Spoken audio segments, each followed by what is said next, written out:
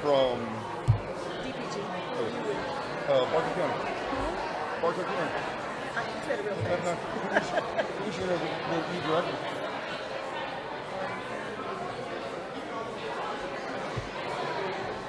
I can't even have my reading glasses. You're good. You're good.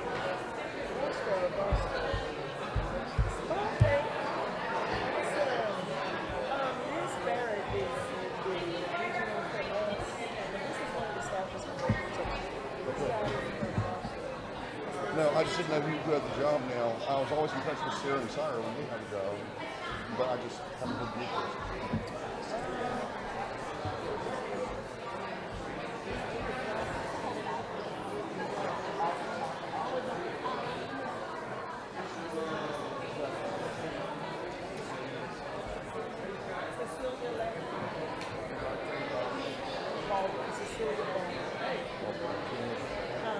off the reach out to me. Yes. But this is one of the staff that's Derek's in Taylor.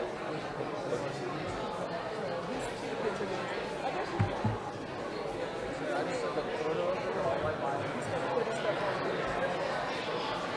So we have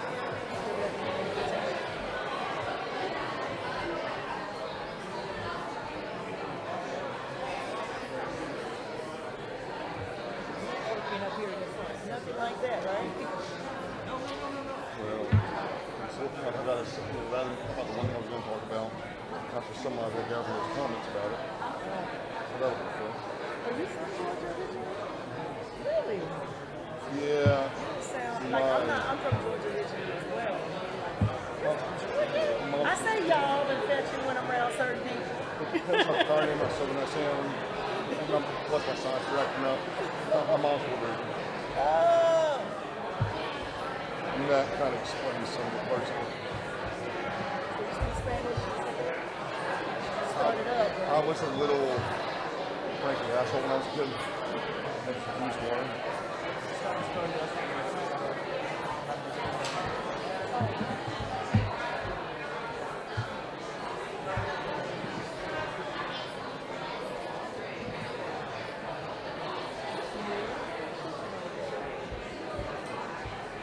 Always use my computer for speaking because if my report computer locks on me, it's going to move it by vote.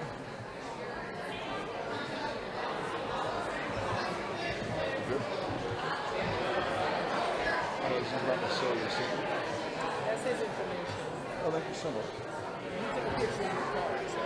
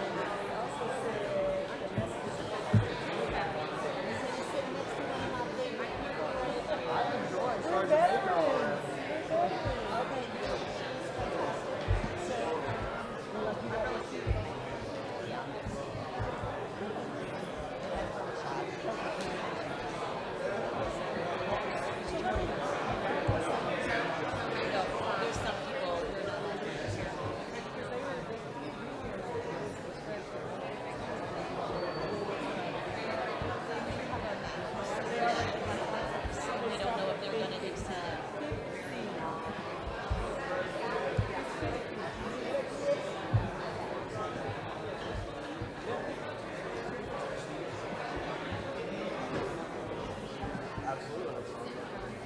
He's warming up. He's not to play Beethoven. He's not to play Beethoven.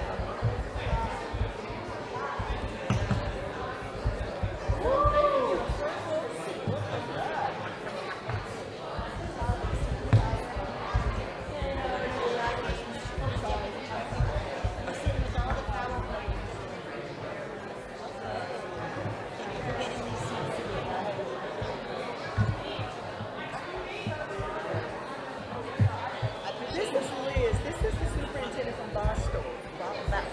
Is it the man, the myth, the legend? Liz Barrett. We spoke, Joseph, after the 2022 cycle. That's right. Nice to meet you. Good. So I'm Deputy Director, Election Administration Oversight, DPG, with the campaign. And I would love to connect with you. I know you have a strong relationship. I've got your number, I think, but if you have a card, I'll take it. Let me not. Why am I making that hard on myself? No. I know you chat with Tyra, but where we want to hear like what are some of your concerns about some of the new things, and we would love to, Thank you. And we love Bartow, Duneen, Catherine Underwood, They're doing Stephanie good. Reyes. They're doing We good. love Bartow County. Absolutely. So, thanks. I appreciate it.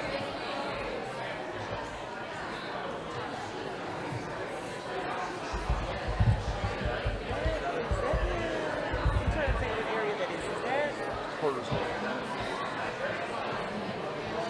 about an hour north, I think. 75. Yeah. I was trying to get some of the counties I was like. I was thinking you were more Georgia Southern University area. That's not there. Yeah, different direction. I know.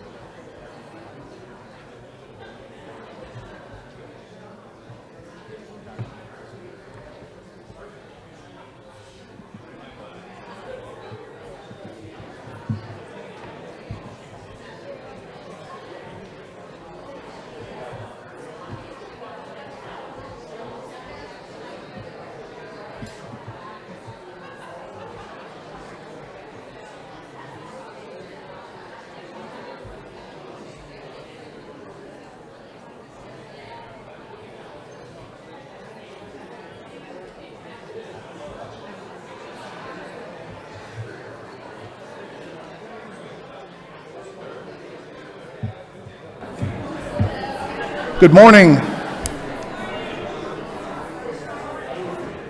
Good morning. For those of you that don't know me, my name is John Favre. I'm the chairman of the State Election Board. I'm joined by our other election board members here today. I want to introduce our newest member, Janelle King, who just joined the board recently. We're glad to have her.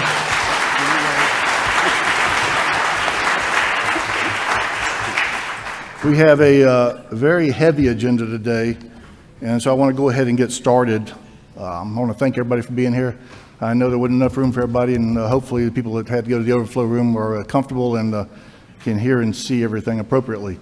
The purpose of today's meeting is to hear petitions for rules changes, and we will hear those after public comment and a few other changes. Mr. Chair, Yes. I would like to make a motion to amend the agenda and add new business. Should I do it now or after the invocation and pledge? After the invocation and pledge and approval of the minutes. Before the approval of the minutes. Okay. We will start with the invocation and pledge of allegiance. Member Jeffries, if you would lead us in the invocation, please. Oh. Dear Heavenly Father, thank you for this day, and watch over us and guide us today as we make decisions for the great state of Georgia. In Christ's name, amen. Amen.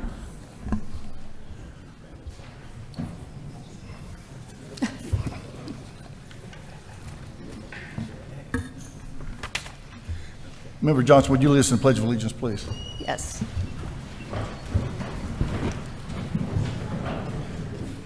I pledge allegiance to the flag of the United States of America and to the republic for which it stands, one nation, under God, indivisible, with liberty and justice for all.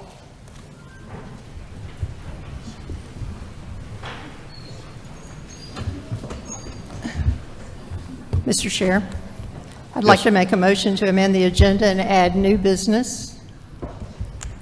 I move to amend the agenda concerning SEB 2023-025. I move that the board provide an opportunity for a response from the complainant's representatives to the board, and that the board then consider the best course of action.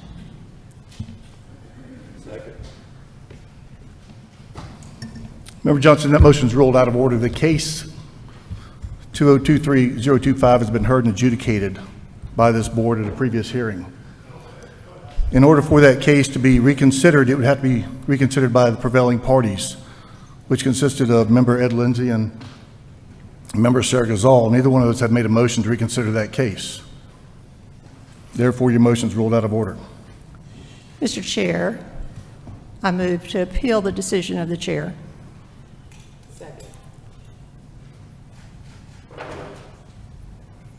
We have a motion and an appeal to reconsider the decision of the chair. The chair would like to offer an intervening motion, and that intervening motion would be to retire to executive session for the purpose of discussing potential litigation regarding that case. Is there a second? Second. There is a motion and second on the intervening motion to retire to executive session to discuss potential litigation concerning case 2023-025. Mr. Chair, a complete investigation is absolutely necessary to help Fulton County and prevent the recurrence of the same problems for the 2024 election. One may say that this case has been heard and decided, but it has not. The complainants have not been heard. Fulton County stated they were still looking for required election documents. The initial and partial hearing of the investigation suggested an incomplete investigation. The exhibits were not provided to the board. Disinformation of applicable law concerning ballot image retention was repeated by the Secretary of State, the investigative report, and the respondent's representative. Misleading conclusions concerning duplicate counted ballots were given by the Secretary of State representative. There are suggestions that Carter Jones and the Performance Review Board looked into these matters previously. Those were not investigations, nor were they focused on the complaint of Mr. Rossi and Mr. Moncla. One may say that the complainants cannot be heard. Mr. Rossi and his representative have never been heard. There's no precedent or rule currently concerning this practice. In fact, there has been 20 years practice of hearing from complainants until the practice was changed without consent or vote of this board less than 2 years ago, about the time this complaint was filed. Administrative Procedures, Title 50, Chapter 13, Section 13, Paragraph AC, states that all parties have to be heard. It says, opportunity shall be afforded to all parties to be represented by legal counsel and to respond and present evidence on all issues involved. I would like to hear that. HAVA requires that hearings must take place within 90 days of filing a complaint. This board certainly did not perform up to that standard. One might say, oh, this cannot be heard because there's double jeopardy or res judicata. This is not a criminal case. Double jeopardy only applies to legal matters as determined by a court. The state election board does not have the authority to charge anyone for a crime. The board may only refer to the attorney general or the district attorney for investigation and adjudication. One might also say there's a statute of limitations. There is no statute of limitations for this investigation. It needs to be completed and thoroughly investigated. FEC says there's a statute of limitations for federal election crimes for 4 years, but is longer if the investigation is ongoing. The request to move to executive session does not apply to this case. We do not have pending litigation, nor is there an issue of personnel to discuss, which are the parameters for retiring to executive session. Executive session is not warranted at this time. I've heard threats that this might cause a lawsuit. About what? Hearing from the complainants? Investigating an incomplete investigation? There is not sufficient evidence from the investigation to date to identify what needs to be monitored in the 2024 general election.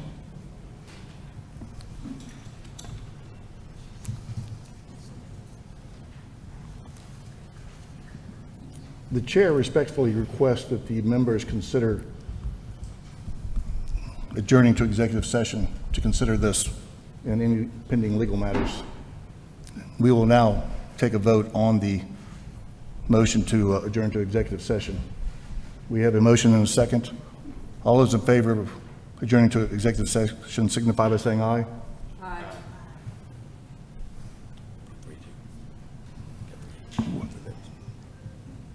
Aye. The chair votes aye. All those opposed? No. The motion carries 3-2. This board will adjourn to executive session to discussing matters concerning this. Thank you.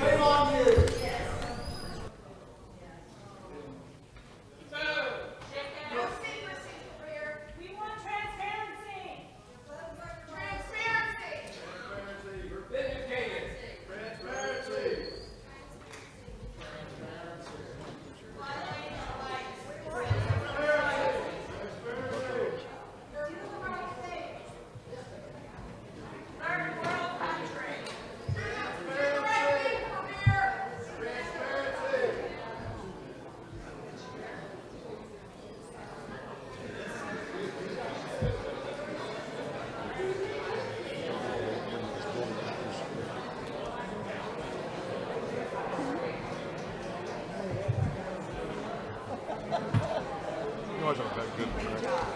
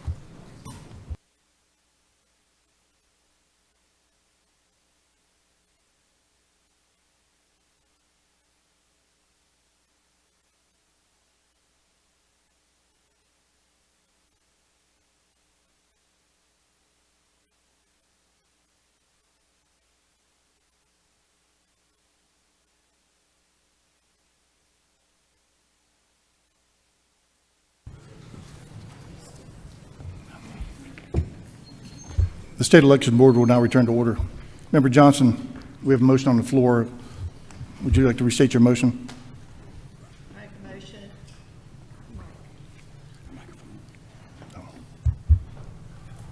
I make a motion to provide consideration of case 2023-025 to allow the the complainant's representatives to have time to speak during public comments for additional minutes of 15 minutes each for each respondent or, complainant or their representative or an expert that they may have available for this meeting.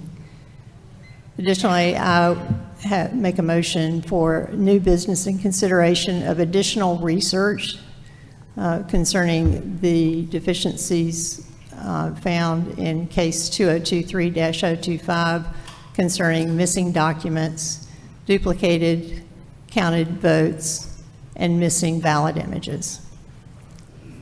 Second. Point of order. Point of order. Those were two separate motions and they have to be considered separately. Yes, I was going to do that.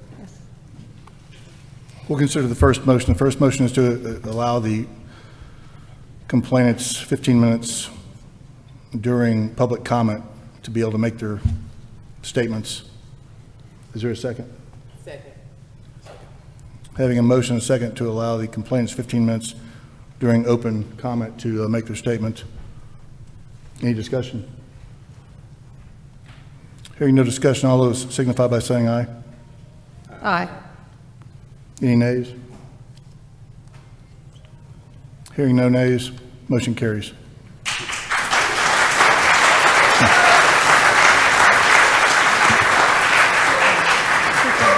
What? Good job. You have a second? You have a second motion, Member Johnson?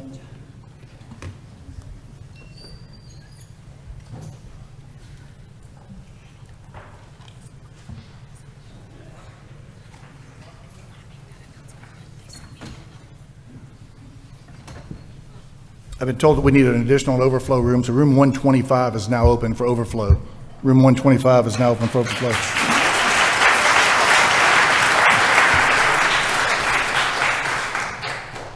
Member Jeffries? Yes, I'd like to make an amendment that on this motion that we're fixing to vote on, that be moved to the August meeting. Let's make the motion, then you can make an amendment to it.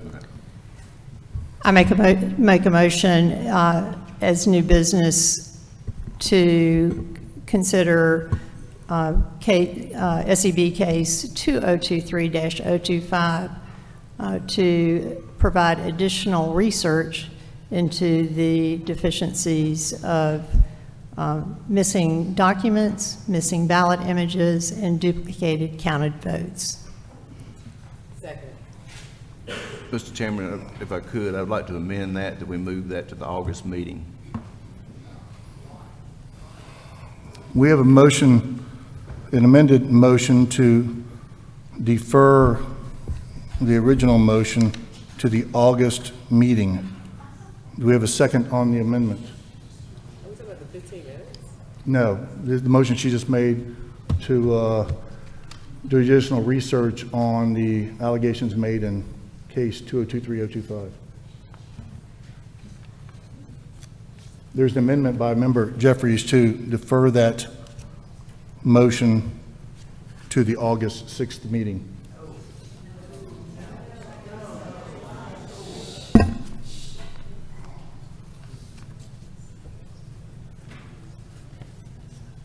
Is there a second for Member Jeffries? Second. We have a motion and a second to defer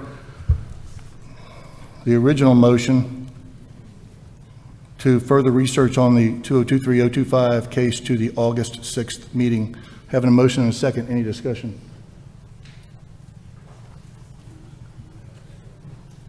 Point of order. If the original movement agreed to the postponement. She seconded it. Yeah, correct. So does that not simply amend the original motion? It does amend it, Okay. yes.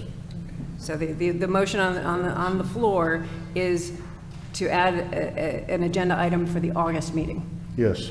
Okay, thank you. So the motion on the floor is to add an agenda item for the August 6th meeting to consider further investigation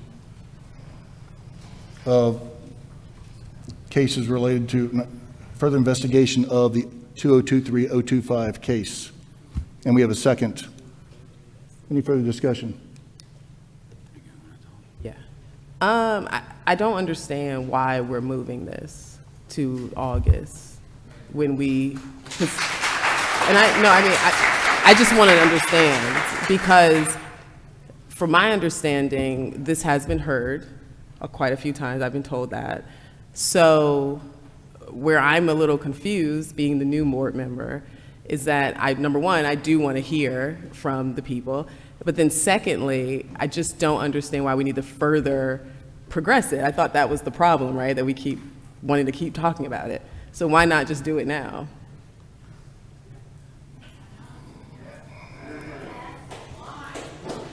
Any other comments from the board? Reopening investigation on a case that has already been closed violates the U.S. Constitution. It violates several. I thought this was just further.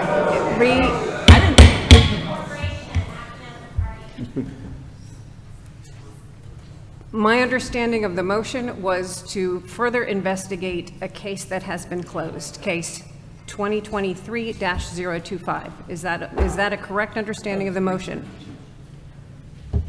The motion is to The research. I thought we said research. research the allegations Right. made in, Pursuant Pursuant to to- that case. yes. That case has been closed. Well, here's something. Here's where I am as a new board member, and I've read through this, and I have questions.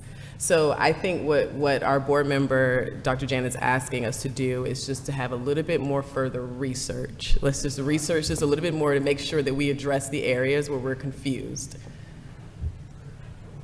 Research pursuant to a case that has been closed we cannot do that today without notice to the respondent as a preliminary matter. Okay. So that's why we're moving it to August? Ask the motion, the movements. Considering that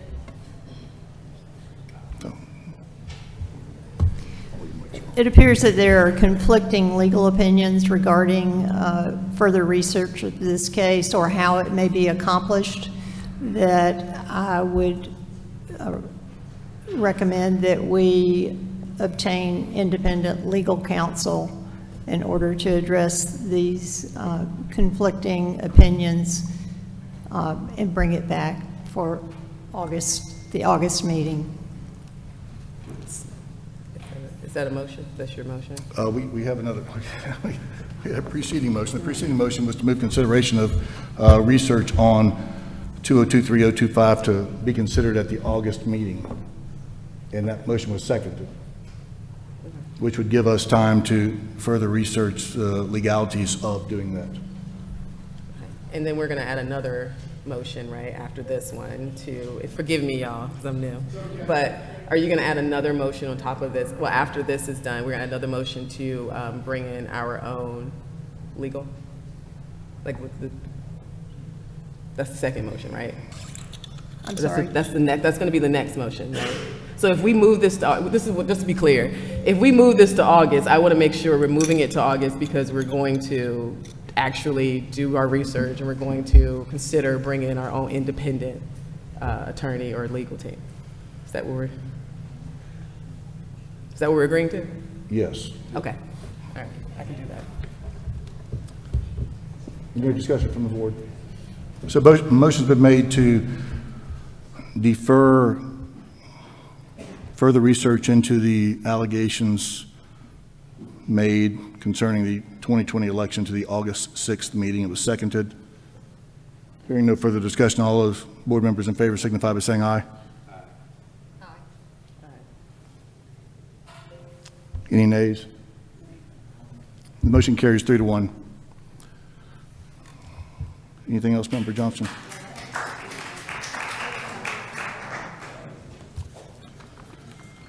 We will now proceed with public comment. I would like to, public comment will, each individual have 2 minutes, with the exception of the previous motion that would allow respondents to the 2023025 case. Mr. Rossi, I believe, is here, would have 15 minutes for his public comment. Everybody else will have 2 minutes for the public comment section. I would ask the audience to please be respectful of everybody. You're going to hear differing opinions that you may not like. That doesn't mean that we have to be disrespectful to people. Everybody has an opinion. Everybody gets to state their opinion. I just ask you to please be disrespectful. At the end of your 2 minutes, the gavel will be lightly tapped as such, letting you know that your 2 minutes is up. I would also ask that we please not repeat the same thing over and over and over again. If you have comments that have been previously heard and you just want to reiterate them, just say, you know, I just also want to support the comment that's previously been made so that we can move along. We have a lot of petitions to hear today, so I just ask for your patience and please be respectful. Our Executive Director, Mike Cohn, will call the individuals. We'll just start at the top of the list. There are 57 people to speak, so this will, and at some point we will take a recess in the middle of it, so. Okay. Welcome, everybody. Is my microphone working? I don't believe it is. Okay, got it. You have something? Yeah. At what point will we have the complainants speak? Mr. Ross is listed number 8. Yes, he's number 8. So it depends how long the prior complainants speak. Well, that wouldn't be fair to the rest of the people that have already signed up, so he is listed number 8. He will approximately 16 minutes.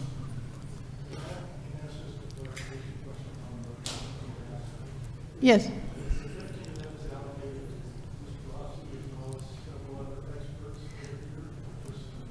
The agreement, Mr. Chairman, if I understood, was that there would be 15 minutes for both complainants or their representative.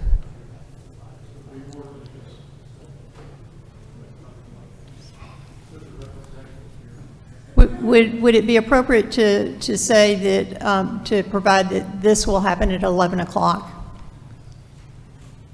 That both,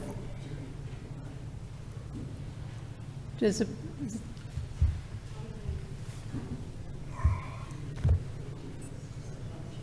You want to set them at 11 o'clock? 11 o'clock, and allow the other people that have signed other. You're up at 11 o'clock. 11 Okay. o'clock, thank you. We're supposed to make sure that 2 people get 15 minutes. Yeah, 2 people can get 15 minutes. Yes. Okay, we're starting on the public comments. We have Rachel Lastinger and Marissa Powell on deck. That's the way we're going to operate this thing and make it as quickly as we can and efficient as we can. But Rachel?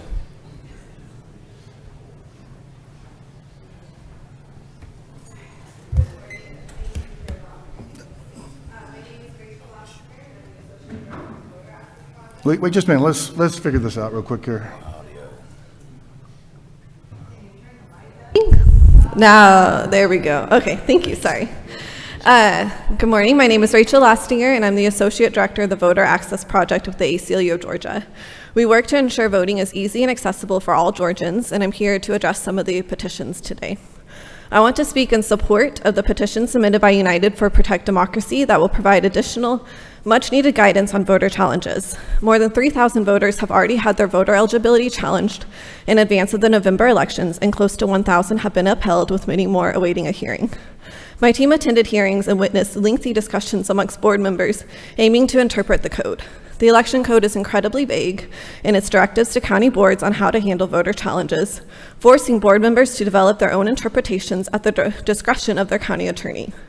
This leads to a reality where each county is implementing differing policies on voter challenges, leading to different outcomes for similarly situated voters based solely on their county of residence.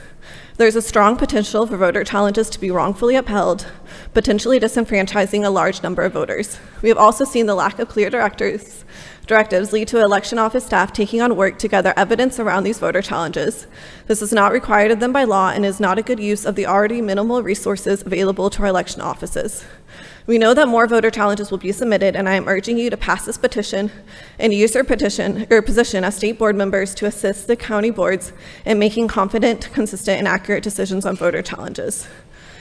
And just briefly, I want to urge you to dismiss the petition submitted by Charlene Alexander that adds extra procedures and duties to local election officials, requiring them to hand count ballots in the precincts. This petition requires a large input of financial resources and staff time, neither of which our counties can spare right now.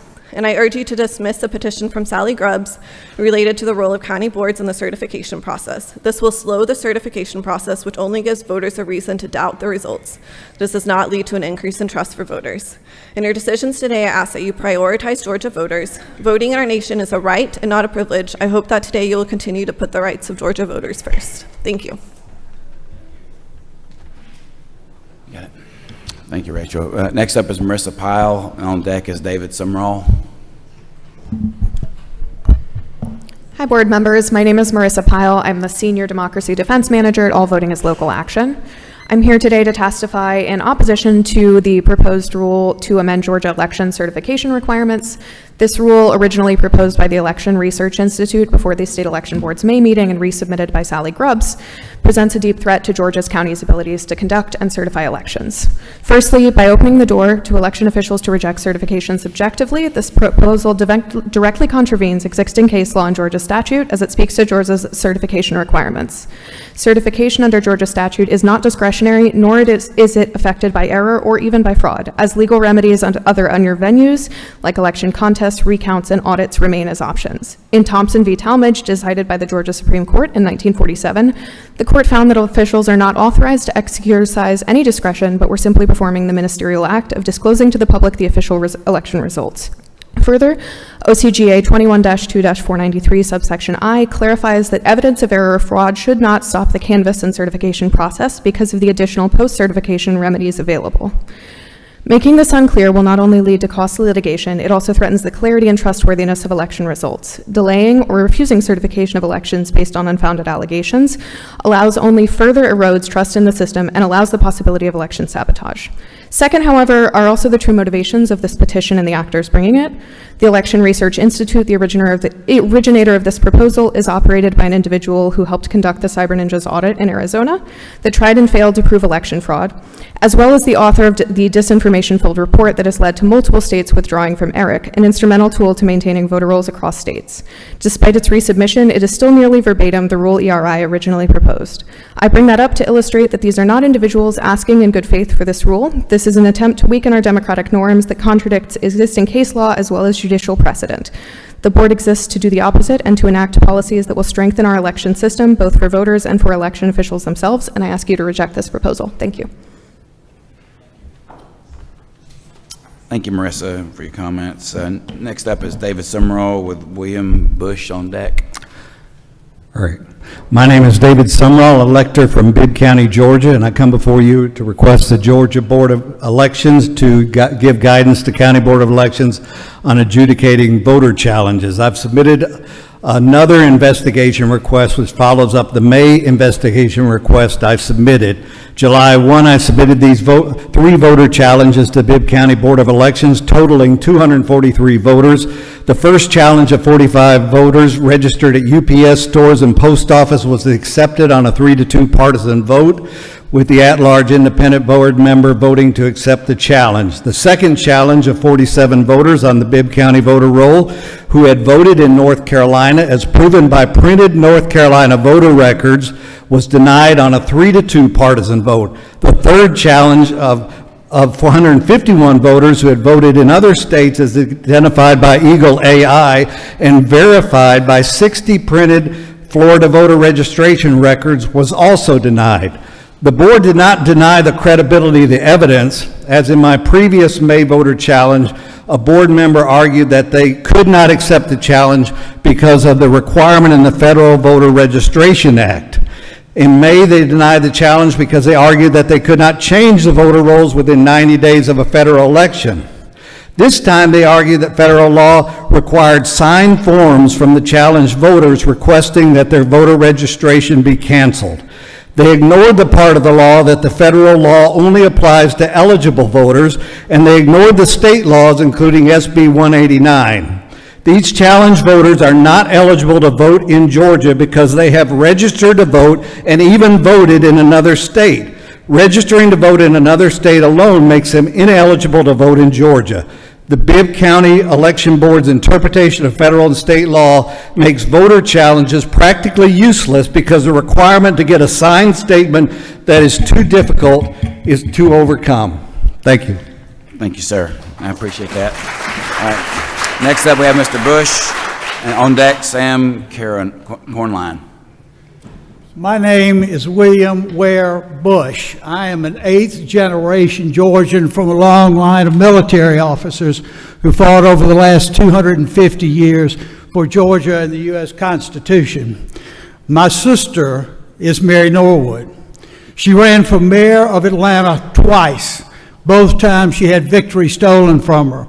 We submitted evidence of malfeasance to the Secretary of State's office after each election. Nothing was done. Election integrity in Georgia for me is personal. After the chaos and the debacle of the 2020 presidential election, over the last 4.5 years, I'm proud to have gotten to know Garland Favorito as a friend. I know the courageous David Cross.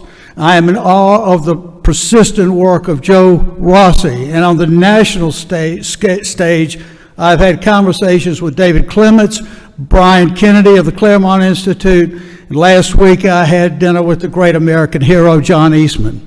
From all of the interactions, discussions, research, augmented by the evidence in the Curling case and the recent article by Liz Harrington, the only conclusion that can be drawn is that any political entity that uses an electronic voting machine does so solely to control, rig, and steal elections.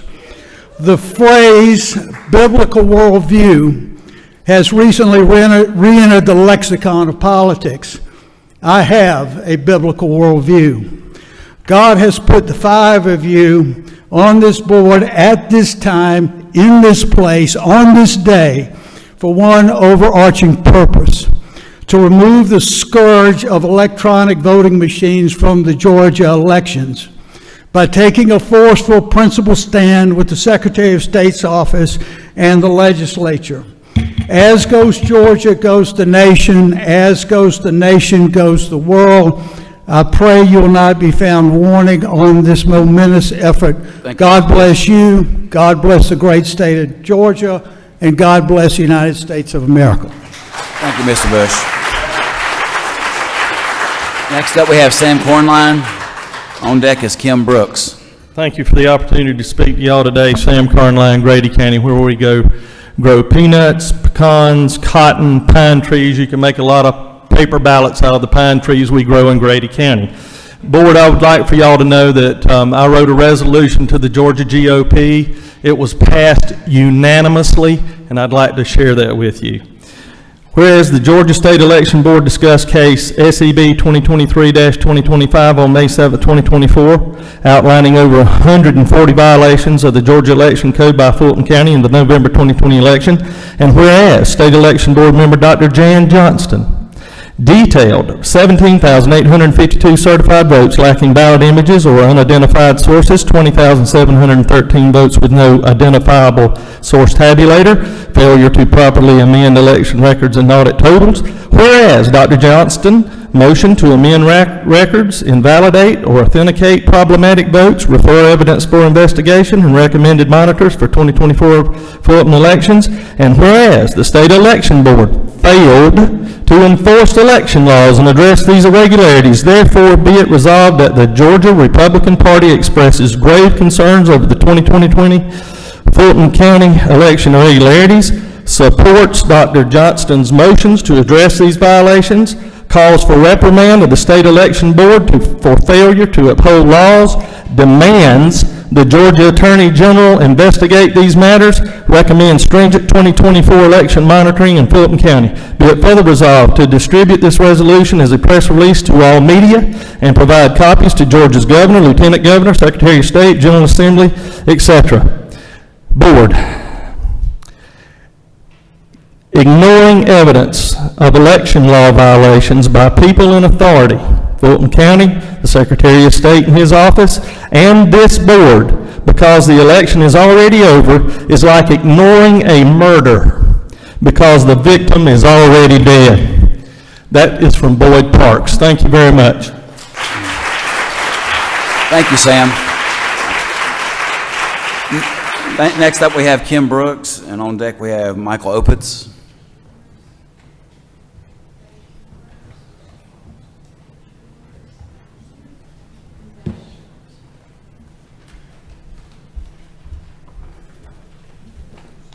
My name is Kim Brooks. The Georgia Nerds is a team of data analysts across the state that exclusively analyze Secretary of State files. We've discovered criminal manipulation in every federal elections all the way through our recent primary. Nothing has changed, and it appears to be consistent with a violation of 18 U.S. 1031 major crimes against the United States and we the people of Georgia. We fully understand that this is not just about Fulton County. The theft is occurring in all 159 counties. We've discovered identity theft on Georgians being committed by our own government against us. Many times this is via the Department of Driver Services. This in and of itself should be an investigation into both offices immediately. We've discovered criminal manipulation in the official list of electors, where the registrants appear like they registered in time to vote, but thousands are packed in after the deadline and they vote. We have the receipts. We've proven in-person real votes are being swapped by fake absentee ballots. Votes cast on ballots that the county had already canceled, votes cast on ballots that were never mailed back in. We have people checking into the NOIC poll pad that aren't even on the voter roll, which is an impossibility. We've proven that the recent 2024 primary should never have been certified. We have patterns. Those patterns are being repeated in 2020, 2022, in the recent primary. Nothing has changed. We expect this board to investigate the Secretary of State and his office for the cover-up of the crimes and the system that commits identity theft on us, the Georgians. We are concerned, you should be concerned that if you don't act before 2024, it already can't be certified. You need to read 18 U.S.C. 23, 82, and 84. Consider yourself served. Thank you, Kim.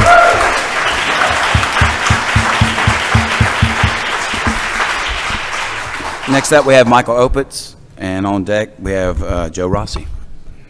Mr. Ross will be heard at 11 o'clock. Okay, so we won't skip that. Joe. Okay, very good. All right, next on deck will be Bob. I'm at the mercy of handwriting. We'll say Covert. Covert? All right. I'm Michael Opitz, president of the Madison Forum. Recently, the Georgia State Election Board reviewed case SEB 2023-025, which found over 140 violations of Georgia election code by Fulton County in the 2020 election. They recommended a criminal investigation. Board member Dr. Janice Johnson said the election should not have been certified. The best the board could do was reprimand Fulton County and appoint a monitor. Really? The Georgia GOP State Committee also reprimanded the board and demanded action from Attorney General. It's unclear if the board will reopen the case. Hopefully from this morning it will. The Lovell versus Raffensperger case, the plaintiffs argued that Georgia election officials failed to follow laws, duties regarding elections. Two amicus briefs were filed as evidence.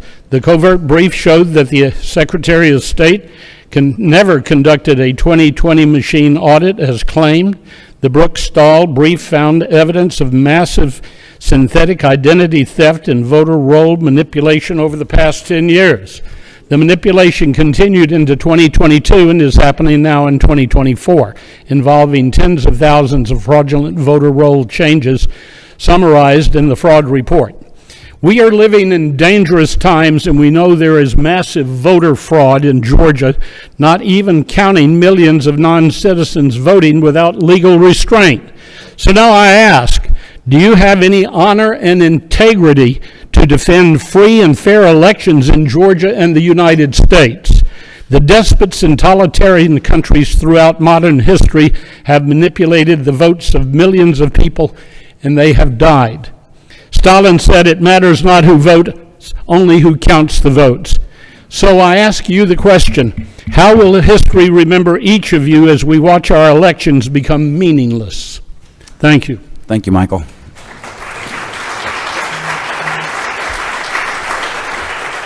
Next up, we have Bob Corvert, and on deck is Jason Frazier.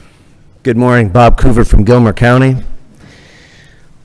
I know we have some new board members. I wanted to be sure to share that your duties are Georgia law, OCGA 21-231, and in your first duty as board members, which we all respect, it says, as well as legally verify the legality and purity of all primaries and elections.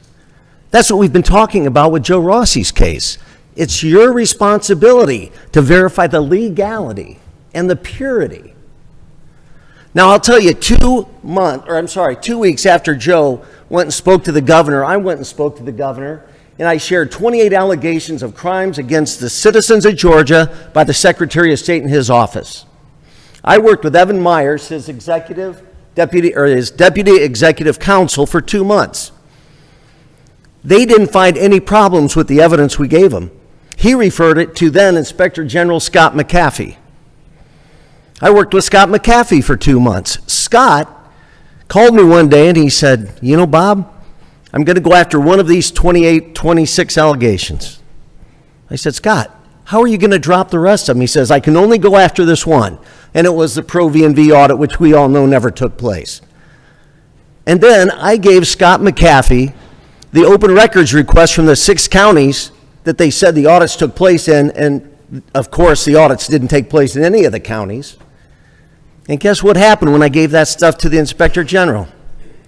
He stopped talking to me. The Inspector General is now a Superior Court judge. I went to a district attorney in the Appalachian Circuit. I shared the same information with her. Guess what? She stopped talking to me. She is now a Superior Court judge. So if any of you guys are looking on how to become a judge, I got a fast track. So you are going to be influenced in your positions. You are influenced at this very moment. I just hope you seek the truth, follow the truth, and follow the Georgia law that's written on your behalf. Thank you. Thank you, Bob. Next up, we have Jason Frazier with Earl Ferguson on deck. We're flipping. Jason and I are flipping. So. Okay, very good. Okay, Lucia Frazier. So, Fulton County, in 2022, over 10,000 duplicate registrations were submitted, and that should never happen. And they were submitted by a regular citizen. And they were approved by the Fulton Registrar as needing to be removed. So this is very obvious, super obvious, low-hanging fruit that happened in 2022. And it's obvious that no maintenance was being done. And besides that, there were even other buckets above that where there were commercial addresses on registration. And that's not allowed. So again, it's obvious no maintenance is being done in Fulton County. So I bring your attention to the rule that was talked about earlier about challenges, and bring your attention to the need that voter rolls need to be maintained, and the need and the reality that the counties aren't doing it. Many counties are not, and Fulton is not.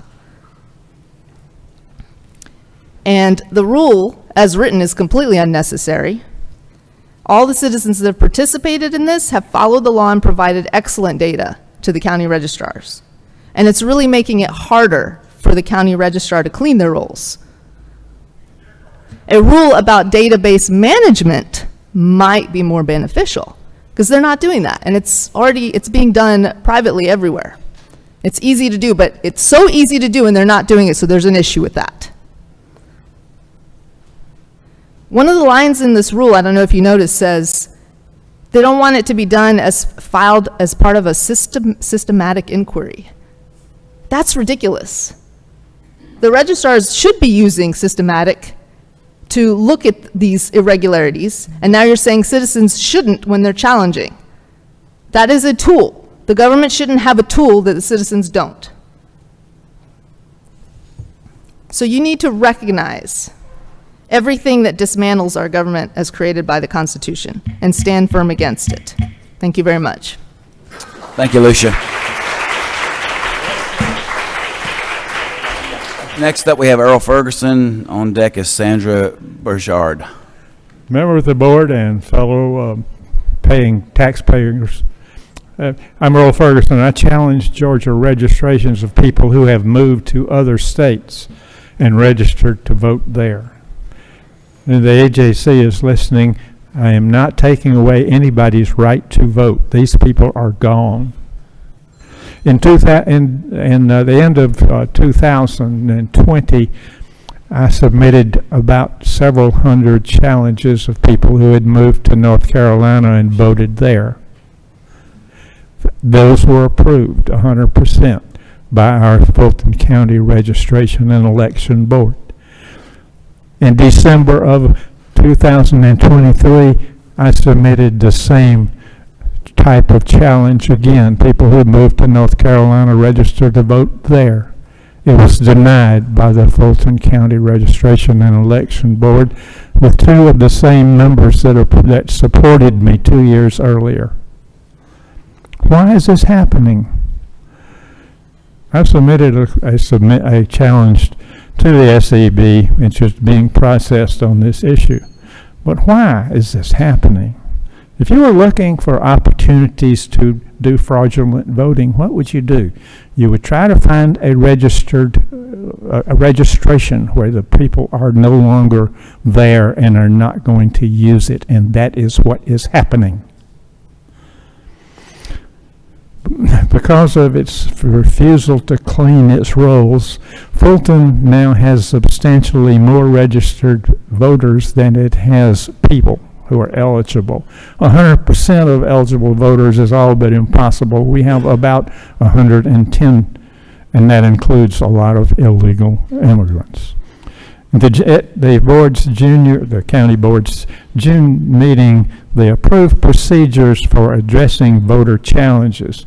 To my surprise, these procedures put in plain language how Fulton is violating Georgia and federal laws to justify their refusal to remove ineligible voters. They refuse to let me comment. So I have submitted my comments here to the State Election Board. Thank you very much. Thank you, Earl. I appreciate you. Next up, we have Jason Frazier. Good morning. My name is Jason Frazier. First off, I wanted to thank Dr. Johnson for all you're doing, and Ms. King, welcome. I definitely am proud of how you're speaking today and voting so far, so thank you. So next, I wanted to talk about why are we even being charged for voter rolls in the state of Georgia? I mean, other states don't, adjacent states don't. Fulton County, or the state of Florida, rather, they send me a CD every month. Granted, it's a CD, we don't really use those, but at least they give them to me and it's free. Other states do. North Carolina, it's free. Why did Georgia decide to raise their prices? Even DC. I mean, I agree with very little that comes out of DC, but DC send an open record request and they send you the voter roll for free. It's amazing. So I guess we can't agree with something in DC. So moving on, every county, I also believe, needs some guidance on how to handle voter challenges. I was in the Forsyth challenge last week. It was the last week, the week before. And essentially, they said there wasn't enough data. Well, I saw the data. The data is these people that were challenged moved to Florida, moved to North Carolina, moved to other states. We gave them their registration ID from the other states. They filed an NCOA that said they moved to that state. A lot of them had voted from that state. And then because they were saying there wasn't enough evidence, I happened to bring my Florida CD that the Secretary of State mails to my house. The man challenging these registrations brought it up to them and they said, no, no, no. we can't take outside data sources. So they said the data's no good, but yet they don't want the data, which clearly tells me they just don't want to do their job. 21.2228 says it is their job. They're failing to do their job, and then they're refusing to even look at data. So essentially, as you've been hearing, they dance around what excuse is the good excuse for the day. So that's why we need guidance for all these counties. We have one set of laws in this state. There shouldn't be 159 ways to handle a voter registration challenge, especially for people that have moved out of state and registered out of state. Those are pretty cut and dry. So they're just not doing it. So anyway, that's long and short of it. I hope you will ignore the first petition that's on the list, because clearly we need something done. Thank you. Thank you, Jason. Appreciate your comments.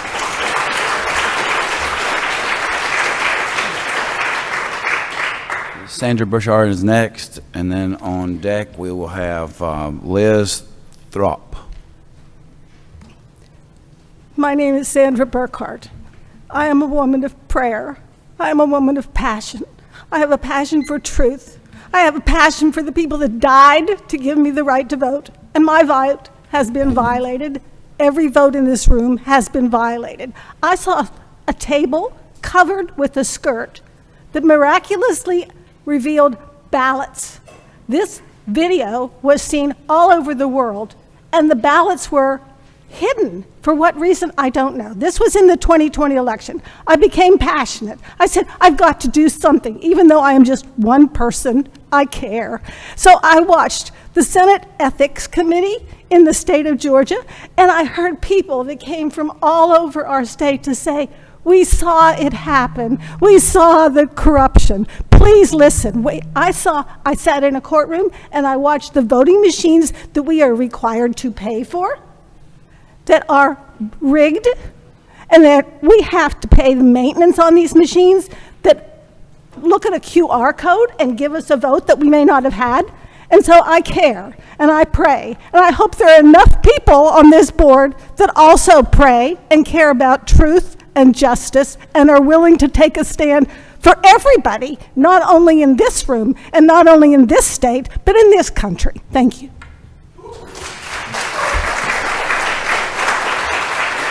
Thank you, Sandra, for your comments. Next up is Liz Thrope, and on deck, Leo Smith. Hi, thank you. I'm Liz Troop. It's time for the SEB to adopt mandatory security reporting rules. In April, a company who does business with the Department of Justice, Department of Homeland Security, various branches of the armed forces, and crucial intelligence bodies had data stolen by a Serbian hacking group. The stolen data included personal information, password hashes, and coordinates and addresses of several government officials. The same group attacked the Colonial Pipeline, which had to shut down fuel lines across the Southeast in 2021. That attack started with a breached password. In June of 2023, a Russian ransomware group attacked a file transfer tool, and it spread to entities that use the tool, including British Airways, the BBC, and the province of Nova Scotia. Of course, it's embarrassing for institutions to admit that they have fallen prey to such attacks, but mitigation usually depends on it. This body has long been aware of the 2021 Coffee County insider attack. You have considered rules to address security breaches and promised to take action. Hacks can affect all 159 counties who use the exact same software and hardware to conduct elections. Hacks can also affect any vendors that the Secretary of State and counties exchange software with or data with. It's time to adopt mandatory security reporting rules. Thank you. Thank you, Liz. Next up, we have Leo Smith. On deck is Kristen Navers. Thank you. My name is Leo Smith. I'm here today on behalf of the Democracy Task Force with the American Bar Association. I am not a lawyer, but I am representing several lawyers if they will stand in that first row, because lawyers are voters and they need representation too, right? And these are good lawyers coming together across partisanship to support a democratic republic where we can still win based on the hard grit, the dent of our efforts, where people don't jump in as rule makers and put a thumb on the scale. My daughter just got from Oregon as a track athlete where she missed Olympics by inches. She dusted the sand off of herself and she got up and said, I'm going to keep trying, because she trusted that there was a governance board called the Olympic Committee that would maintain rule of law, so that her effort would never be in vain, that she knew that people like you who agreed to serve on that governance board would create a fair, trusted playing space, so that when grit and determination is put on the line, that they know that they could risk risking their sweat again. And that's what we want you to do. And we, the American Bar Association, the Democracy Task Force, several citizens across difference are coming together to hand you our hand of support. And with other people in this room to say that we want you to reflect the values of hard-working Georgians who want the rule of law, so they know when they pull that ballot, when they made that effort based on contests that were fair and representative of Georgia's values, that contest had no imprint of partisanship. So we thank you for your work, for all that you have done and all that we will do, and we thank you for creating even policy, Chairman, that will speed up the decision-making time so that my daughter, when she brushes off the sand, she can say, my effort will be quickly decided. Thank you. Thank you, Leo. I appreciate your comments. Next up is Kristen Neighbors. On deck is Joseph Kirk. Hello, Board. My name is Kristen Neighbors. I'm the State Director for All Voting is Local Action. Today I'll be speaking on two proposals that are actually on the agenda. First, I wish to address Mr. Cross's proposal to require that mailed ballots be sent by restricted and tracked mail, which requires the voter to show ID and sign when they receive their ballot. Restricted mail is incredibly expensive, with rates starting around $13 per piece, is only available in conjunction with certified or registered mail. Tracking is an additional cost. So even if the county's got a reduced rate somehow, there's no way they could handle the financial burden of sending out hundreds of thousands of mail ballots through this method. Furthermore, because this mail is highly secured and is processed manually, the Postal Service specifically warns that it's slow and not recommended for anything where speed of delivery is important. And ballots, obviously, speed of delivery is important. To require voters to show ID and sign at the point of delivery will likely put a burden on voters and create barriers. Historically disenfranchised communities may be disproportionately impacted, especially voters with disabilities who may not be able to provide the signature, or Black voters who vote by mail at higher rates. Voting should be made more accessible, not less, and adding these steps to a system that already works and has worked for many elections is unnecessary and could open up the state to any number of lawsuits.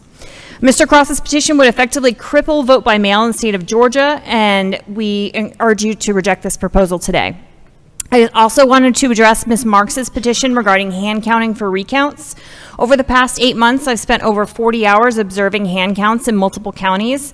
As you might expect, they're incredibly slow. They're far less reliable than machine counts. In every instance, any discrepancies between the counts, and there have been many discrepancies, have been traced back to a human error, not a machine one. Hand counting is a boring, monotonous task. Human beings are not good at boring, monotonous tasks. This proposal mentions concerns over the voting machine's programming, but that is exactly what the risk-limiting audit, which compares the human-readable text to the machine count in a limited number of ballots, is designed to detect. If the RLA finds the problem, the officials have the option to order a hand recount. Thank you. Thank you, Kristen. Thank you for your comments, Kristen. Next up is Joseph Kirk. On deck is Michael Gordon.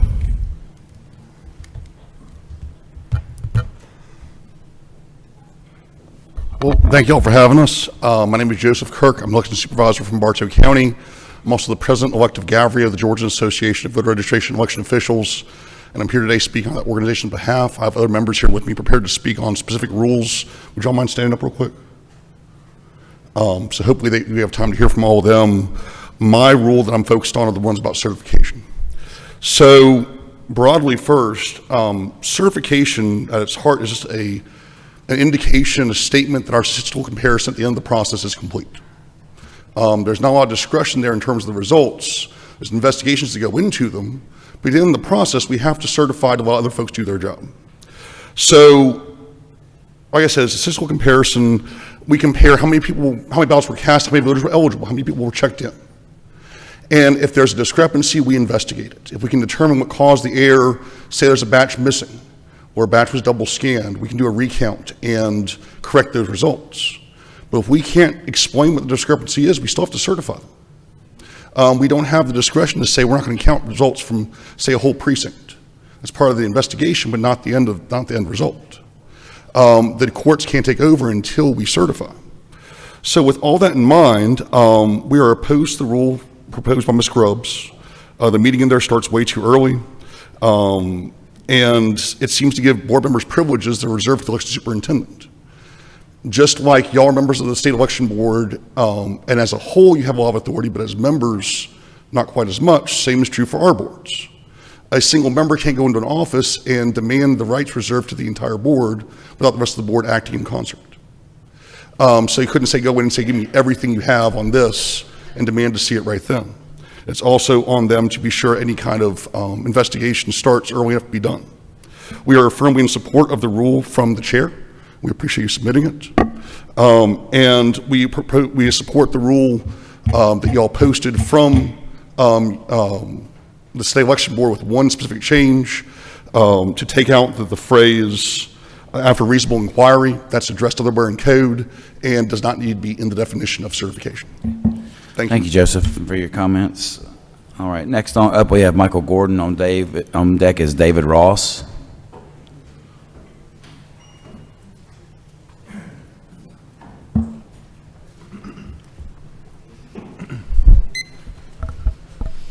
Michael Gordon, Fulton County resident. Welcome, Janelle. Thank you for your willingness to serve the people of Georgia. Government by consent requires honest and secure elections, which requires clean voter rolls. The Georgia General Assembly passed a law to allow unlimited voter roll challenges for a good reason. Our voter rolls are notoriously bloated and inaccurate.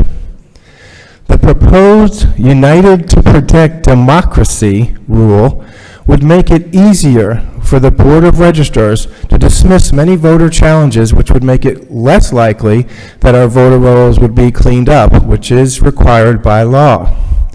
First of all, we are a republic, not a democracy. So why would we take seriously a proposed rule from an organization that views Georgia as a democracy? Their petition reasoning states that citizen challenges are rarely successful, using unreliable methodologies and incomplete, error-prone data. They're complaining about the targeting of inactive voters and wasting precious resources. This is complete nonsense. If the registrars would do their job properly, there would be no need for so many challenges. Let's take a look at their claims. Targeting inactive voters. Today, inactive voters who show up at the polling locations are allowed to vote just like active voters. They need to be removed. Unreliable methodologies and incomplete data. Today, citizens have challenged voter records from voter roll records with dead people, PO boxes, UPS stores, and other businesses. People have moved and actually registered in other states. All these records are supposed to be removed by law, and in many cases they are not. This is the error, not the challengers. And finally, wasting precious resources. Cleaning the voter rolls is their job. That's what they're supposed to do. If it's a burden, then they should quit. Right? Most counties are grateful for the help. Only a few large counties are complaining. We should stop rewarding them and replace them. Thank you, Michael. Okay, thank you. Vote no on that rule. Thank you. We appreciate your comments. Next up, we have David Ross. On deck, we have Matt Rowenzak.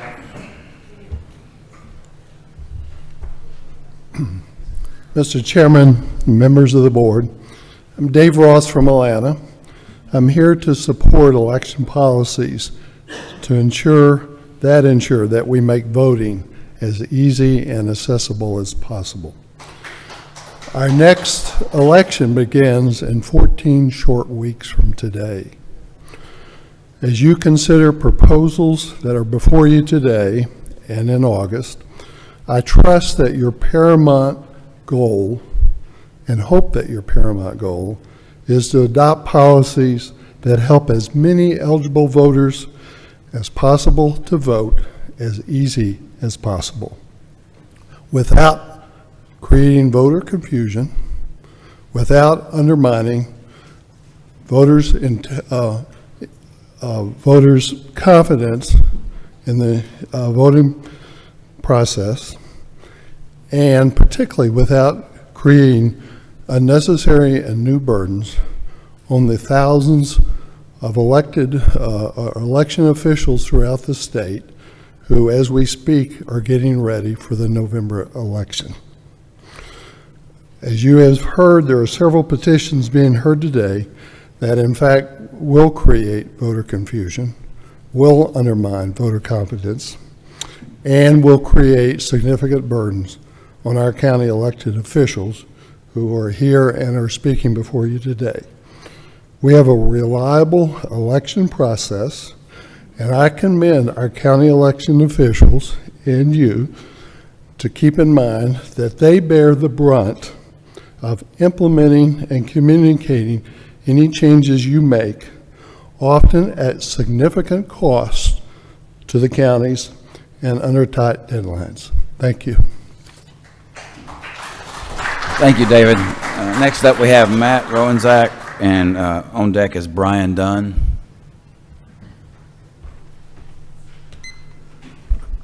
Hi, good morning, Board. Mr. Chair, at the last SEB meeting, this body decided to appoint monitors to Fulton County for the 2024 election due to the numerous election violations and discrepancies from 2020. A wise decision. What was not wise was your decision to put forth a proposal behind the backs of your fellow board members after the meeting. On June 13th, towards the end of a Fulton County Board of Elections meeting, the chairman, Kathy Ward, a prior Fair Fight Action lobbyist, super nonpartisan, brings forth a monitor proposal from Ryan, Germany, to cost Fulton County taxpayers $160,000. Interestingly, she mentions that she had discussed this proposal with you and Mr. Germany. Since the act of creating this absurd proposal, here are some red flags maybe you should have considered. This body voted for the monitors, so why was this proposal not shared with your fellow board members? Then you chose Ryan, Germany, when he was part of the corruption in the SOS office, when these election violations occurred, and continued to deny that they existed. He lied and deceived the public. Another name on the list was Jesse Harris, who also worked for our corrupt Secretary of State and instructed Fulton County that homeless voters could register to vote at an intersection. Prior to that, Mr. Harris worked for Fulton County for about a year until he was let go for allegedly falsifying his resume. There were hardly any forensic experts, no process engineers, no certified fraud examiners, no cybersecurity expert, or other relevant independent professionals. In some way, the proposal suggests that you didn't do your homework at a minimum, all on the backs of Fulton County taxpayers. This competes with the sloppiness and wasteful spending of the Carter Center audit from Fulton County of 2022, where folks lounged around, played on their iPads, and got paid on our backs. Let's just say we are not impressed. I'd assume you didn't approach your career this way. Georgians are tired of this shady and lazy behavior, and when it comes to our elections, folks like to preach about how important they are. Well, then show us. Thank you. Thank you, Brian. Next up, we have Brian Dunn. On deck is Kevin Muldowney. Kevin's not here. He's not here? Yeah, he left. Okay. He had to go. Thank you. So next on deck will be Cliff Hobbs. Thank you. Brian Dunn, Fulton County resident. Questions. What's the point of voting machines? Does it make elections more secure? No, it makes it less secure. Does it give us results faster? No, it does not. Does it reduce our cost? Obviously not. Paper is pretty cheap, and by the way, when we use voting machines, it still creates paper. You don't even save paper in most cases. Does it give you results faster? No, it does not. We are asking, with all the complaints from Puerto Rico, hundreds of complaints, and throughout the United States, thousands of complaints, why do we have them? We have never heard anyone explain the point of machines unless they are designed for the purpose of throwing an election. Jeff Folkham provided evidence to the FBI Atlanta field office. They not only failed to investigate, but Jeff personally confirmed that somebody was directing agents to steer evidence to the Georgia SOS and SEB, who themselves covered up evidence. Evidence he provided suggested that the fake duplicate batches included in Fulton hand count, official Fulton hand count, were intentionally altered so the auditing software, known as Arlo Voting Works, would not recognize a fake duplicate. Keep in mind that the SCB case 2021-181 later concluded in June of 2023 that these were indeed duplicates, in other words, fake. But they covered up the evidence, any evidence suggesting intent. These duplicates added 6,000 gross fake votes to Fulton hand count. There was fraud in the 2020 election, and it was covered up. These machines are not faster, cheaper, or more reliable. So what's the reason? This is the biggest question in the world because of our entire way of living will depend on this election being credible, and we don't think that this coming election is going to be credible. We think there's going to be massive cheating. Now Jeff filed a lawsuit against the Ware County, Georgia Board of Elections for answers explaining how nearly 1% of their ballots were scanned for the second time 5 days after certification. This is unacceptable.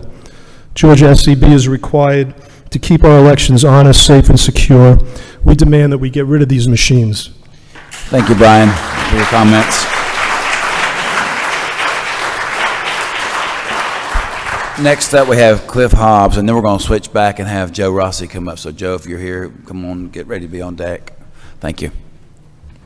Well, I'm the last one. I'll make it nice and short. I'm a Georgia resident, have been for all my life. I live in Hall County now, lived in Fulton County for many, many years, have voted since the 60s, and I always trusted what happened until 2020, and I've learned that a lot of corruption went on.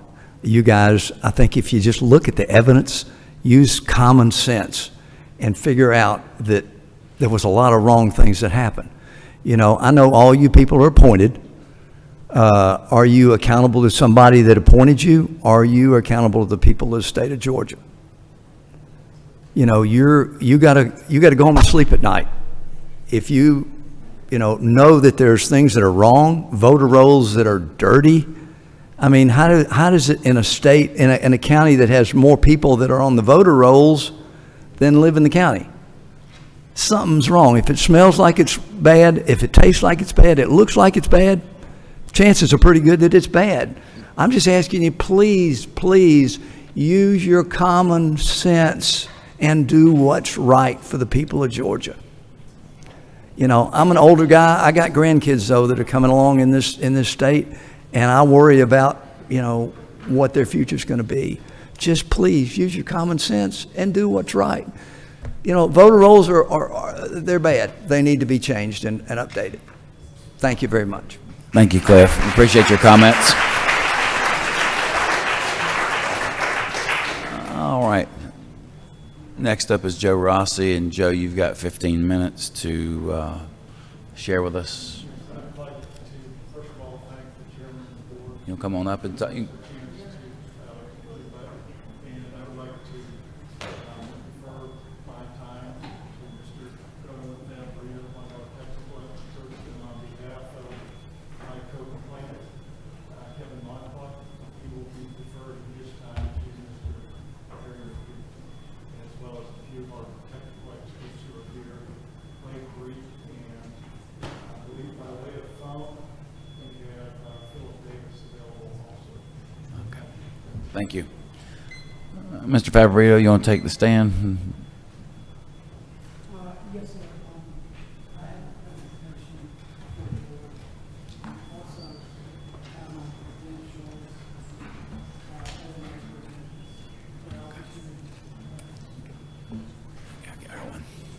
I'll get her one.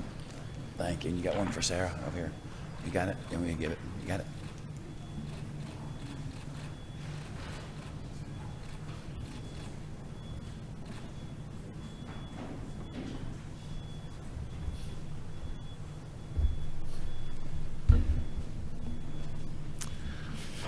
All right, Garland, you ready? Yes, sir. Thank you. It's an honor to be here today and to talk to you about what I believe is to be the most important case in state election board history. This is more allegations than all the other complaints combined since I have been attending election board members in 20 years. I'd like to start with the diagram that you have in front of you. It's on the second and third page. The first thing I think is most important to understand, I think we can all agree on, here's how the system works. How do you get from a ballot to a certified vote? The ballot is initially scanned and an analysis is performed, as you can see in your diagram. The analysis is would either be through the ICC scanner if it's an absentee ballot, or it would be through the QR code analysis from an ICP scanner at the precincts for in-person voting.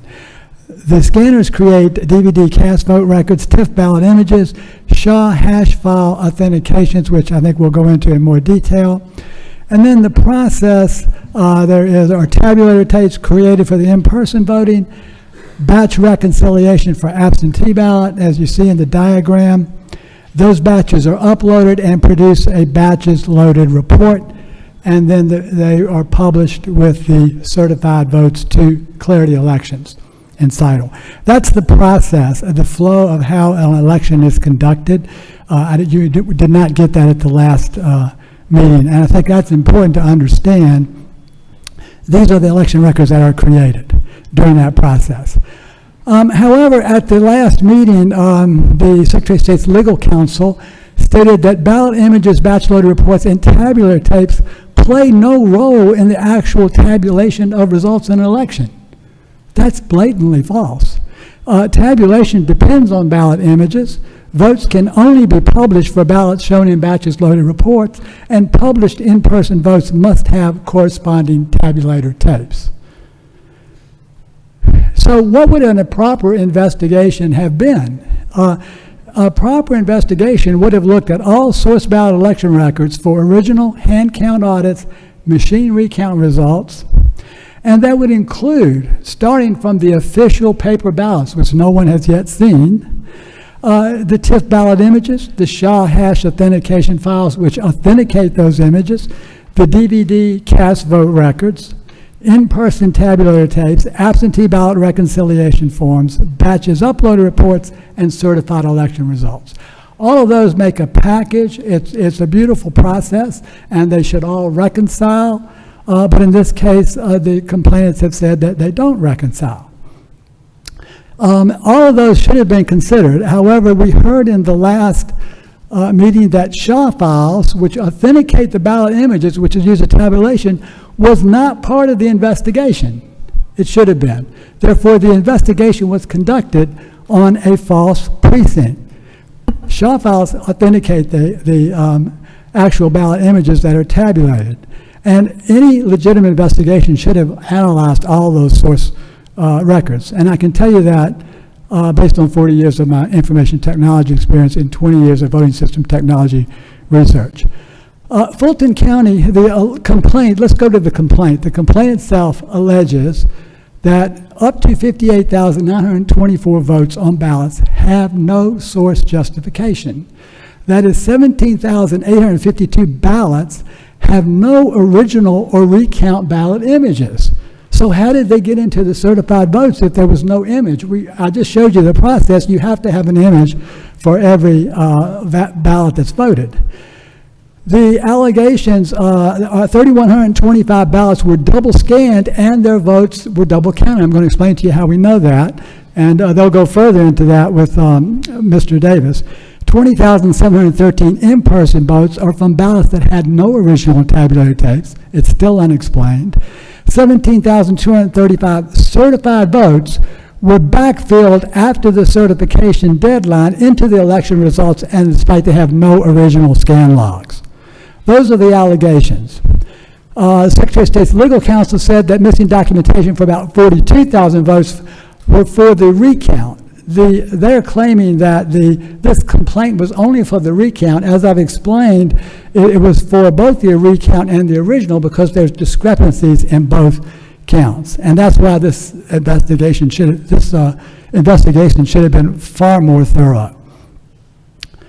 Moving on to lead investigator for the complaint said that it's important to note that throughout the complainants erroneously conflated the number of total ballots cast and the total votes counted in the presidential election.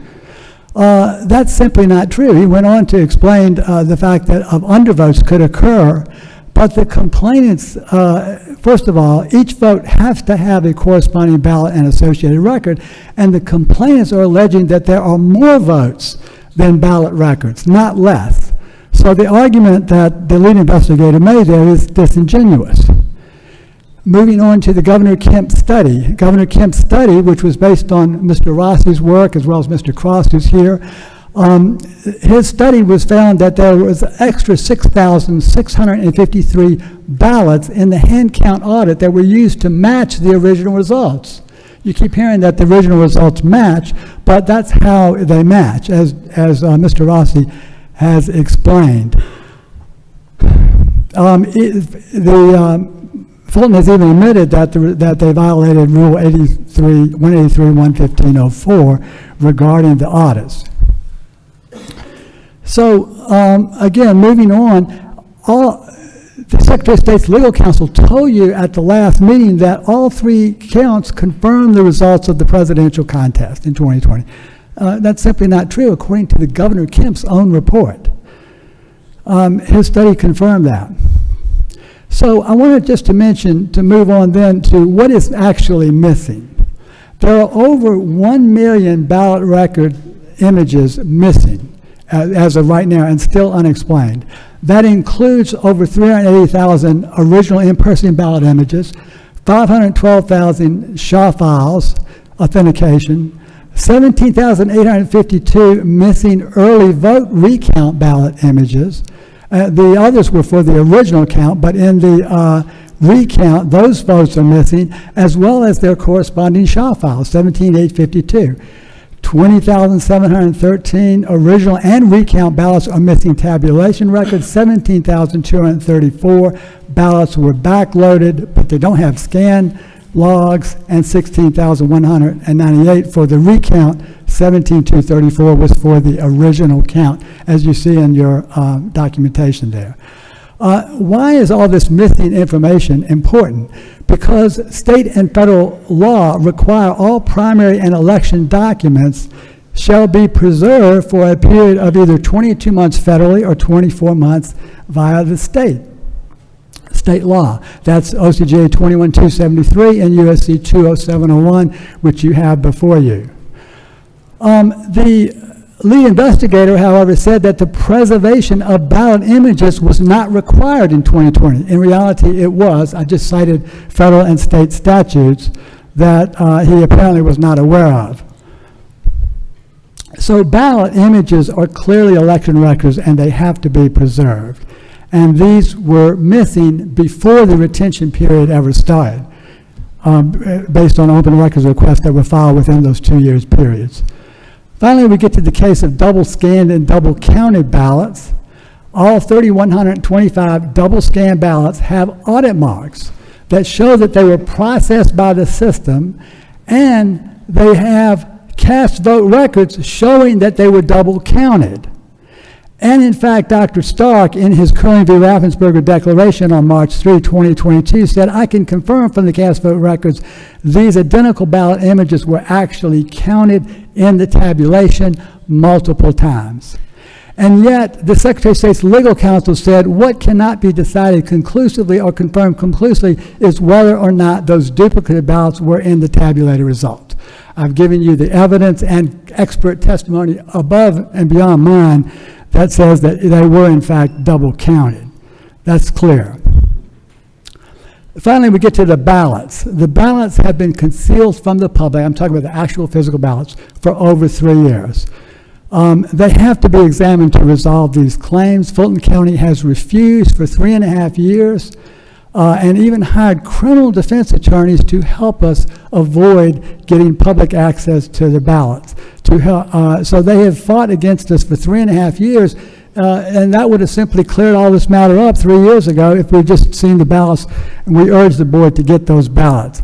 The Secretary of State's legal counsel actually filed an amicus brief for the Attorney General advocating to keep the ballot secret. So she is conflicted and should not have been presenting this case in the first place. That brief contained false arguments, and I have a legal response that we made back at the time. I will include that in the record today for you.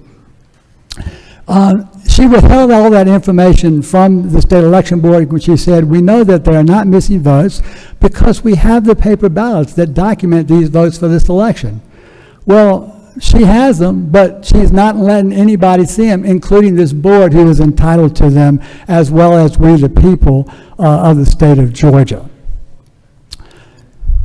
These ballots are now unsealed by court order in our case, the Favorito v. Wine case, and you have access to them if you want those ballots right now. We have submitted an open records request for them, and Fulton County is still avoiding complying with the open records request law.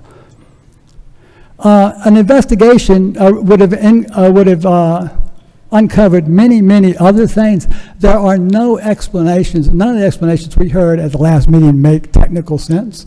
I have not been able to confirm anything of substance in the last investigation, and this is why we need a real investigation into this issue.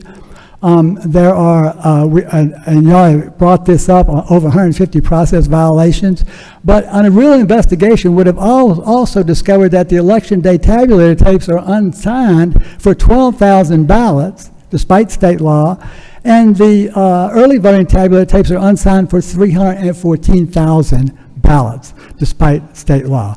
In addition, most of the memory cards were opened on one tabulator, removed, and closed out on another tabulator, thus breaking the chain of custody for the memory card itself. So those are some of the things that we believe you should be concerned about.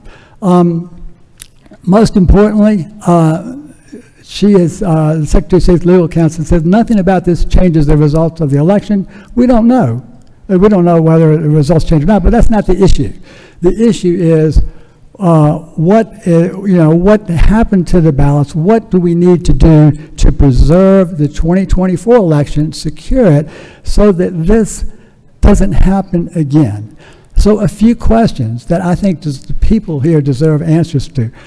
What were the real vote totals in 2020? Why does Fulton election process have so many missing ballot records and reporting areas? That would be your responsibility to investigate. But most importantly, why we're here is how can these problems be prevented for the 2024 election? We can't secure the 2024 election unless we understand what happened in 2020 and 2022. And that's why we're here. Basically, the Secretary of State's legal counsel also said that the investigation has confirmed what we already knew, and there's nothing new that we have learned as a result of this investigation.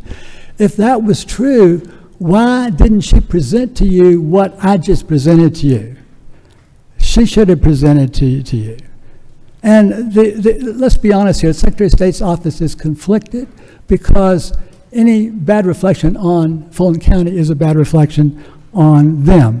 And that is why the State Election Board needs to be completely independent. I know that you've had a lot of issues with that, but we need to have independent investigators, independent attorneys, and we certainly have been supporting you at the legislature on that. Mr. Chairman, that concludes. I think I'm probably about out of time, but I want to just say thank you to Joe Rossi and Kevin Moncler, who have carried this banner for 3.5 years. I'm honored to be selected to represent you. I'm honored to be here to talk about this case. I'm happy to take any questions that you may have. Mr. Favorito, you plan on taking the full 15 minutes? Because you're at 14 minutes already, so. I think that I am done. I think I'm done if there's no I mean, questions. you've still got another minute if you want it to do whatever you want to do with it. I just want to let you know you got 1 Well, minute. so. let me just introduce in the next minute, Harry McDougall, I believe, is going to come up and represent Mr. Moncla. Two of the experts will be backing us up. We have 3 experts here today. Clay Parikh has an amazing credentials. I left that on your chart, as well as Philip Davis, who is a tremendous ballot image analyst with 30 years of experience, who's been looking at the ballots for 3.5 years. So thank you. I'm glad I concluded in the appropriate time. So thank you very much, Mr. Khan. Thank you, Garland. Appreciate your comments.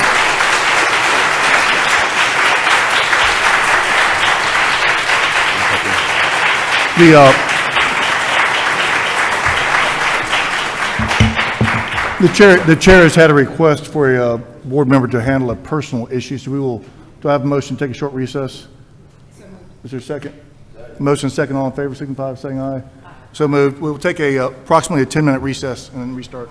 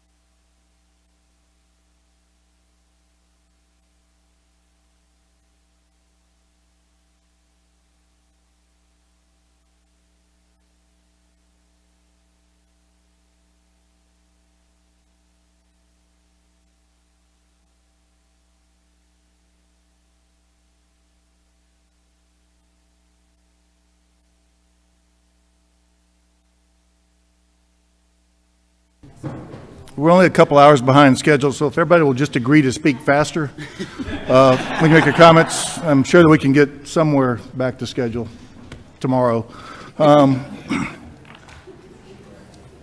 Okay, we ready? Yep.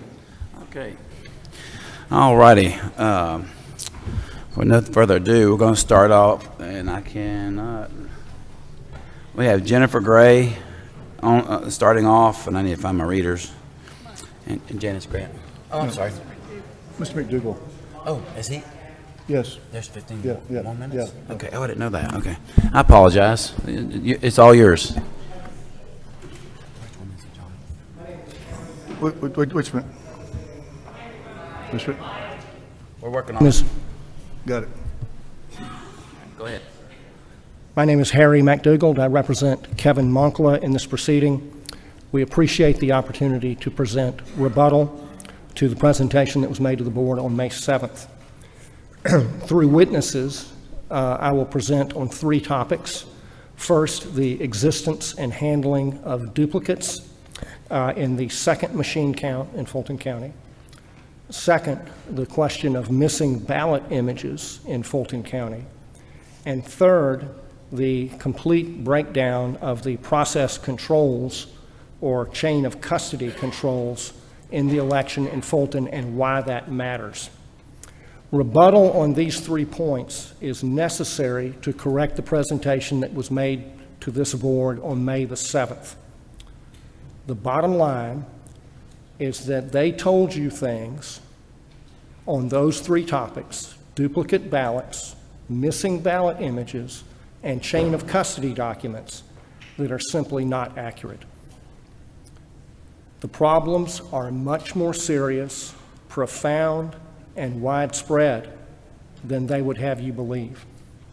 The board needs to understand this topic, all 3 of these topics, in order to craft an appropriate response, an appropriate remedy for elections going forward.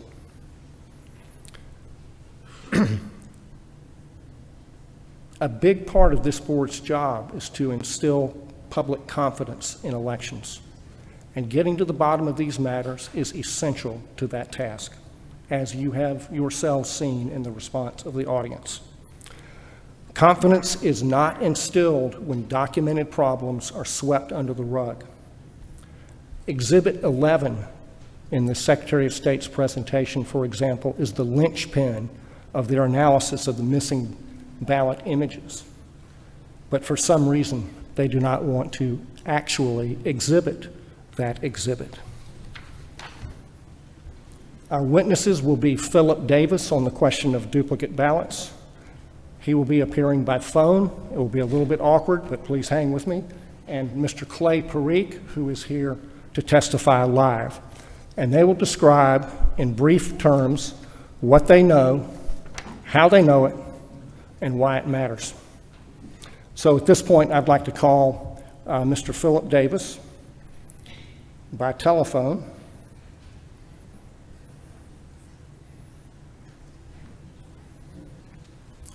Mr. Davis, are you able to hear us? I can hear you. Very good. State your name, sir. Philip Davis. How are you employed? I am employed by First Advantage of Atlanta, Georgia. And do you have any particular areas of technical expertise? I'm a software developer of 35 years with a math degree from University of Texas at Arlington, and I specialize in fingerprint identification and analysis. Have you spent any time analyzing the Georgia election in 2020? I spent 3.5 years investigating the ballots and cast vote records for Georgia. Have you been compensated for any of that work? I have not.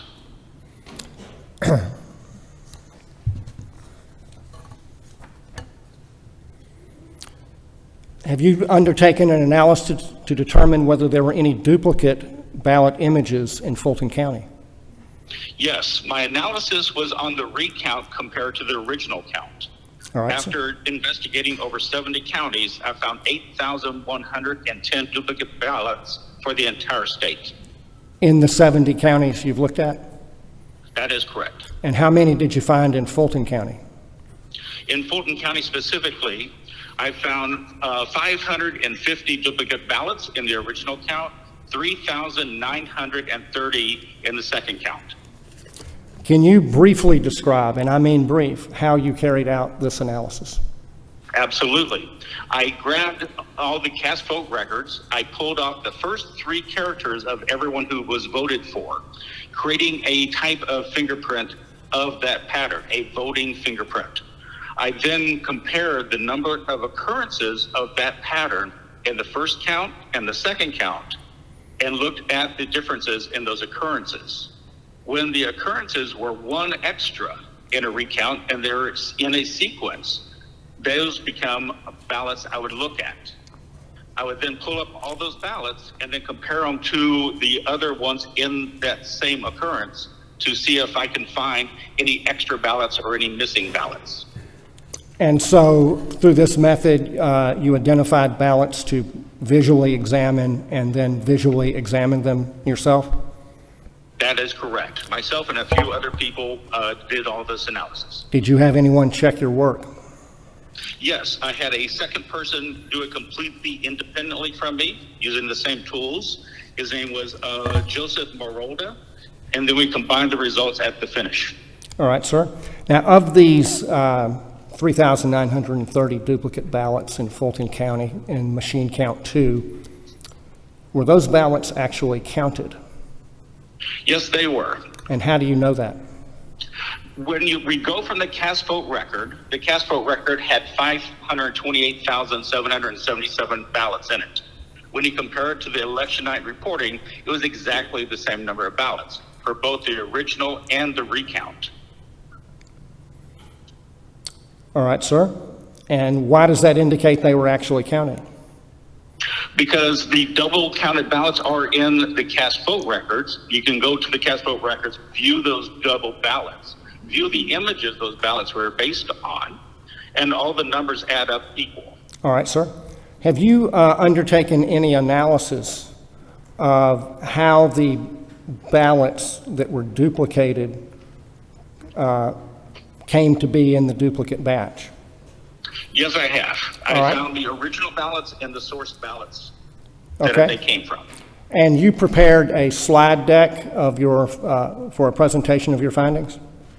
That is correct. I have every single duplicated ballots or doubled ballots in the slide deck with their original source image. All right, sir. And I have distributed to the board a printout of your slide deck, and I'd like to ask you in particular about page 5, which they're not numbered, but it would be tabulator 794, and it's the Yes. 5th page.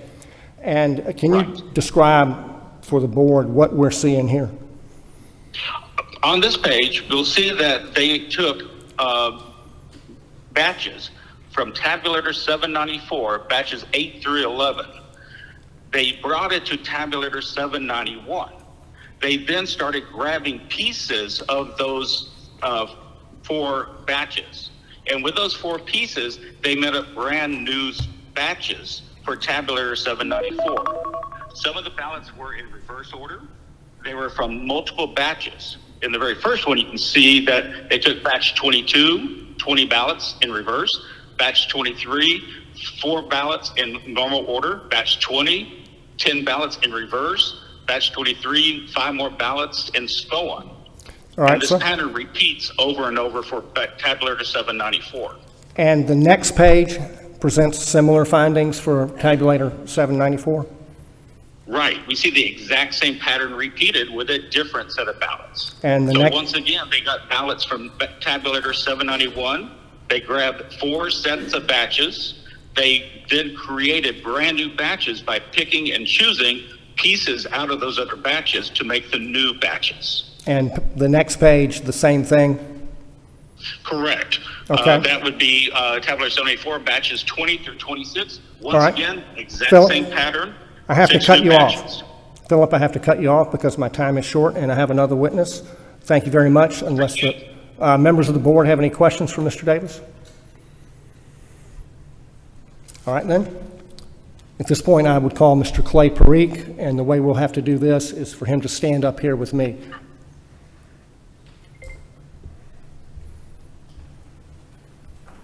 Tell the board who you are.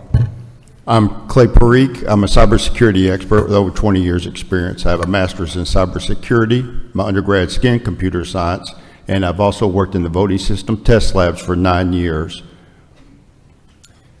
Have you testified before as an expert on these topics? Yes, I have. You attended the May 7th hearing before this board? Yes, I did. Have you analyzed the issue of the missing ballot images in machine count 2 in Fulton County as presented in the Rossi-Moncala complaint? Yes, I have. Are there in fact votes for which there are no ballot images in that second machine count in Fulton County? Yes, there are. And how do you know that? Because they're not in the CBR. On the Dominion voting systems machines, is the vote counted from the physical ballot or an image of the ballot? The vote is counted from the image. The way it happens is your paper ballot's inserted, whether it comes from an accessible machine or a regular hand-marked ballot. A picture is taken. That picture is analyzed by the software, and it's just not Dominion's, it's other vendors as well. So that's just the inherent nature of the system? Yes, it is. All right, sir. Now, in light of that, how is it possible for there to be a vote counted for which there is no ballot images? That should not happen, and should not happen because the image should be saved as part of the chain of custody when the ballot is assessed. And the number of missing ballot images in machine count 2 in Fulton County is what? I believe it's 17,800 and something. All right, sir. Now, you just mentioned the term chain of custody. What does that mean in the election context? The chain of custody is basically following the path and guarantee that the integrity of the data of the vote is exactly as it is. You start with a sheet of paper, the ballot, that's marked. There's a picture taken. That's part of the chain of custody. Then there's what's called a SHA file, which is the integrity of said image that's taken. And as it goes onto a USB disk or SDK card, gets transferred to a database, and then it's transferred. Every step along that path until the final results are published is considered the chain of custody. And as a forensic investigator myself, every part of that chain of custody has to be preserved. All right, sir. In Fulton County in 2020, were there any issues with the chain of custody? There were multiple issues with the chain of custody. What is the significance of that, if any, in light of the issues that we see with duplicated ballots and missing ballot images?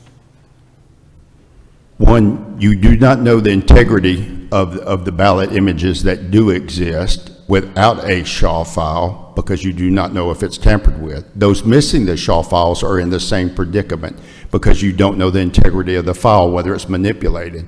And as has been demonstrated in DEF CON in 2019, the ballot images can be manipulated almost instantaneously, and it's been proven. All right, sir. One of the issues that's discussed in the Rossi-Moncala complaint is missing tabulator tapes. What is the significance of that, if any? That is one of the audit controls that is part of the process in the chain of custody. Therefore, you're getting the actual appliance, in this case, the ICPs or the ICCs. The tabulator prints out its report. Then the data is transferred along the chain on the SDK card or USB, and then into the machine. Each one of these reports is part of the chain of custody. All right. Now, it was shown in the complaint and in the factual rebuttal dated June 13th, prepared by Mr. Moncala, that a number of tabulator tapes for different precincts were printed on machines that had the identical serial number. What is the significance of that, if any, from a chain of custody standpoint? There's no data integrity to the data that was on those cards. because the protective counter on the tabulator, the serial number, has to be maintained. It's the system that's supposed to close out and create that tape and record everything. When you have moved the cards, that means security seals were broken, and there's all other kind of chain of custody issues. All right, sir. Now, we sometimes hear the term reconciliation in the election context, reconciliation of votes, ballots, and voters.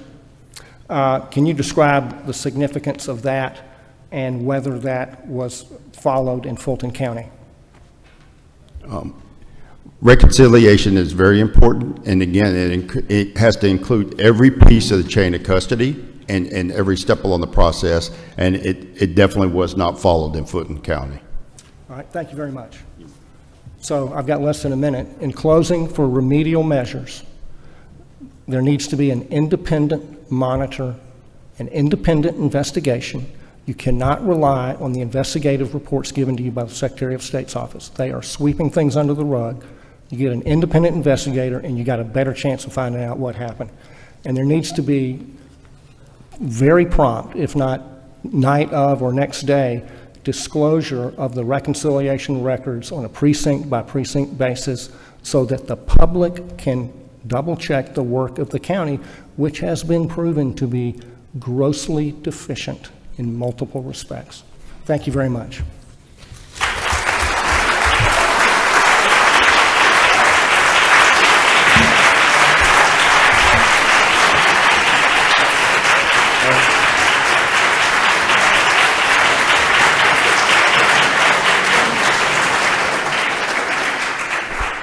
Mr. Chair, I have a question of Mr. Parikh. Mr. Parikh, some of the ballot images were provided to me at the Secretary of State's office at great inconvenience, but as I looked at those, I saw thousands, hundreds of thousands of ballot images with no SHA files. Is there an implication to that, or a concern, a security concern with ballot images that have no SHA files attached to them? There's a major security concern, and the fact that they're missing, and if you add that into addition to with the missing images, these are things that cannot happen from a secure mechanical or technical malfunction. These had to be forethought things that were done, because that's not the way a system would be corrupted and lose SHA images. And might I add that, no disrespect to you, ma'am, but I don't think you're technically qualified to look at this Exhibit 11. If this is in the read room, you need somebody like myself or Philip Davis who can look at additional information and metadata to examine and make sure that the files are legitimate. Thank you.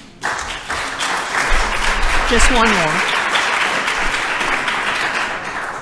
If a data card is removed from the scanner before the end of the elections, before the closing, and it's tabulated, is that vulnerable to altering? Is there some security vulnerability to a data card that is removed from the original scanner and maybe at some other time closed out or tabulated on a different scanner?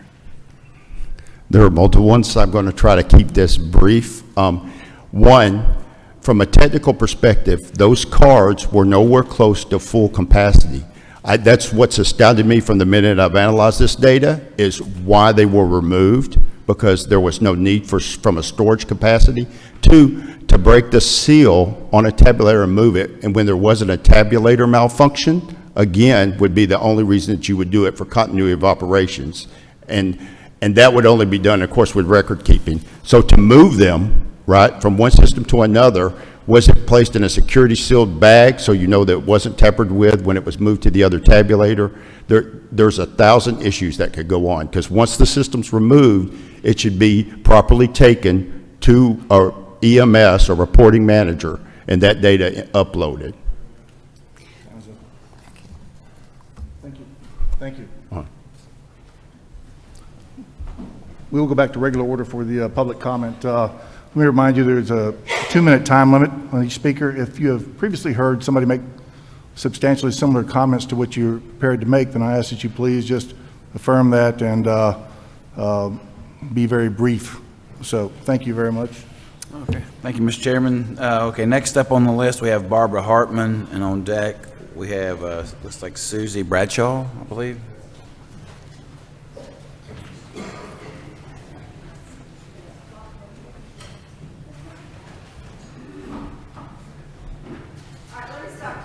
Kathleen.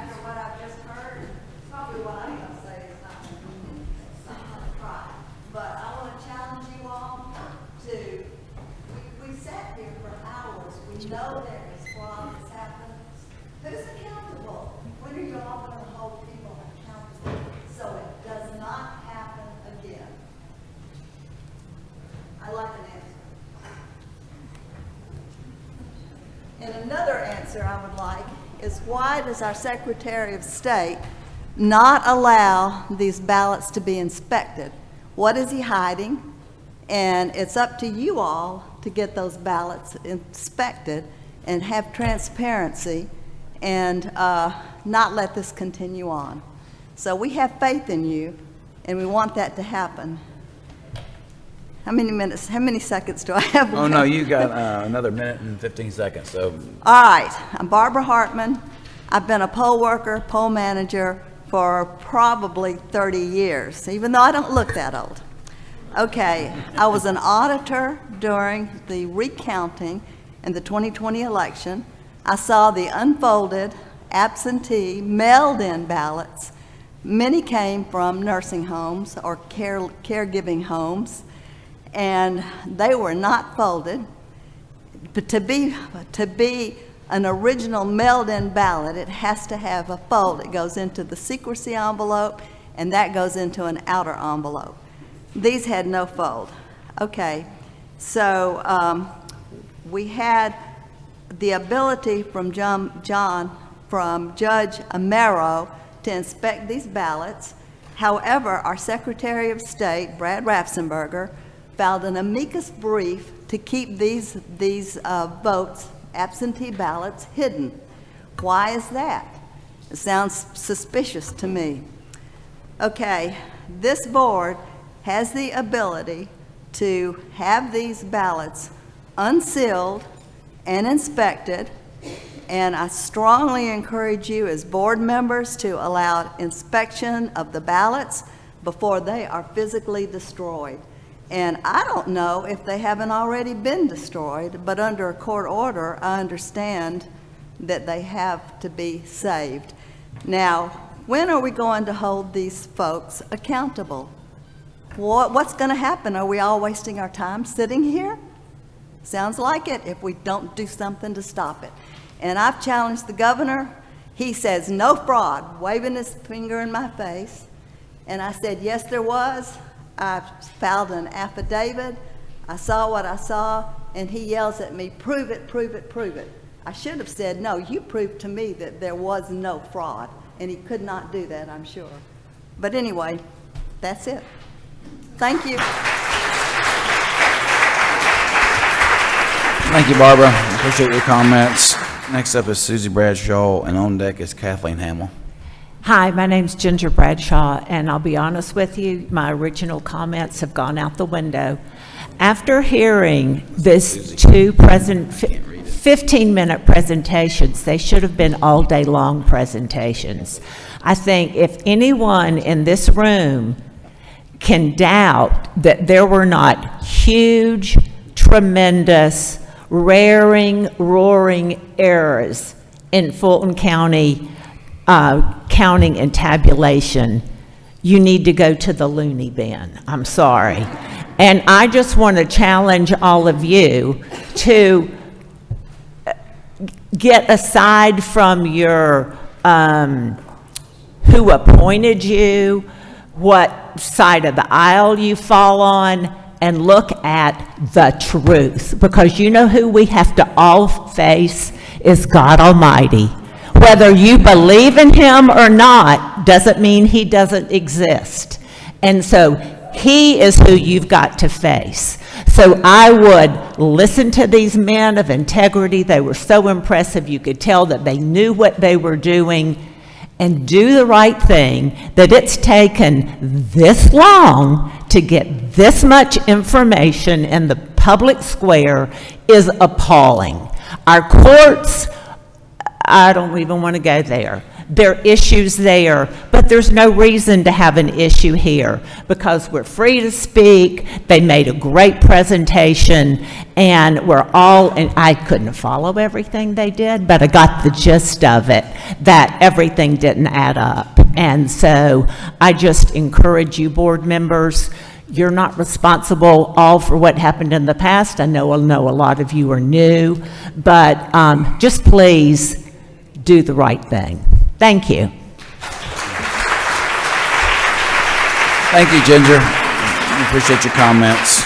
Next up is Kathleen Hamill, and on deck we have Stefan Bartleski.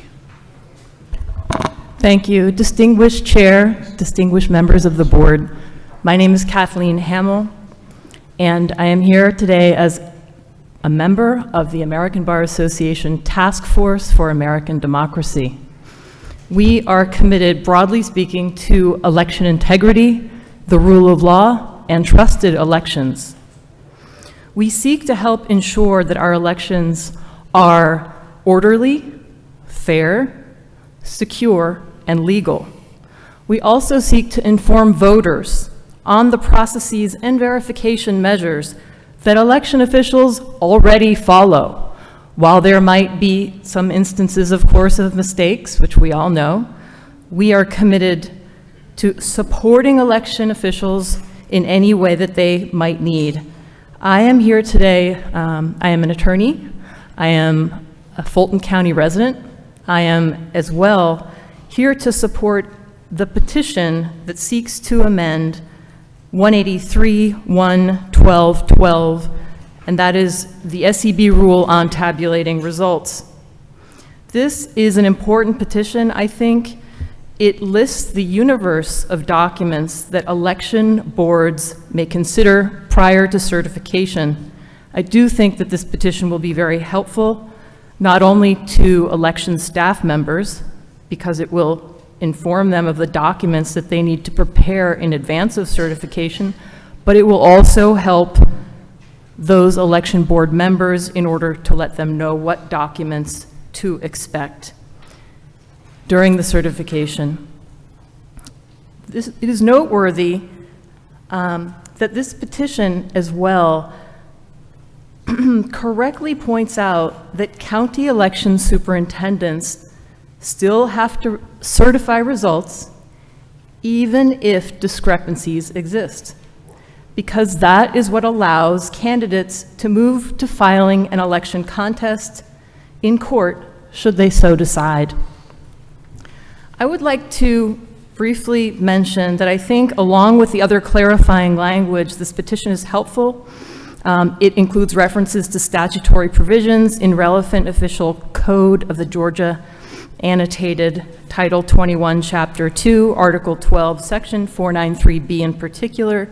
And I would just like to also say that we are, as the American Bar Association Task Force for American Democracy, seeking to provide helpful recommendations to closely watch these proceedings, to know that we are here as public citizens, as lawyers who have a professional responsibility, not only to the U.S. Constitution, but the rule of law. And I would like to thank you all for what must be one of the most difficult jobs in this country at this time.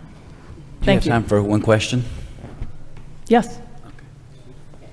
And I'd like to say welcome to Janelle King. It's so nice to see your face. Thank you, thank you. Quick question. Yes. When it comes to certifying, this may be a completely ignorant question, so just forgive me.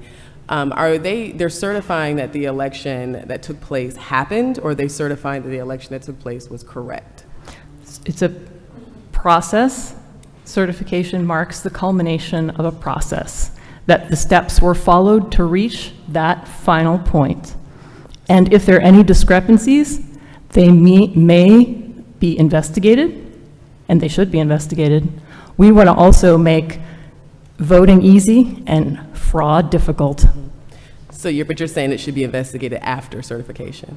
They're investigated at the verification processes along the way help to ensure that it is a trusted process, and the courts play an important role. They can hear evidence, and they can do a lot more important investigation and determination. So it is a multifaceted process. I appreciate your question and your engagement. I look forward to further continuing the conversation, and thank you very much. Thank you, Kathleen. Appreciate your comments. Next up is Stefan Bartleski, and then on deck is Bill Henderson. Is Bill still here? Okay.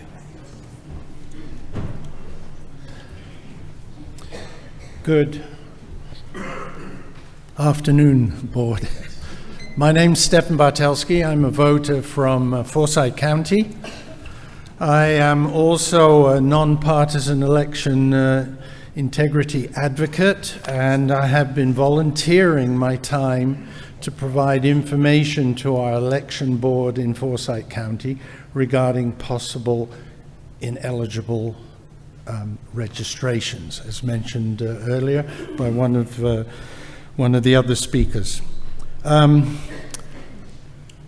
want to look a little bit forward. We've heard a lot today about all the things that are wrong with our current election process, but I want to look forward and hone in on one thing. There is a rule change petition number 1 where there are suggestions to make the job of us volunteers more difficult. And I want to speak out against that. An earlier speaker also told us that with regard to hand counting, I'll paraphrase the words, but basically that humans make mistakes and we should take the result of the computers. Yet in petition number 1, effectively, they are trying to tell us that we cannot use computers to find registrations to challenge because the computers can't be trusted. Which one is it? Can we trust the computers or not? Thank you.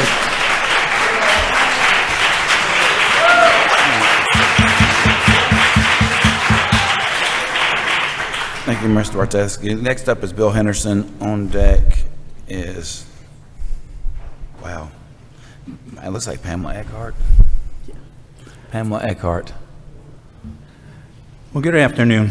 I just want to tell you a couple instances of things that were found by private citizens like us, okay?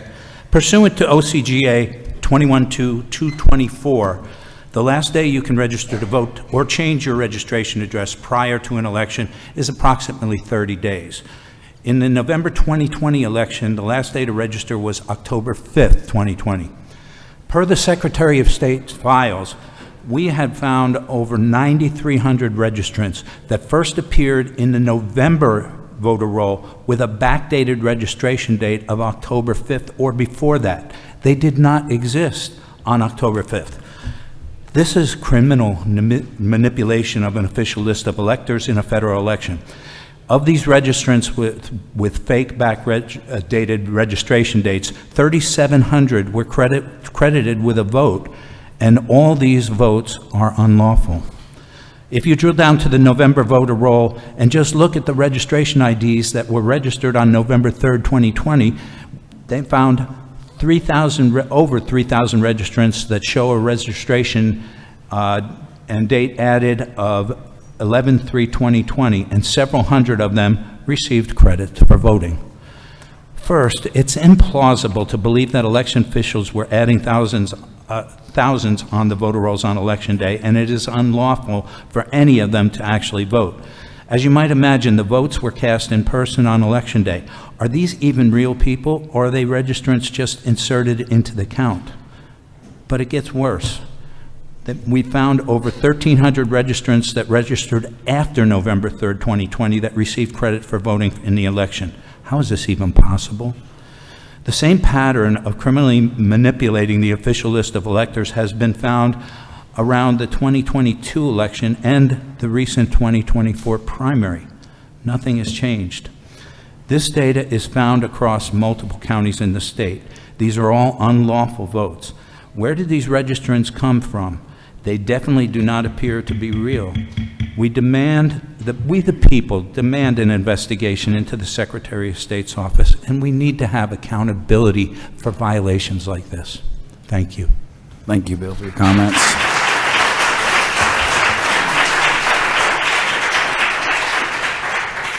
Next up is Pamela Eckhart, and on deck is Maria Gavrilo. Gaudio. Between my eyesight and the handwriting, it's tough. I apologize. My name is Pamela Eckhart, and I go by Phoebe often. The Lord looked down from heaven upon the children of men to see if there were any that did seek God. They are all together become filthy. There is none that doeth good, no, not one. Have all the workers of iniquity no knowledge, who eat up my people like bread and call not upon the Lord? There were they in great fear, for God is in the generation of the righteous. God sees everything. He sees every decision, and he hears every word spoken, and he keeps records. One day each person will stand before Almighty God and give an account. He knows every intent of the heart, every thought of every heart. Every day, we and you have a chance to make right and good decisions for all people, even the weak and the destitute. You have a chance, a decision, and decisions to make. We are watching. But more important, God is watching, and your decisions will be recorded for a later time. Make a decision you will be proud of on that day.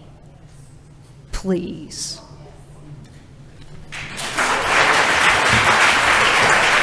Thank you, Pamela, for your comments. Maria's up next, and we have Jennifer Gray is on deck. Maria Gaudio, Fulton County. I was shocked to learn that ballots are only being preserved for 22 to 24 months.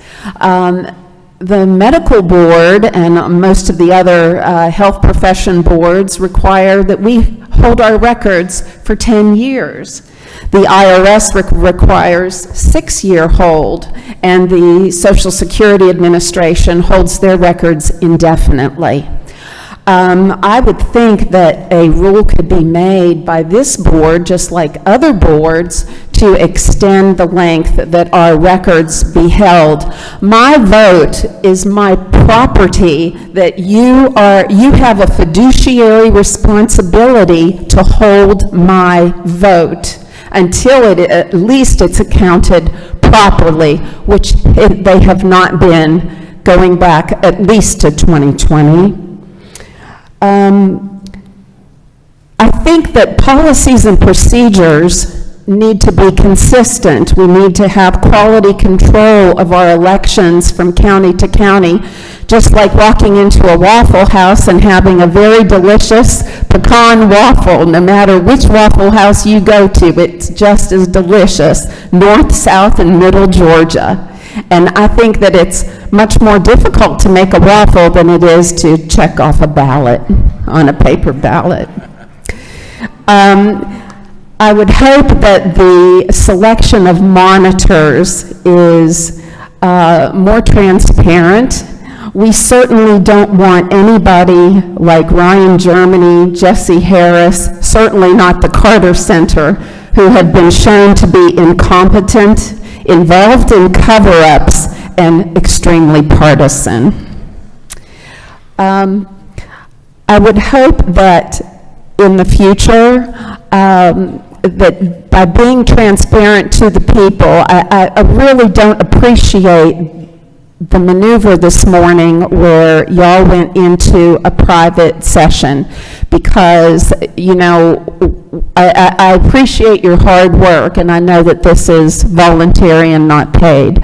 However, our tax dollars are providing for this to happen, and we need to be kept abreast of everything. We are just so suspicious. You have to understand that our elections have been compromised for so long, so many times, that we need transparency, folks. But I appreciate your service. Thank you so much. Thank you, Maria. I appreciate your comments. Next up is Jennifer Gray. On deck is Janet Grant. I believe it's Janet Grant.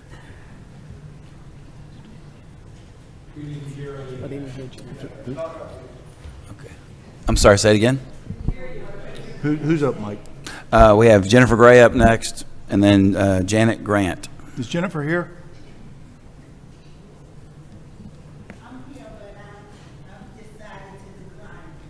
Okay. I greatly appreciate your brevity. Thank you. Hey, John, you going? Okay. Yes. Janet? Okay, on deck is William Parker, please. I'm sorry I haven't declined. Good morning, or good afternoon. My name is Janet Grant, and I'm a registered voter in DeKalb County and have served as a poll worker there for the last 5 years. I was initially a poll manager and currently am an area poll manager responsible for 10 precincts. I'm here today to express my concern about most of the rule changes that are proposed today. Other than the proposed rules for dealing with voter challenges, which really provide much needed guidance to our county election boards, I'm concerned that the focus and time of this board has been spent on proposals that only make election administration more complex and fail to actually improve the voting process. On the ground, this is contributing to increasing difficulty recruiting and retaining poll workers, in particular poll managers who have to deal with this complexity, and takes the focus of county boards and election officials off the actual administration and improvement of elections. In my role as a poll manager, I have never had a concern about someone voting that was not eligible. Instead, my concern has been for eligible voters that have not been able to vote or can cast only a provisional vote that I know is not going to be counted, for issues like that 18-year-old girl, first-time voter, who only had a high school ID, a voter who moved 2 blocks over and was now in a different county, or a voter who came to the wrong precinct before 5 p.m. on their way to work and had no time to go to the correct precinct. I would really encourage those of you that have questions about elections to volunteer to serve as a poll worker. We need you to serve your community, and I'm convinced that you will find all the checks and balances that there are already in the election process. And I encourage the board to use your power to not be distracted by proposals that don't improve access to the ballot or administrations of elections in Georgia. Thank you. Thank you. I appreciate your comments. Next up is William Parker. On deck is David Cross. You're on deck.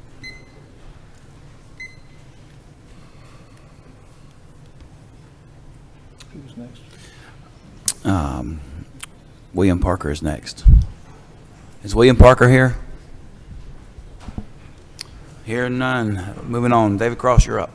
We appreciate William's brevity, too.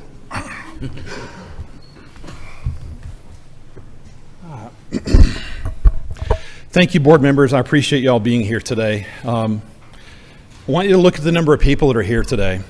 In this room, the 2 overflow rooms right now, it's got to be just clearly apparent that people just don't trust the process. The people feel like there's no transparency. We still have no ballots that we can view in the Favorito versus Fulton case. Curling versus Raffensperger is now 7 years old, and a decision should have been rendered months ago. And it's clear that justice is being hindered. Governor Kemp is the most powerful person in Georgia. If I were playing a chess match against him, it would be like playing against somebody who has 3 queens on the chessboard. Because he controls the executive branch, he makes judicial appointments, and he has legislators who represent him when the legislature is in session. It seems clear to me that people in positions in our state are being manipulated to hinder transparency in order to maintain power. My proposed rule changes in May regarding printing ballots, emergency ballots on salmon-colored stock was rebuffed by Member Gazal, and rightly so, due to voter privacy. And after further consideration, I propose a very simple change so that one ballot is printed for emergency, so that instead of having one ballot printed for emergency, provisional, absentee, there is one ballot is presented or printed for absentee ballots and one that is separate for emergency and provisional, and continue using the same ballot stock. The reason why is so that we can recognize those differences when we're looking at scanned images of ballots. The point of the proposed rule is to enhance chain of custody in ballots. My proposed rule change regarding meaningful observation by poll watchers was given to you at the May meeting, but it can simply be amended to allow poll watchers to within 2 feet of election machines and materials, except for personally identifiable information, and watchers may not touch machines or ballots. Allow one poll watcher from each party into central tabulation to have access to within 2 feet of election machines and processors of absentee ballots. Watchers may not touch machines or ballots. The point is election integrity. Finishing up. Dishonest politicians on both sides benefit from maladministered elections. The state capitol is supposed to be the house created by the people and for the people. If there were no concerns in elections, there would be 10 people here today on this hot July day. I beg you to take heed of the number of citizens here today and put the security and accuracy of our elections first.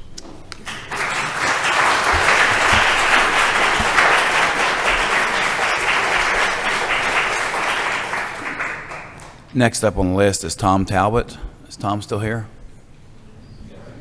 Tom, okay, very good. On deck we have Tim Wasselman.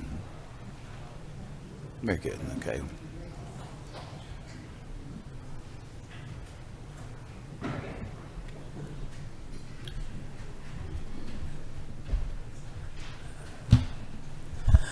Good afternoon, Tom Talbot, Hall County.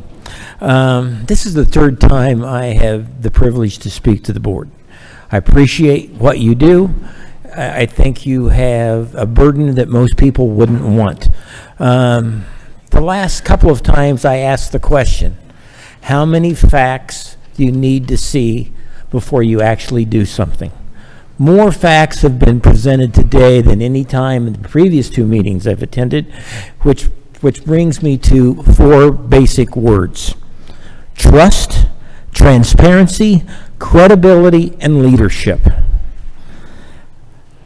You have been entrusted by the state of Georgia and its citizens to do a job that's so very important. The credibility issue, and I've spoke to Ms. Johnson about this previously. In my mind, you are like a baseball umpire. You are calling balls and strikes. It's either a ball or it's a strike. There is no gray area because you have to make a decision. That's why you're here. Next is leadership. Everybody here, everybody in the state, why does it take years to have action? You, in my mind, are the group that should bring credibility, transparency, and everything to our state election laws. You also have to act when you find cause and need to act. That's what everybody here wants, is they want accountability, they want you to call balls and strikes, and they want you to act. Next thing is leadership. To when you go home at night and you can say, and you look yourself in the mirror, did I do right? Did I do wrong? Did I make it better or did I make it worse? Because at the heart of hearts, you have to live with yourself and your decisions. And as they say, and this is an old term, Don't confuse me with the facts. My mind is already made up. Thank you. Thank you, Tom. Next up is Tim Wesselman. On deck is Holly Kessler. Is Holly here? Okay, very good. Thank you. Good afternoon. I'd like to thank the chairman and the board for taking the time to hear it from everybody. We had an intense start this morning, and the chairman said everybody's going to be heard, and I greatly appreciate that. My name is Tim Wesselman. I live in Albany, Georgia. I've always voted, but being in Albany, I think about for the last 15 years, I've walked those 2 blocks or drove those 2 blocks to my precinct, went into Sherwood Acres Elementary, and whatever the new rule was, I followed it. You know, over that time, I've had to start handing them my ID, and then I go to this computer, and I get this piece of paper, and I carry my paper ballot, and I feed it in the document. I feed it in the machine, and then the elections folks say, hey, look, there's your vote. I know my vote's secure. I know the 150 million Americans who voted in 2020 all believe their vote was a legitimate vote. And we shouldn't be up here telling 80 million Americans they lied. That's just not the case. Now, y'all have some proposals before you that are coming just 14 weeks before the election, asking that some rural voters might have to pay $14 for the right to vote. We don't charge people in America to vote. We don't do that. I hear a lot about election fraud, but we've had 60 court cases and more. The Fulton County results have been reviewed 3 times. We're 3.5 years after the fact, and we're getting told that we need to look at this one more time. We need to follow the rule of law. Today, we had public comment attempt to turn into an evidentiary hearing without a respondent present. We heard opinion today. I'm very proud of my words, but they're just opinion. When I tell you that 4,300 voters have been removed from the Dougherty County rolls since May, yeah, I got county election results, but it's also my opinion. Thank you, sir. Please make voting clear, easy, and fair. Thank you. Thank you, Tim. Next up, we have Holly Kessler. On deck, we have Sharon Dowd. Good afternoon. Thank you so much for allowing all of us to speak. I drove from Savannah, Georgia, so I do appreciate that. While we're talking about the Moncler-Rossi case today, I want to remind everyone it wasn't just complaints submitted to the SOS and the SEB. There were complaints submitted to CISA, CISA, the FBI, the Attorney General, the Inspector General, all surrounding this. What I'm going to talk about today is that there is a pattern of manipulation. And the reason I know this is because I've helped Jeff Fulgham with his case that he filed in Ware County.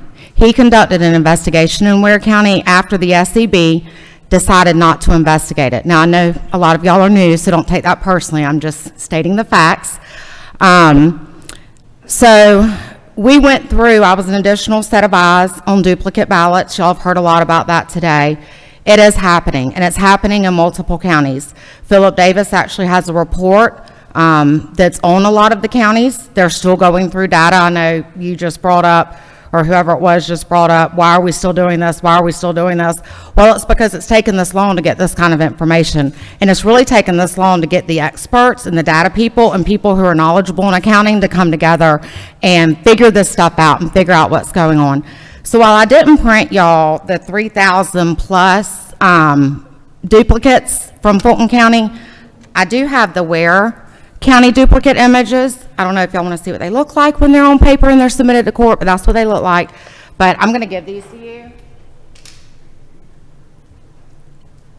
And then that way y'all can see this is a real issue. It is really happening. Janelle, I do appreciate you stepping up and asking the questions and being a support, you know, to Dr. Jan. She's really done a lot. We do appreciate this because this is a matter, y'all, that does have to be resolved. We're going into one of the most critical times in elections of our lives. And it's really up to y'all. The complaints have been filed 6 ways to Sunday, and yet here we are, absolutely nothing. So it's up to y'all to help us figure this out. I mean, we're here helping y'all. We're giving y'all all the data. We've got the experts. We've got everything you need. As a matter of fact, you got your Fulton County monitors right here. You just heard from half of them. That's a fabulous team. So I just want to thank y'all, let y'all know that we do support you, but we are also asking you to step up and do the right thing as well. Thank you so much.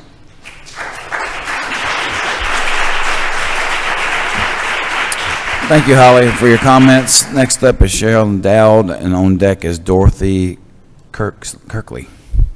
Looks like. Nope. Nobody here? Cheryl Dowd? Cheryl Dowd, oh, please come up. It's your turn. Yes. We can either one, I mean, if Dorothy's ready, we'll have her go ahead and go forward. She's with ABA. Thank you. Appreciate it. I think this person's not here. Okay.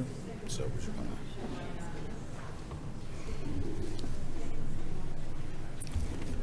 Good afternoon. I'm Dorothy Kirkley, a Georgia native, mostly voted for 55 years plus in Fulton and DeKalb County, and now moved to Jackson County, Georgia. I've worked with numerous election officials, been to many polling places, from the bottom to the top. I think it's a good system, and the people care. When you're greeted at these polling places, it's by people who want you to vote. And that's what we need, I think, to continue to support in these rules. My first job out of law school was in the Georgia Attorney General's office, representing the Secretary of State's office, among other state agencies. Back then and now, the overarching rule of law, one of the rules that makes democracy in this country survive. What? I'm sorry, I can't hear.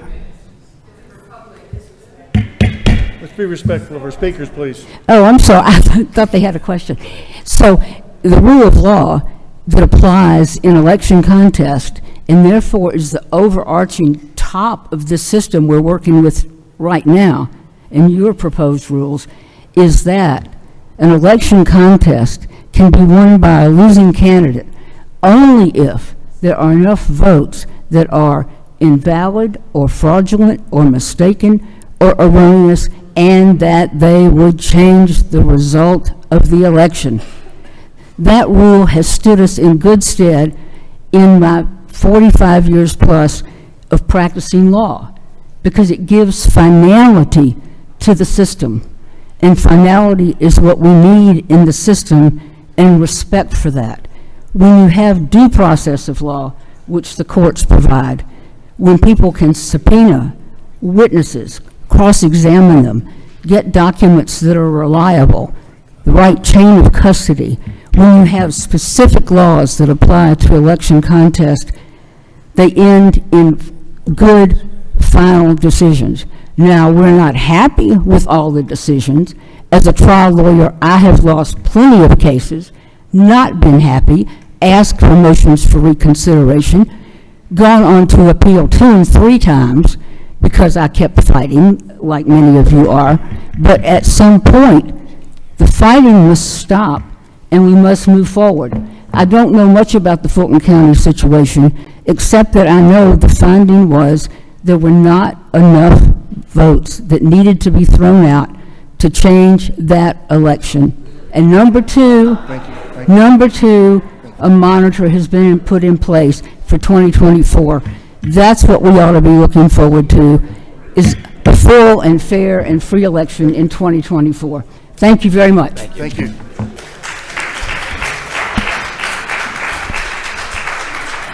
Okay, we're going to.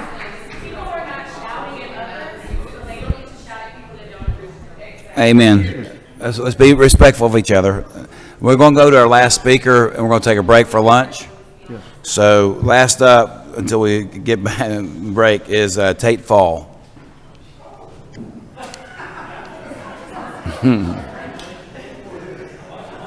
All I'll try Bob Evans later.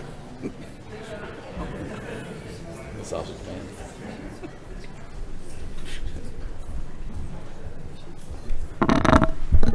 All right. Hello. Ooh. Am I on? Okay. Mr. Chair, members of the board, Director Cohen, and fabulous SEB staff members, thank you for having us today and giving us an opportunity to speak. My name is Tate Fall. I'm the Director of Elections for Cobb County. I'm also a member of the Gabrielle Legislative Committee, which is what I'm speaking on behalf of today, in regard to the SEB proposed rule by the State Election Board regarding advanced voting ballots. Gabrielle asked for the following changes to this specific rule. First, we are concerned that paragraph 18 needs to be clarified to ensure that it properly aligns with state law and does not create additional burdens to counties. Many counties have already put local processes in place to address this issue that work well for them. For example, some counties use labels on the envelopes themselves to track this information, while others use forms or logs. We would appreciate clear language that allows voters to use other common carriers or to deliver ballots to our offices without further documentation, and to avoid a one-size-fits-all form. We are also concerned that the creation of a new type of provisional ballot may conflict with state law, but we would be happy to work with the State Election Board to ensure that the rule that is eventually adopted is accomplished in its stated goal. Second, paragraph 19 is confusing, and we ask that parts of it be clarified. It seems to require video surveillance on any drop box in an advanced voting site after the site closes, and that the video includes the drop box if there is one available at that site. The legislature specifically did not include a video surveillance requirement for drop boxes because they have to be under the constant supervision of sworn officials while they are open. Those same officials have to empty the box every night, and the same sworn officials have to ensure that it is still empty the following morning. Additionally, a 24-month retention period is much too high when you stop and consider that it would be recording a box that we are already required to ensure is empty every single morning. We will know whether or not the video is needed when the box is opened the next morning, so we fail to see the need for a 24-month retention period. The legislature addressed this issue by not requiring video surveillance of an empty box, but we ask that if the board decides to move forward with this, that the retention period be shortened to 2 weeks unless something is found in that box that requires an investigation, in which case the 24-month retention period would be more appropriate. Thank you. Very well. Thank you for your comments. Given that this board has been at this for a little over 4 hours now, we're going to, the chair would entertain a motion for a recess for lunch for approximately 30 minutes. We have a motion and a second to recess for approximately 30 minutes. Any discussion? Hearing no discussion, all those in favor signify by saying aye. Hearing no opposition, so moved. This board will recess for 30 minutes, approximately 30 minutes for lunch. Thank you.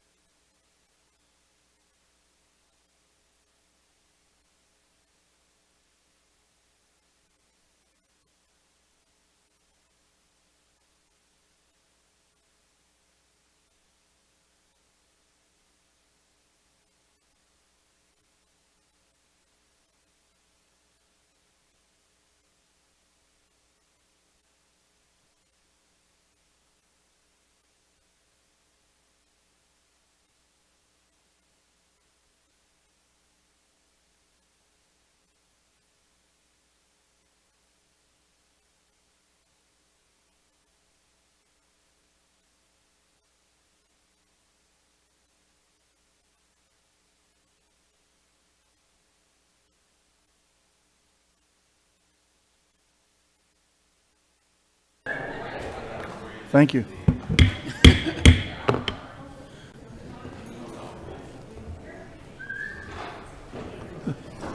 The State Election Board is back in session. We'll continue with our public comment section.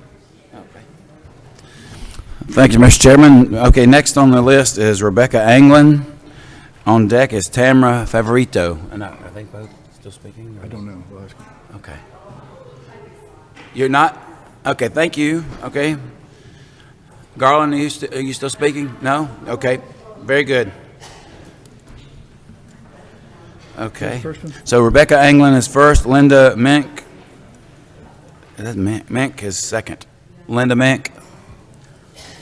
Is Rebecca here? No? Next. All right, so Michelle Litton. Okay. Okay. I got you. Okay. Right. Michelle Litton, Litton. Uh-oh, I think I left your way out. Karen Stolley. Karen Stolley.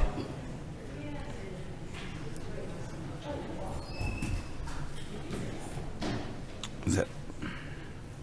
Looks like Sarah Thompson. Okay, you want to speak? Okay, great.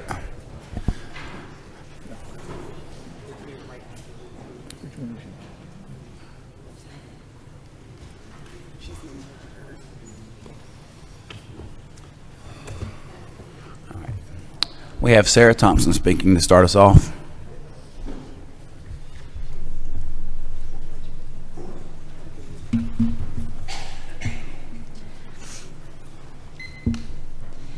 So this star represents what Georgia has been in the past and what it could be in the future. A mighty state in the Union with a commitment to the Republic. For now, however, it is lackluster and toppled over by a corrupt state government that you are part of.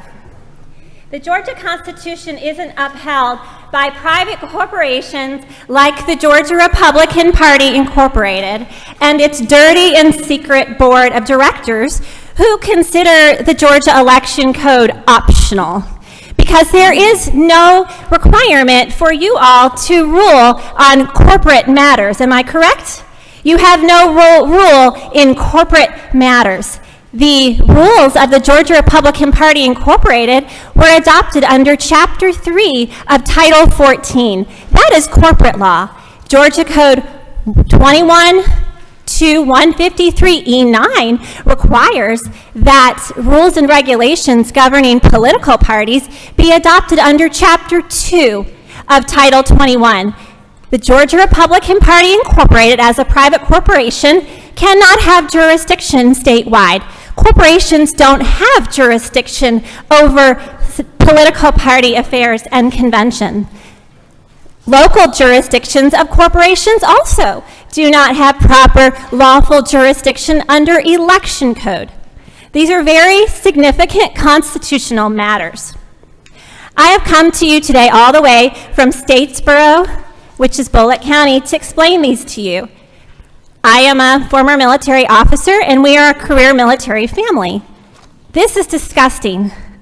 Our Constitution is in crisis. Public officials pay qualifying fees to a private corporation.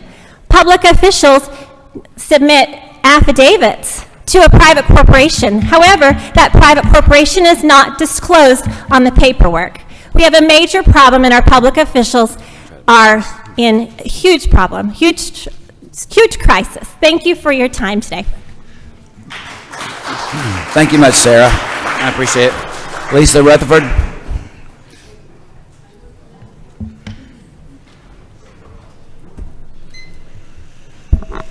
At the May meeting that I addressed this board, when a complaint I originated was on the agenda for blanket dismissal and my outward disapproval for not being allowed to address this complaint before you. Mr. Chair, I appreciated you recognizing me from the floor and allowing my redress of the case, which ultimately resulted in a board vote for letter of instruction instead of dismissal. Although generally I feel letters of instruction are pointless, I appreciated the action. As a follow-up, I emailed your office a week later to ask for a copy of the letter as the complaint originator for my records and received a response back. It had not been issued yet, but would be forwarded to me once processed. Great. 5 weeks passed and no letter, so I followed up. No response. In my third attempt, I finally received a response, but it was, "We do not have any records responsive to your request. Why not?" I responded for clarification. Does this mean the letter has not been issued or you are unable to provide me a copy? Again, no response to date. Was I lied to? Do your votes matter here? Mr. Chair, are you familiar with the phrase perception is reality? Meaning there is a perceived reality of something that is absent any additional facts provided or proven to change the mind or outcome of the perception. Board members, based on this, I am here today to state publicly that my perception is this board is not operating in good faith to the citizens in Georgia in your official roles. You have here today some of the best election integrity across Georgia. At times, we've watched the gamesmanship and public theater play out here and at our county levels through obvious delays of key evidence and cases that go against the narrative, pre-planned agenda items and motions brought forward by a board member with obvious coordination to another member to either agree or disagree based on what I perceive a predetermined outcome. Motions brought forward for political points knowing there will be no second and will die, or will be a split vote with no action taken. Members suspiciously absent from key meetings and votes. Notes passed between each other. Key cases or information of serious concern that I'm personally aware of that have sat in your investigative circular file for over a year with no action. Instead, you bring forward cases of citizens who took a picture out of concern for their ballot, made a Facebook post, smaller infractions, and you wag your fingers at them in disgust touting election law. Meanwhile, you have serious cases of election fraud you've intentionally ignored. I hope this board realizes your public actions and votes will be your legacies and long remembered by the good citizens of Georgia. Take due care. Thank you. Thank you.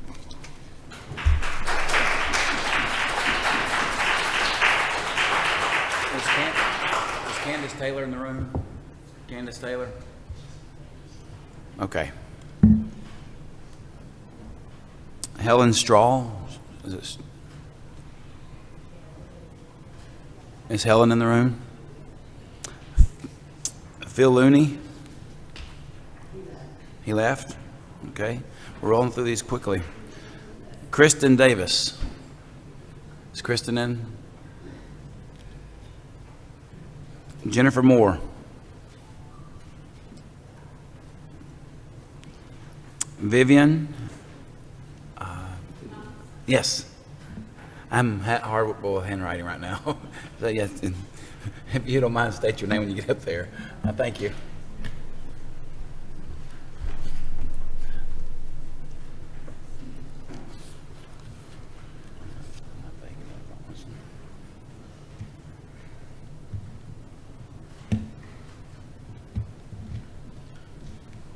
Good day, Mr. Chair and Board. My name is Vivian Thomas, and I greet you from Henry County, Georgia.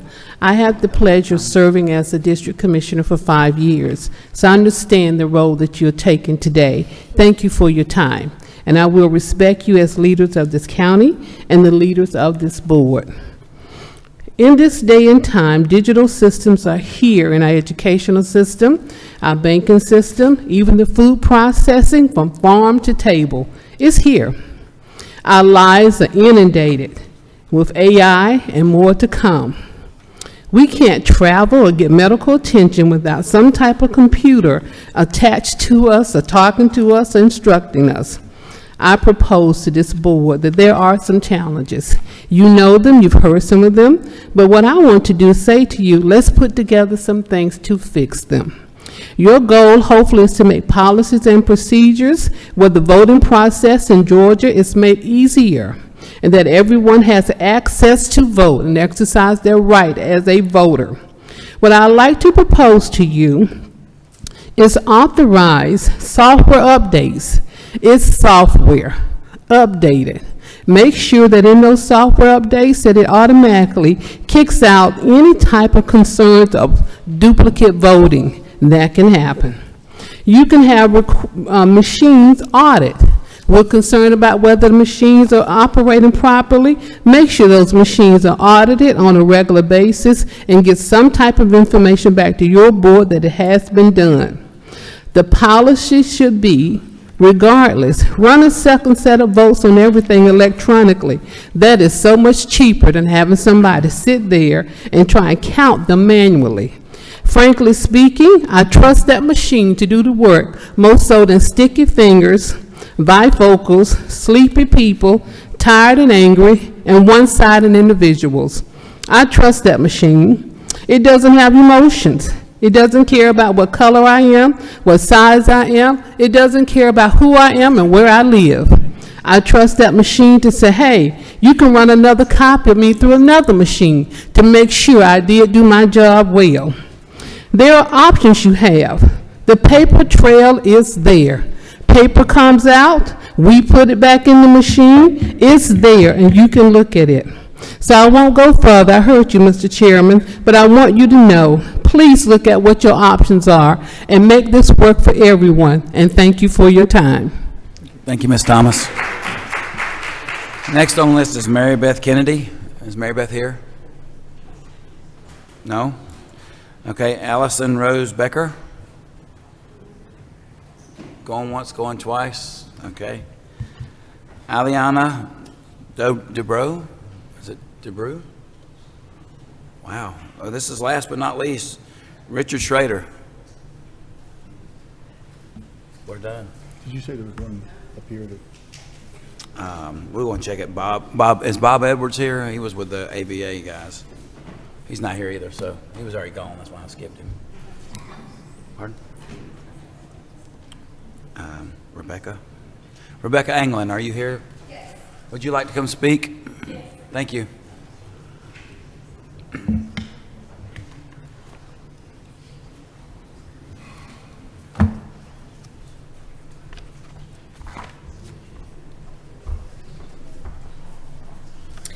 Good afternoon, and thank you to the board for the opportunity to speak publicly today. My name is Rebecca Anglin, and I'm the election director of Greene County. I'm also a member of Gavrio. It is not only my stance, but the stance of our organization that we do not support Rule 183-1-12-.12A5 of hand counting paper ballots at polling precincts on election night. Gavrio opposes this rule, but believes that counties have the authority to follow the procedures described in the proposed rule at their discretion. These procedures were attempted during the pilot of our current voting system in 2019, and they delayed results without adding any additional security to the process. We agree with the Secretary of State's office that the best practice is to very publicly remove all of the ballots from the ballot box and immediately place them in a sealed container to be transported to the election office. This ensures that any necessary investigation can be conducted in a controlled setting to minimize any mistakes. We suggest that poll watchers be allowed to verify the box is empty and to allow them to record the seal number from the sealed container to ensure the chain of custody is not broken. We also acknowledge that counties may conduct a hand count of ballots if a situation necessitates it on election night, but strongly disagree that this should be a required step for every single polling place during every election. Myself, along with the committee, certainly appreciate your time today. Thank you. Thank you so much. We appreciate it, Rebecca. And that concludes our speakers, so I'm going to turn it back over to the chairman for the beginning of rule changes. We have some other business to. We do have, okay, I apologize.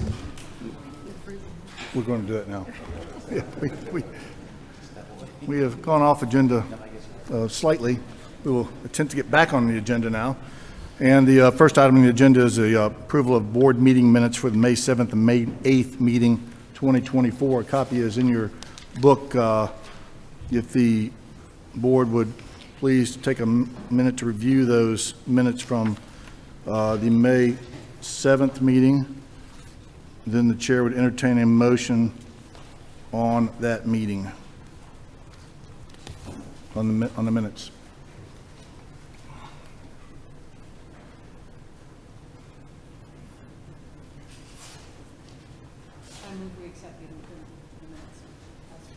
We have a motion to accept the minutes by Member Gazal. We have a second. Any discussion? Hearing no discussion, all those in favor of accepting the minutes for the May 7th, 2004 meeting signify by saying aye. Aye. Any opposition? Hearing no opposition, so moved. The next item is acceptance of the minutes for the May 8th, 2024 meeting. A copy is in your book. The board would review those for a minute.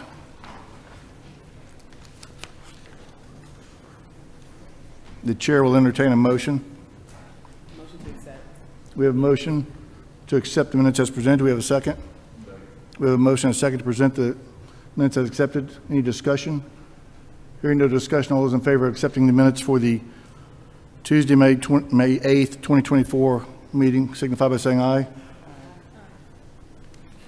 Any opposition? Hearing no opposition, so moved. The next item on the agenda is petitions, hearing petitions. We've had a request to move a petition to the front. Ms. Grubbs, are you prepared to present your petition for rule change? And before you start, I'd like to say, no, please go on up. Your petition is corresponds a bit to the one that I intend to make later on in the meeting. Have you seen mine? To be honest, sir, I've only seen certain portions of it. I haven't I've seen it, but I haven't comprehended everything, if I can just say it that way. Yeah, it would seem to create some difficulty because we can't approve yours and mine both. We're just going to have to duke it out.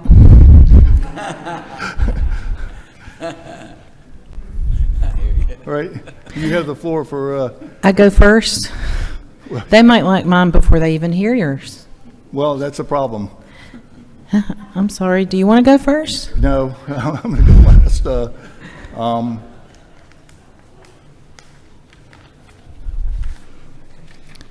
You're so sweet. It's hard to just come against that look.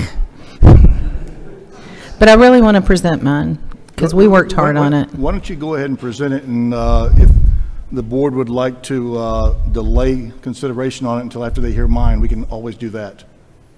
Yeah, I totally get I understand what you're saying. Okay. Unless, of course, there's a board member that wants to make a motion to approve mine in the meantime. The board will entertain any motions that are made. Well, I take that back. The board will entertain most motions that are made. I did do a parliamentary class or two. I'm just kidding. First of all, I would like to say welcome to Mrs. King. We are so thrilled to have you in the party here. We appreciate you. And I personally would just like to say that I appreciate each and every board member. You as a body have a tremendous responsibility here in the state of Georgia, and I know that you take it very seriously.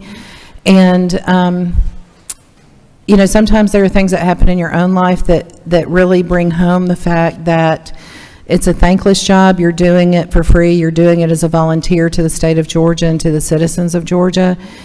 And I think sometimes people forget that, and that it is something that, you know, you have this great responsibility and you can't make everybody happy, but we do appreciate your service and your willingness to hear us.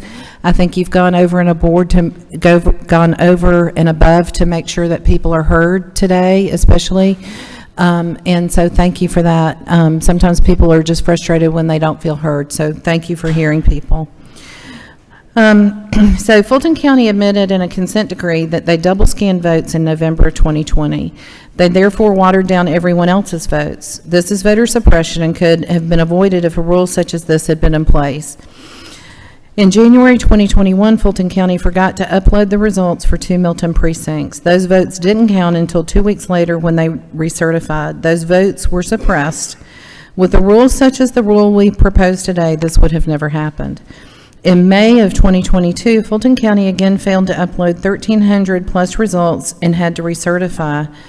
We were told that no results changed. We're often told that. We were told that in Cobb County as well, but this should not lighten the seriousness of the situation. Entire precincts of people's votes were not counted. People who took their time and energy to cast their ballot found out that it didn't count. Every vote for every voter should count right away. We can no longer allow voter suppression to continue. We must take every step to ensure that the count is right the first time, not only for accuracy, but for trust in a time when most Americans distrust the election process. I implore you, the board, to take the step of bringing back trust. I would like to say that in our petition for rule change pursuant to Georgia 183-1-1.01, that you know, in my career, I've been an HR person and had to drug test people. And in the drug testing process, you have a chain of custody. You have where the person goes in and they, you know, take the sample, and, you know, you have to do a chain of custody every step of the way, or you can be sued because that has been tampered with. And our votes should never be treated with less regard than that. So chain of custody, you've heard it 100 times today, and that continues to be the issue. The intent of this petition is to have the state election board adopt a rule to affirm existing Georgia law. There is nothing new that alters, changes, or amends Georgia law in this proposed rule petition. As discussed in the May meeting, this rule is necessary to allow county superintendents and boards of registration and election to exercise their authority to oversee the conduct of elections. Members of the State Election Board have expressed concerns about excluding entire precincts from the certification and fears that voters would be disenfranchised. This proposed rule would not allow for that because Georgia law describes the steps that must be taken when discrepancies are found and how the returns from precincts with discrepancies will be counted justly. While there are ongoing discussions and debates about access to other documents and election records, this rule does not address those issues. This simply seeks to optionalize an existing statutory requirement to allow counties to uniformly conduct the minimum level of review as described in the law. Further explanation of the need for this rule is provided below in section C, D, and F of the petition. There is a crisis in confidence in our elections, and the oversight of elections in each county is critical to restoring trust. I respectfully request that this revised proposed rule promulgation be considered today as required by 183-1-1.01 parentheses 4. I would like to acknowledge that the ACLU and Vote Democracy are here opposing my rule, and it always kind of creeps me out when I hear my name from people I don't know when it's about rule changes or some kind of presentation here, because I'm pretty easy to find, and I would think that if people wanted to actually move the ball down the field and to actually do something to improve our elections, pick up the phone and call. Let's have a conversation. Let's not just take the opposing view, because this is our state and this is the United States of America, and we need to work together.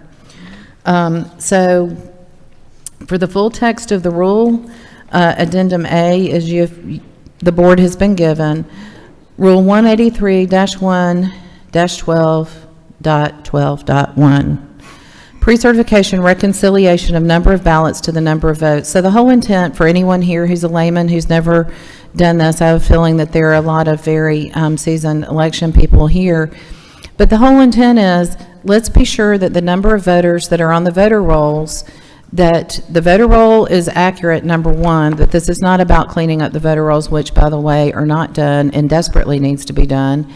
And number two, we don't need to have to pay for that either. In Cobb County, there's talk about that. But we need to make sure that the voters that show up to vote, the cards that are cast, because we're stuck with these machines as they are right now, but we need to make sure that when a voter comes in and they receive a card, that those numbers match, and then that card, once that cast goes into the BMD, and once you print your ballot, that reconciles. It's all just a reconciliation process. Let's make sure that when we go to the bank and we cash a check, we're actually getting the same dollars back as the numbers we wrote on the check. It's a very simple process. It does not have to be complicated, and again, it complies with Georgia law, and it just gives the outline for how to do it. Preparing for county certification. After each election, but no later than 3 p.m. on the Friday following the date on which the election was held, the board shall meet to conduct a review of precinct returns. 2, after all absentee ballots received by the close of the polls, including those cast by advance voting and all ballots cast in person on election day, and all provisional ballots that have been validated have been tabulated, the total number of ballots cast by each vote method shall be reported for each precinct. 3, a list of voters who voted in the election shall be compiled, including by category the number of voters who voted election day in person, advance voting, absentee, and provisionally. The list shall be examined for duplicates. The list shall then be sorted by precinct. The total number of unique voter IDs from each precinct shall be counted. The total number of unique voters who voted by each vote method shall be reported for each precinct. For each precinct, the board members shall compare the total number of ballots cast to the total number of unique voter ID numbers. In any precinct in which the number of ballots exceeds the number of unique voters, the board shall determine the method of voting in which the discrepancy exists.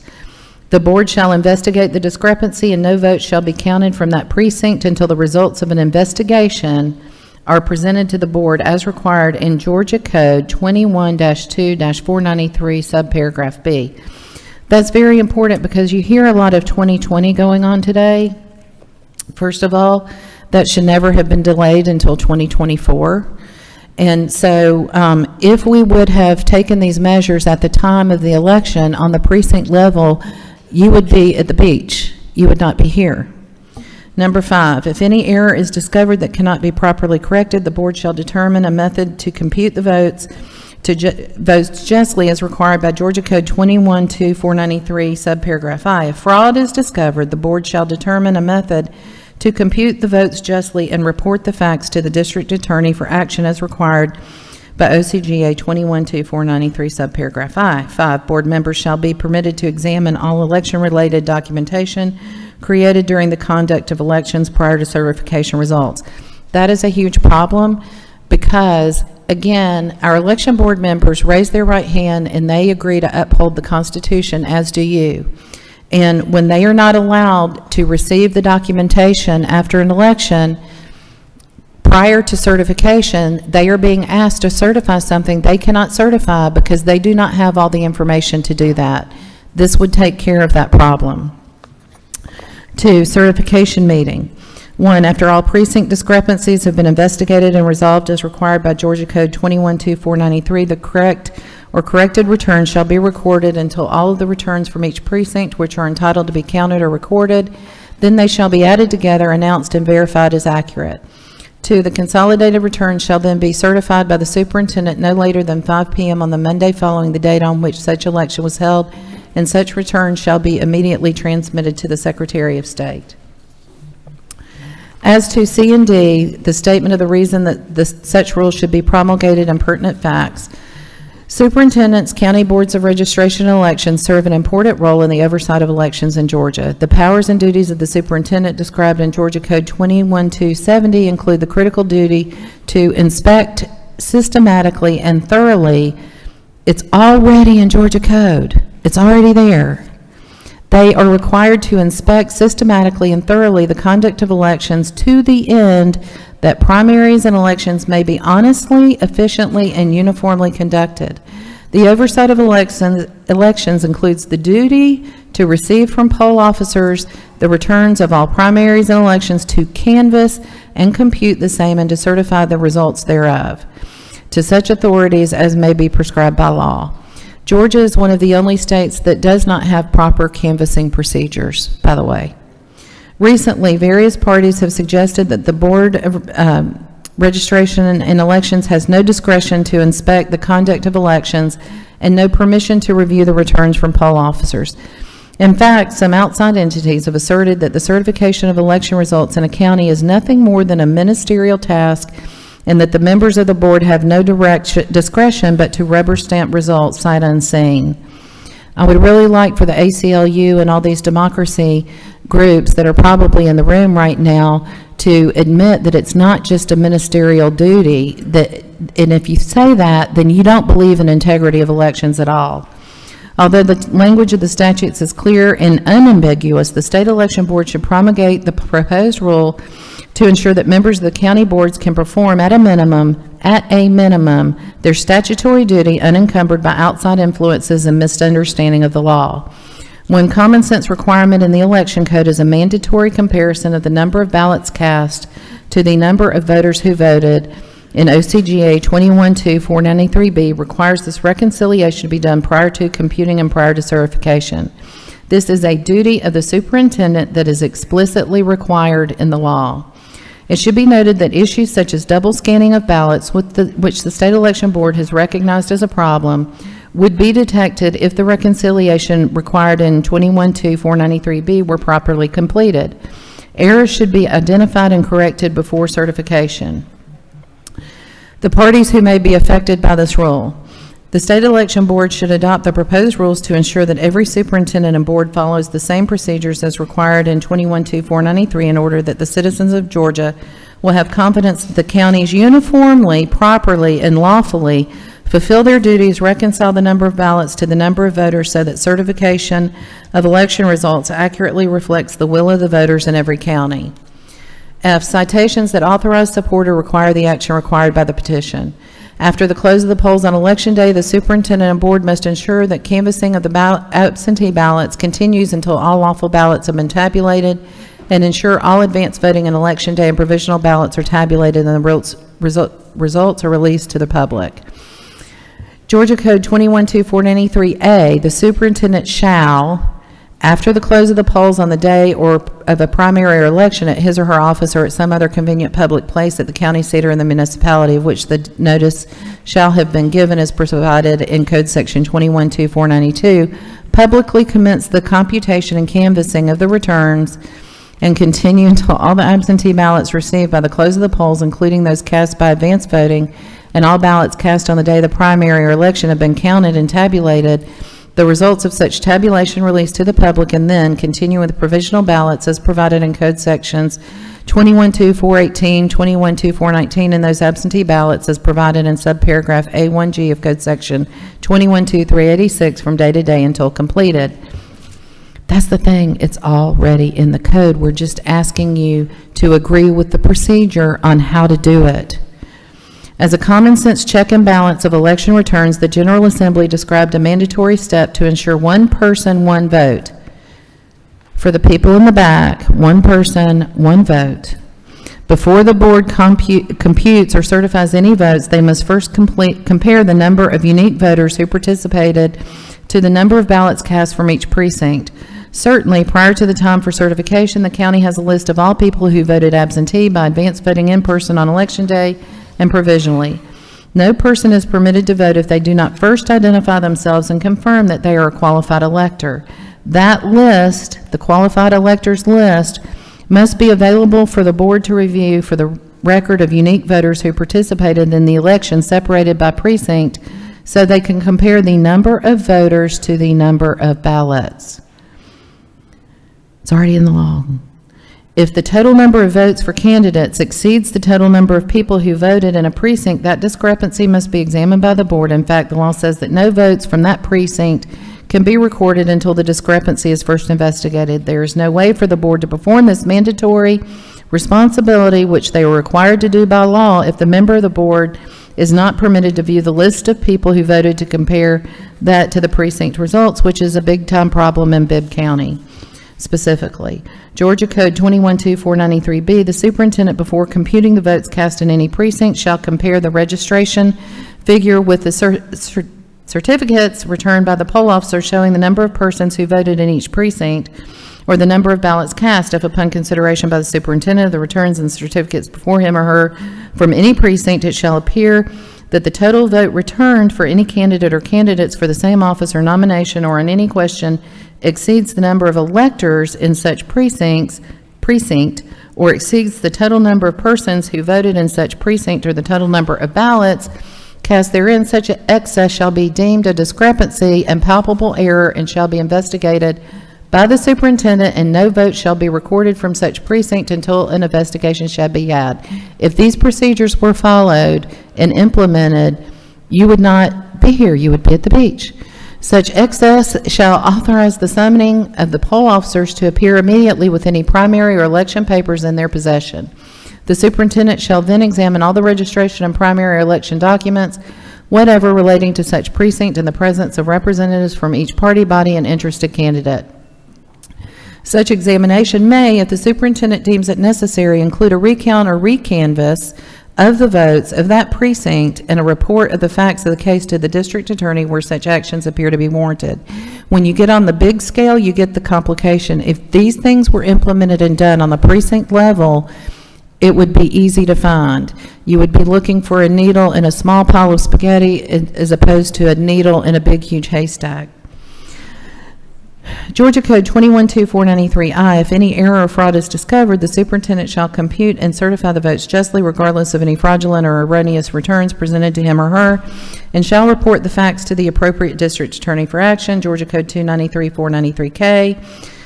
As the returns from each precinct are read, computed, and found to be correct or corrected as aforesaid, they shall be recorded on the blanks prepared for the purpose until all returns from the various precincts which are entitled to be counted shall have been duly recorded. Then they shall be added together, announced, and attested to by the assistants who made and computed the entries respectively, and shall be signed by the superintendent. The consolidated returns shall then be certified by the superintendent in the manner required by this chapter. Such return, so I can keep reading the code section. If anybody doesn't have a green book, you need to get one. I can tell you where to get them. They should be on sale in the gift shop if there was one. Again, a member of the board who swears an oath to make a true and perfect return of elections must certainly be permitted to review the documents and perform the required voter to ballot comparison prior to voting on certification. Denying board members access to returns and documents upon which the results and certification rely would be inconsistent with Georgia law.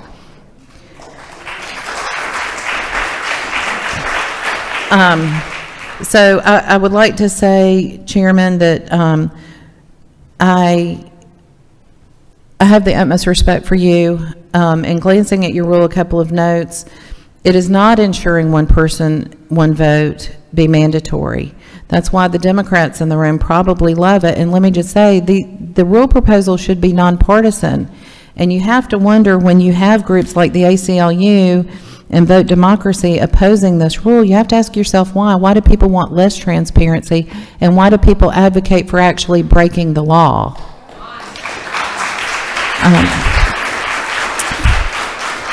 And it says, I think in your rule, it refers to the privacy of the Board of Elections in the office. No, elections should be open and transparent. The law says that prior to certification, the superintendent must compare the people who voted to the ballots cast. If you're looking at a ballot recap form that says X amount of ballots were cast and X amount of people voted, that will not allow them to create a count of voters from each precinct, because the advanced voting recap includes people from multiple precincts. It lumps them together. We're trying to get granular on that to be sure that it's done in accordance with law. Numbered list of voters is a product of the e-poll book. There is no paper numbered list of voters that exist in Georgia anymore. For each precinct, they need to know how many unique voters voted by mail, by advance voting, and in person on election day, and provisionally. Your rule does not do that. You said review the number of registered voters with both the number of persons who were issued a ballot. Lots of people are issued a ballot but don't return it. Your rule does not accomplish the minimum process required in the code section, in short. It takes the language of the existing law and gives the county, our proposed rule takes the language that's already in law. You heard me reference the official code of Georgia over and over. It's because it takes the language of existing law and actually gives the counties a procedure by which to do that in a proper canvas. And you can check with other states if you want to and see that. And David is going to add a couple of comments here. Hi, my name is David Hancock, and as a poll worker, as assistant poll manager, and as a Board of Elections member, I would like to make a few comments. And Mr. Chairman, yes, I have read your rule. The concern I have is it doesn't seem to address the key issue, which is it a ministerial duty or is it not a ministerial duty? So I made a few notes that I would like to say. This idea that we're talking about, Ms. Grubbs mentioned, the state has to certify the election at one point. At that point, it's generally too late to catch anything. There are a number of certification steps that are required in Georgia law, starting at the precinct, then going to the county, then going to the state. So the few of them, to ensure that we have confidence in our elections and procedures, I'd like to reference just a few more laws, if you haven't heard enough already. It says poll officers shall duly certify the number of votes for each person, and that's 21-2-437. However, the law also makes it clear that they should not certify if they believe that the election was conducted improperly. If you read 21-2-440, it says that if any poll officer shall refuse to sign or certify the general returns, he or she shall write his or her reasons therefor upon the general return sheets. So there it's saying that if you vote not to certify, you need to give a reason for it, which is something that I am all in favor of doing, because if it's a situation that needs to be corrected, we need to know about it. OCGA 21-2-494 requires that the superintendent, in computing the votes cast in any election, shall compute and certify only those write-in votes for candidates who have given proper notice of intent to be write-in candidates. And that's a small detail, but that's a case where certification is not allowed without some inspection of the qualifications of the candidates. State law identifies specific instances where the board should not vote to certify. If a challenged voter casts an absentee ballot, the board must hold a hearing, and here's the law, prior to the certification of the consolidated returns of the election, and shall not certify such consolidated returns until such hearing is complete, and the registrars have rendered their decision on the challenge, and that's 21-2-230. As you would imagine, penalties for improper certification are serious. Any poll officer who certifies as correct a false return of ballots shall be guilty of a felony. And as a new board member, Member King there, I take this position very seriously. I've only been involved in certification several times, and after the certification vote, aside from our oath that we take when we sworn in, after the certification vote, we sign a document. And I'd like to read, this is from the Secretary of State's office, the little part of that document. It says, upon certification, we, the undersigned Board of Elections, registrars, superintendent, supervisor of elections, and designees, do jointly and severally certify that the attached election results summary is a true and correct count of the votes cast in this county for the candidates in the general election runoff. That's one we just did. In testimony whereof, we have hereunto set our hand and official seal. So that makes it pretty clear that I'm on the hook. If as a superintendent of elections, if something has happened and I'm aware of it, or I can't prove that the election was conducted fairly. So I take that little signature block right there very seriously. And they use words like hereunto, so you know it's important. I think if you have any questions for us, we'd love to. Yes, ma'am. My first question. Throughout the rule, the rule refers to the board. The statute refers to the superintendent, and those are not necessarily interchangeable. So we can't go beyond what the statute says. It has to be the superintendent. I am glad that you do acknowledge that the superintendent shall certify. Shall in law is a mandatory act. Even your rule recognizes that certification is a mandatory act. It's important for folks to remember, it's not the end. You're certifying the number of votes. That's what the certification is. There are policies, there are procedures for investigating after the fact. It is this board that has the authority to investigate malfeasance or fraud or other problems or failure to follow procedures. That is the authority of the state election board. And so that is not necessarily the authority of the superintendent. It's not part of the certification process.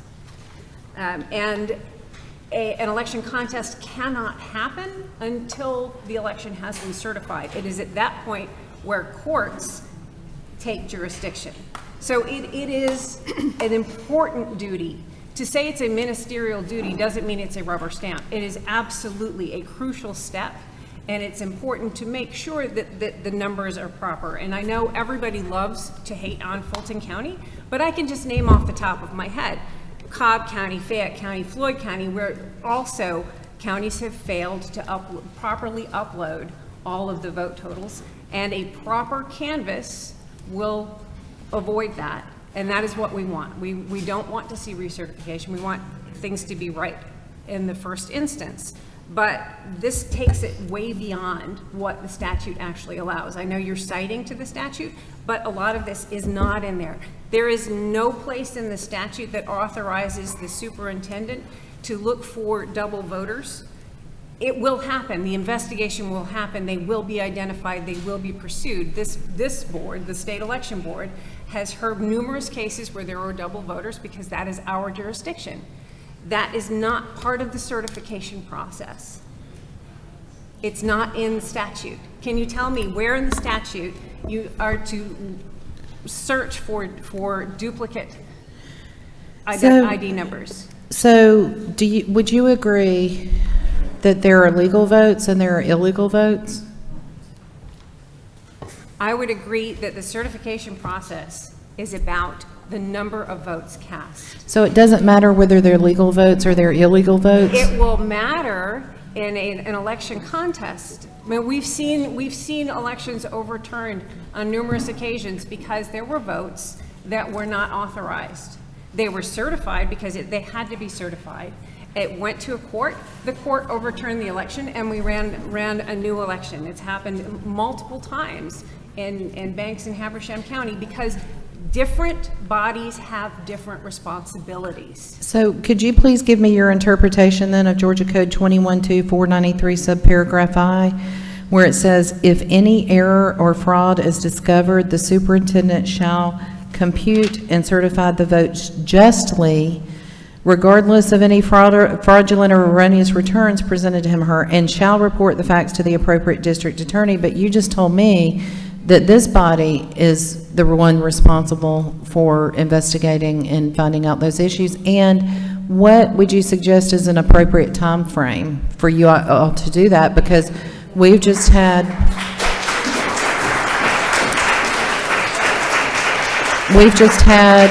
the Moncla Rossi. I feel like, that's like saying bread and milk now because, with all due respect to Joe and Kevin, it's ridiculous the amount of time this has taken, and that doesn't even account for all the uninvestigated claims that are still sitting in a file drawer at the Secretary of State's office. So the problem here, and I hear what you're saying, you don't want us to go too deep.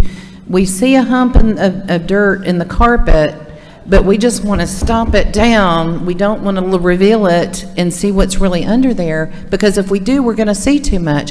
I mean, I'm not trying to be overly burdensome. This rule is not overly burdensome. It's already included in the law. It's just saying that, we would not be here today if the law had been followed. And since it wasn't followed, we're saying, okay, let's give the county some guidance, because, it's like, and I said this in May for the other rule proposal, it's like going to daddy and saying, can I have $20? And it's like, I don't know, go ask your mom, and you go ask your mom, and then you're playing that game all day. It's the same thing here, because the Secretary of State is derelict in its duties. Now you have the power and authority to do something about it, and it's like, but let's not get too detailed on the rules, guys, because we are caught in the same thing with local boards of election. And if they made sure their precincts, I mean, it happened in Cobb County again, where where files were not uploaded. If we had a proper canvas and we had proper rules on canvassing, the Secretary of State would be irrelevant. You would be at the beach. We would be fat, dumb, and happy because we would have safe elections. So I don't understand why we don't want more security in our procedures. One comment, if I may, to directly address one of the issues you said. OCGA 21-437 says poll officers shall duly certify the number of votes cast for each person. But then there's a law, 21-440, which says that if any poll officer shall refuse to sign or certify the general returns, he or she shall write his reason. So there's a case where it says they shall certify, and then later it says if they don't certify, if they vote not to certify, they have to give a reason. We had an election just recently where one candidate lost by 17 votes. I was going through the election. We collect reams of documentation on every election. I was going through some of the material and I discovered that 2 precincts that were in her district where she won in early, this particular candidate won in early voting, all the early voting she won, she lost in election day, and by enough, the margin of 17 votes. I also discovered that those 2 precincts, there was not a note that there were 2 people that carried the ballots in, which is chain of custody issue. And so I don't know, I was told that there were 2 people, but the documentation showed that it wasn't. So rather than vote against certification, I voted to abstain, hoping to see the information later on, and I still haven't seen it. That was an important, 17 votes is a big deal to lose by, and to have missing documentation on chain of custody in that area is, I think, serious. And that's where the candidate would have had an opportunity to file an election contest on that basis. Because without certification, a candidate cannot contest an election. And then you've got absolute uncertainty, and that's the point. There is a process, and this is an important step in the process, but if you don't certify an election, nobody has any standing to contest. Excuse me! So it is not the be-all, end-all, it is not the end, but it is an important step. And to answer Ms. Grubb's previous question, the whole point is to make sure that there are not more votes than ballots, and not more ballots than voters checked in. That is the investigation that the certification process gets to. That is the investigation that you will, the canvas and procedures identify. And that is what the certification is about. So then why don't we just at Tuesday, at the end of voting, why don't we just go ahead and certify? If we aren't going to check anything, it seems like, I don't understand the reason for having this step that we're required to vote to certify, or is it just a certification vote? It doesn't mean that, it doesn't say you have to vote yes, but we have the certification vote. I don't see why we have to have it if we aren't going to uphold the document that we're going to sign. But that is the process that has been laid out. That is the process in statute. But also remember, the legislature cut the time period in which to do this by an entire week. They could not have intended for each superintendent to conduct a thorough investigation and analysis of every single voter when they give you a week less time. We can only apply rules and regulations to what the legislature has given us in the form of the statutes. But respectfully, Ms. Gazal, it doesn't really matter what the legislature's intent was. We have the law in our hands right now, and it's the hand we're dealt. And unfortunately, you know, I hate it when people go through the Bible and they pick out a verse and then they throw it out at you and they say, you know, this is, you know, what it means without taking the entire context. And I do believe that the legislature had a good intention of wanting us to have fair elections in Georgia. But when you say that if there's any issues or whatever, that's what y'all are here to do and deal with it, you know, 10 years down the road instead of the night of the election or the week of the election, that I can't I believe you're a person of character and integrity, but I can't take you seriously when I believe your vote reflected that you did not want to investigate the Moncla Rossi complaint. So when we get here and you don't want to fully investigate issues, and you have taken thus far just the advice of the Attorney General's office and not said, you know what, we need to dig into this, it is very difficult to take you at your word that you guys are the investigative body to really get to the bottom of it when we're not seeing evidence of that.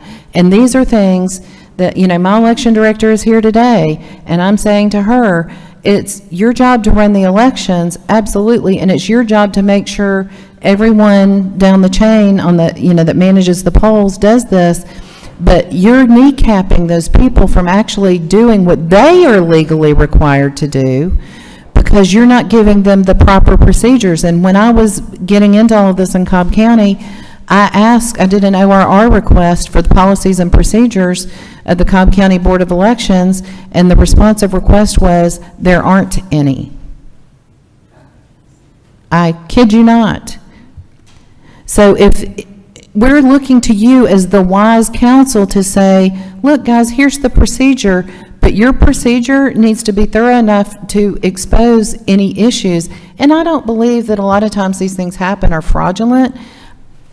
I believe it's a lack of proper procedures, that these people might slip a USB card in their pocket and forget to put it with the tabulator tapes. I don't believe that there are thousands of nefarious people that go to change a memory card in a tabulator and they pop it open and, oops, we accidentally tabulated. I mean, I don't think that's necessarily an evil person, but that is a weak spot in our election system that you have the power to fix with my rule. And I like my rule. And with all due respect, Chairman, I like my rule better than your rule.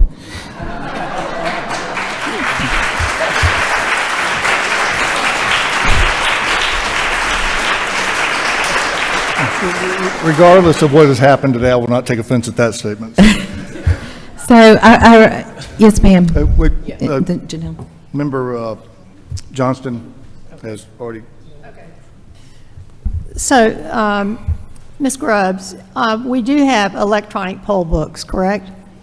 Unfortunately, we do. And we have electronic voter lists, correct? Unfortunately, we do. And we have an electronic voting system, correct? Unfortunately, we do. So we could use the power of computing and utilize that to the advantage of producing these numbers for each precinct in a very timely and efficient way, correct? Absolutely, because that's what they tell us when we buy all this really expensive electronic stuff. Right.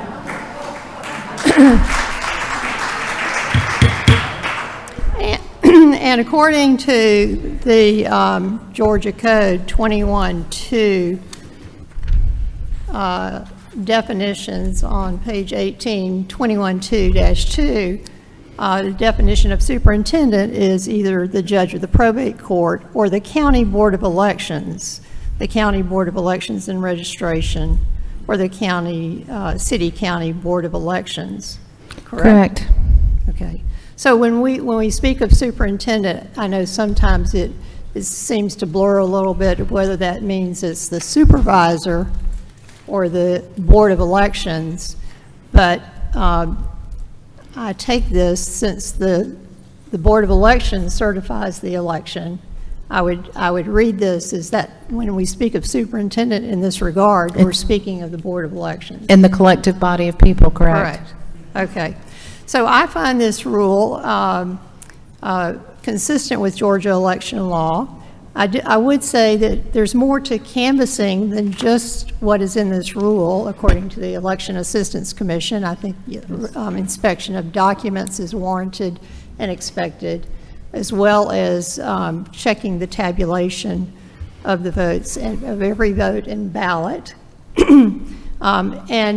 And according to Georgia law, these should all be segregated by precinct to account for every type of vote cast and every ballot. I don't think we'll ever exceed the number of electors in each precinct because our voter rolls are not accurate. and there will always be way too many voters on the list in each precinct as it stands right now in Georgia, it'll be very difficult to exceed the number of voters. And apparently it's going to get a lot more expensive too, because they want to charge us to do voter challenges now. I don't know if you've heard that or not, but just like an FYI. Well, I would say that Georgia exceeds expectations when it comes to voter lists. Yes. So anyway, I think this is a good rule, and I think I would move that we accept this petition for rulemaking. The discussion is not complete yet. Can I make one more brief comment? When the time comes. One more brief comment to address an issue that was specifically brought up. We have 5 members on our Board of Elections, and Gwinnett County is one of the largest counties in the state with 650,000 voters.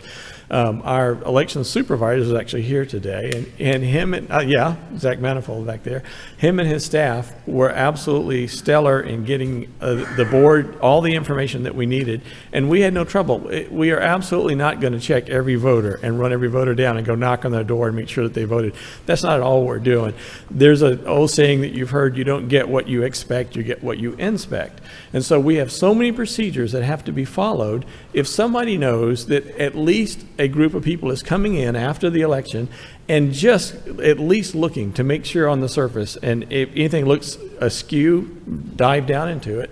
But that's really what the purpose of this is. It's not the purpose to catch anything. The purpose is to make sure that the election is conducted accurately, fairly, and that state law is followed. That's interesting. Member King. So it's funny. The term I was taught by my dad was, if you can't investigate it, don't invest in it. So my question for you, Mr. Hancock, is what that week that they have to go through this whole process, this certification process, what exactly are you supposed to do if you find something that's wrong? Do you just put it to the side and go on and certify? Like what's the expectation?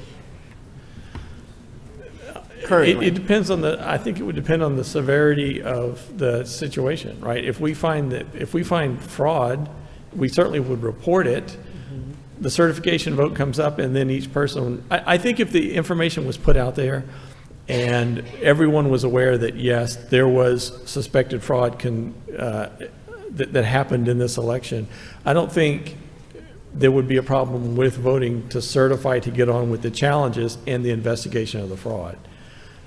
I'm not saying, I'm saying we have to be satisfied on everything. We just need a procedure that allows us to go through and inspect it.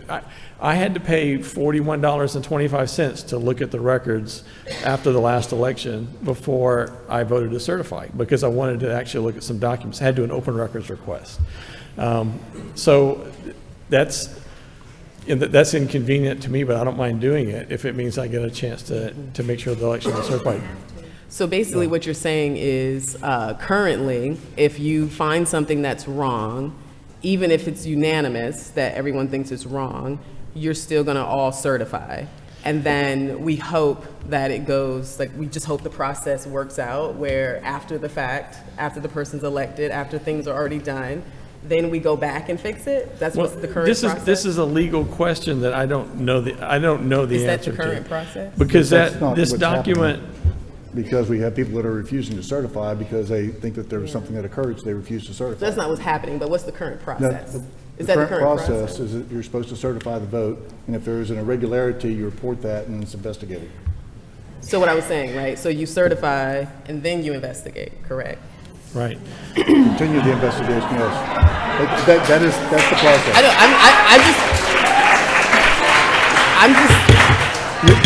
I just want to make sure I'm clear. I understand what's happening. The purpose of this is for the board to hear the rules, the board to discuss the rules and ask questions of the petitioners. And the longer that we have interruptions, the longer it's going to take. So I would just ask you to please be respectful of the people asking the questions so that we can learn what we need to learn. Well, in response to Member King's question, the document from the Secretary of State that we signed, that I read for you earlier, where it says that I am certifying that is a true and correct count of votes cast, And then, hereunto set our hand and official seal. This is like swearing an oath that it is a true and correct count of votes cast.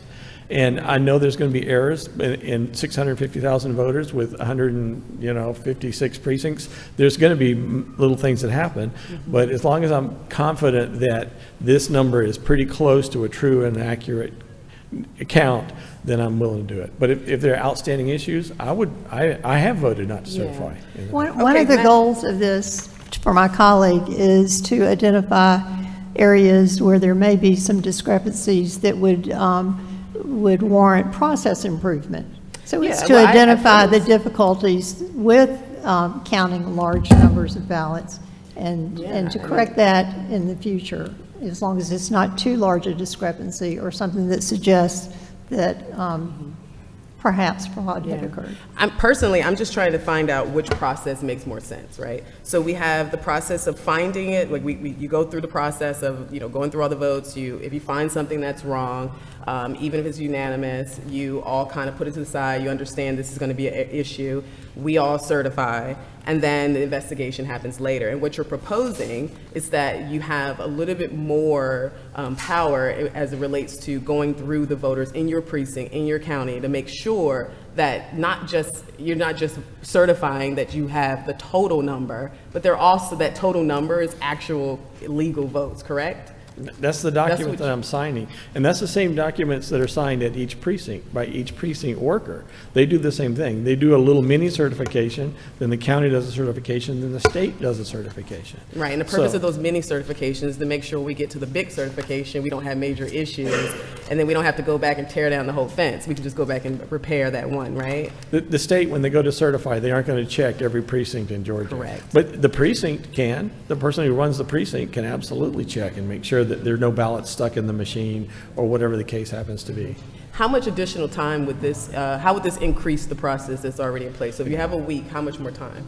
It just takes time from the board. The staff has been very good about just getting the information. We have somebody that sits with us, answer any questions, but we just go through the documents. And I spent presidential preference primary was a case where there was no issue. There's never going to be an issue. Nobody's going to challenge that election. The general primary and the runoff for the primary we just had, maybe I personally put in, 4 or 5 hours, maybe. Additional? Over the case, yeah. And I took Wednesday off because Tuesday's a rough night. We're there all night Tuesday. Took Wednesday off, and Thursday came in, looked at a few, maybe looked at a few on Friday, and then I did some more on Monday because we had to certify at 5. So I came in Monday morning. We had a meeting at 9 for provisional ballots and went through those, and then spent some time looking at some other little questions. Gwinnett County, and this is something that would be a great thing to standardize, has a wonderful procedure where as each poll is closed on election night, and the poll workers bring in all their material, and it's a lot of material. There is a very detailed checklist, and there's 2 officials. We have like 15 stations, I believe. If I'm wrong, I'm sorry. And each precinct comes up, and they say, how many poll workers have the ballots? Oh, 2, check. Do you have this provisional ballot bag sealed? Yes, check. Do you have, the memory cards? Check. And so I can look at this summary sheet for each precinct in less than an hour and immediately identify areas where there might be problems. Got it. Okay, thank you. Ms. Krebs. Yes, sir. Not surprisingly, I like my proposal better than yours. I feel like the issue that I have with yours is that I am sympathetic to what you're trying to do. I really am. I'm sympathetic to having documents to look at before you certify and not having access to any documents in some locations. Very sympathetic to that. I just believe that there needs to be a defined list of documents that the Board of Registration and Elections gets to see. And so it's not a never-ending search of I need this document, I need this document, I need that document. I feel like there needs to be a defined list, and my proposal gives a defined list of what the board is allowed to see before certifying. And that way, they get to see the documents that are produced on election that are readily available. They have time to consider that before being able to certify, or before certifying that election. And your proposal doesn't include a list of documents. Well, I'll be happy to include it because I still like my rule better. We're going to arm wrestle over Who's the better one? Because there are some critical things that your rule does not include, and this is why, if the heart of the board really is to see that we have fair elections in Georgia, I want to see people work together. I don't want to see any board member called and harassed because we want them to do something a certain way. I want Georgia to be the shining example of what election integrity looks like, and we are not that. We are anything but that right now. And so I would be happy to change it, but we have a very important election that is going to determine the course of this country coming up in November, and we ain't got no time to waste. And we have got to get this right. And, I did not write this rule. I'm presenting this rule, and I hope I'm doing it justice. But, to the point of when the lobbyists, actually, not just the activists who care about this country, but when the lobbyists who were paid money to come up here and oppose my rule said there was no organization that did this. This rule was done by Bridget Thorne, and this is subsequent to the May meeting. So she took to heart what was said in the May meeting and incorporated those things and better defined those things. So here we are in the July meeting, and I just feel like it's super important for us to do this. Like I said, I am sympathetic to that. I sent the rule to Gavrillo, my rule to Gavrillo to take a look at. And Gavrillo altered it as well as other individuals. So Clearly they did. Well, not a big fan. Well, they may have a different opinion, and we'll allow them to speak on it. But they are election supervisors also. Are they superintendents?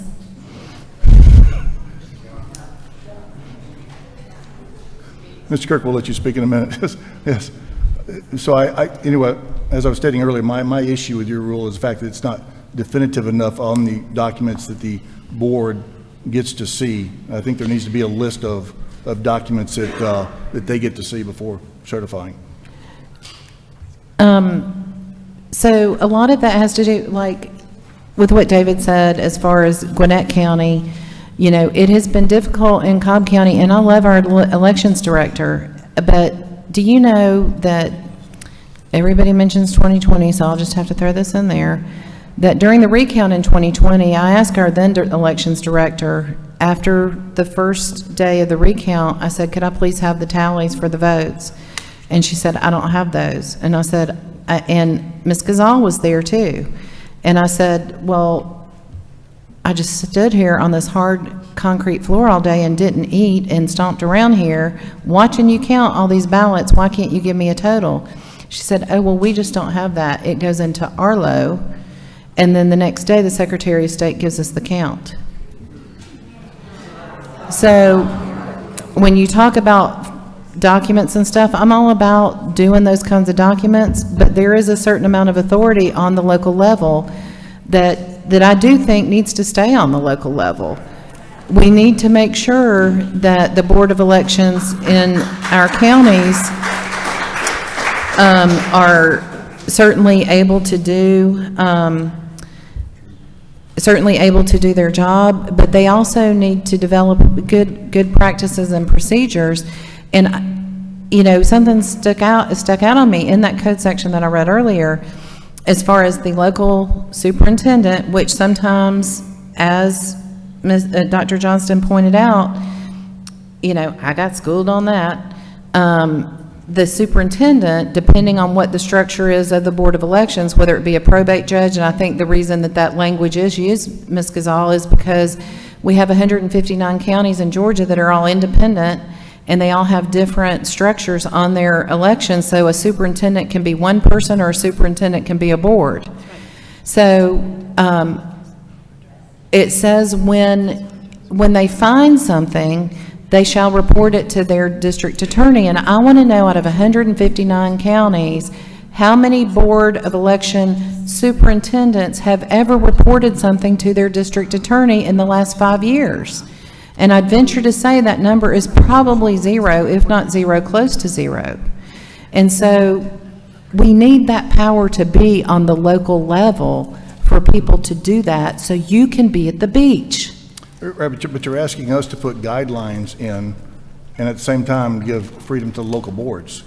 And what I'm saying is that if we need consistent rules across the state, and by setting a defined list of documents that are easy for everybody to follow. But to your point, I quoted you exactly what was already in Georgia law, and everything that is in this rule is consistent with Georgia law. Your proposed list of documents is not in Georgia law. That's another reason why I think my rule is better. Mr. Chairman. Yes. Let me see how I want to ask this. Is it possible to merge your rule and Sally's rule? Is there any aspect of your rule that? So having only been in this job for 6 months and still trying to figure out why I'm doing it, let me list what I think the board has the ability to do today when we're hearing a rule, okay? We can either accept it and initiate rulemaking procedures. We can deny the rule. We can revise the rule as we sit here. We can table the rule for further consideration to a later time, or we can assign the rule to a board member to work on with the petitioner to make revisions. And so, yes, could we merge the two? Yes. Likely not here today. But got it. Okay. So how about this? Can I make a motion to hear your rule now versus, so we can hear them back to back versus waiting to the end? I would second that. Let's hear them side by side. If we, if discussion is over, then we can do that. So. Well, Mr. Chair, I would like one more comment. Your rule does list a number of documents, but I believe it's 21-272 that says that any registered voter in the county can go in and look at any document that's not under seal after an election. So I don't say this in a bad way, but you aren't going to stop me from going in and looking at some of these documents. It doesn't prevent you from looking at anything. All we're saying, all my rule says is that the board has the right to look at these documents before certifying. Which they do now. But my understanding from the last meeting was that some of the superintendents weren't providing documentation to the board. And so the board was having to certify without having the ability to look at any documents at all. Well, this rule says that the documents will be made available, right? But it has no list of documents. It says any document you want to look at. And my fear is that it just can go on and on and on. I want to see this, I want to see that, I want to see this, I want to see that. And so you never get to the end of it. So I'm just trying to put some guardrails around and some timeliness around it. There's only a finite list of available information anyway. It's not a complicated I started to say it's not a complicated process, but there's a finite list of available data and documentation involved in the elections anyway. I mean, this is not rocket science. Number of eligible voters on the voter list, you know, it is, to say that we got to have a list of documents is making it, I mean, I would like to see a list of documents, that way everybody would understand and know. So I see your point, but that's not what the code says. I mean, to be quite frank, Mr. Chairman, I have issues with increasing documents when the board is still waiting on documents. There's things that we haven't gotten from the SOS office. There's things that the board, I mean, from my understanding, that we're still waiting on as it relates to documents. There's missing documents. I think the problem is too many documents. I think what we need to do is have a process that ensures that we can catch things in the interim versus dragging it out. I have a problem with people spending 3 and 4 years of their time working on something that we all should be doing quickly.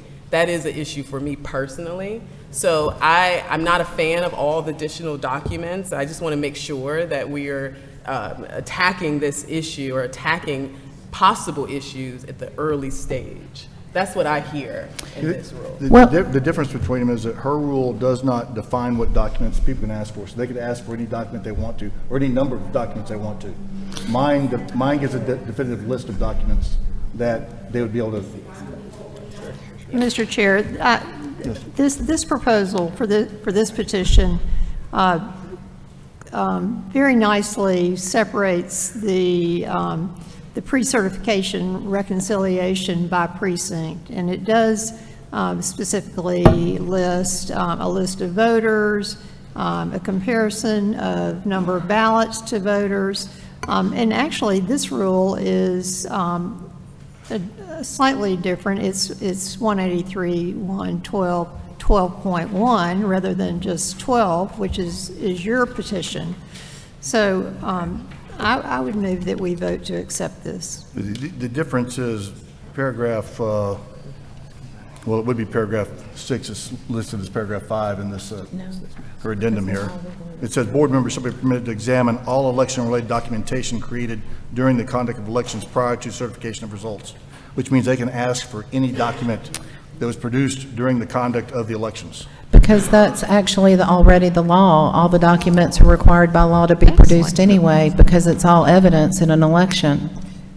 So, well, if I could. Go right ahead. Is it, so documents created in the course of an election include certification letters for poll watchers. So under your rule, a board member could refuse to certify until they see all of those. Do you think that that is necessary for certification? I am not a hypothetical person. People very rarely even pay attention to the,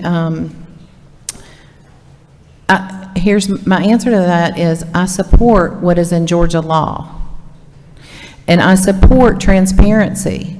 And I believe that if there was a board member who thought that there were poll watchers who were illegal poll watchers and they wanted to see certification of those documents, I absolutely think they should be able to see them before certification.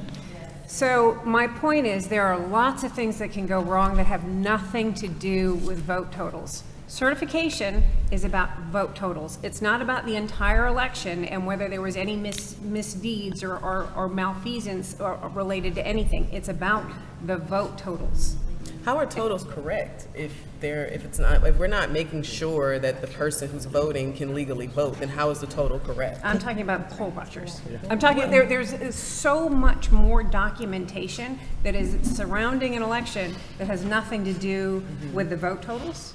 Absolutely, like the voters are checked in and all of that. That's part of it. If there is one illegal vote or one illegal voter, that cannot be done. That cannot be necessarily be discovered in the certification process. That will be investigated. Everything will be investigated. Every document is available through open records or it's sealed. Every document is not necessary for the certification process, though. Do you think that it is incumbent upon board members to have to pay open records fees to get documents related to an election? If we pass the rule that the chair has sponsored, they have that's the point of that rule, is so that board members, that the superintendent has the authority to review all of those documents prior to certification. That is the point of that rule, so that does not happen. So the point of the chairman's rule is to avoid board members from having to pay open records request fees? The point of the rule is to define the documents that are necessary to review or that are appropriate to review for certification. The issue is... Sorry, excuse me. I think, yeah. Are you finished? Member Johnson? Excuse me. Every election document should be available to every member of the board.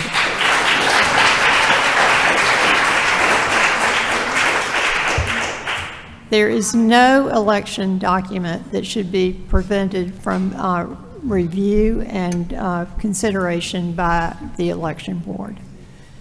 I can back that up by looking at this code that says that primary and election records are to be open to the public. Yes. And this includes, which I'm not going to read all of them, but it includes reports, it includes all other documents and official custody, tally papers, return accounts, contracts. This is all stuff that's open to the public. So I don't think we should determine what documents you have to request if you have an issue. It says here it's open to the public. I think we're making it more complicated when we start doing that, and then we're also limiting the rights of voters when we start doing that. So I would like to either hear a chairman's bill, so I mean rules, so that we can compare the two, or I think we should move forward with the motion that's on the floor. I would like to hear from Gavrio, if they have a representative here.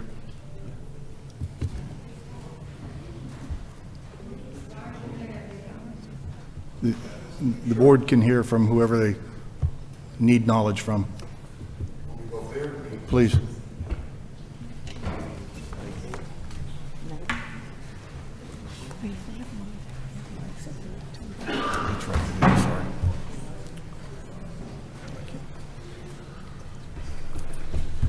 Thank you, Mr. Chair.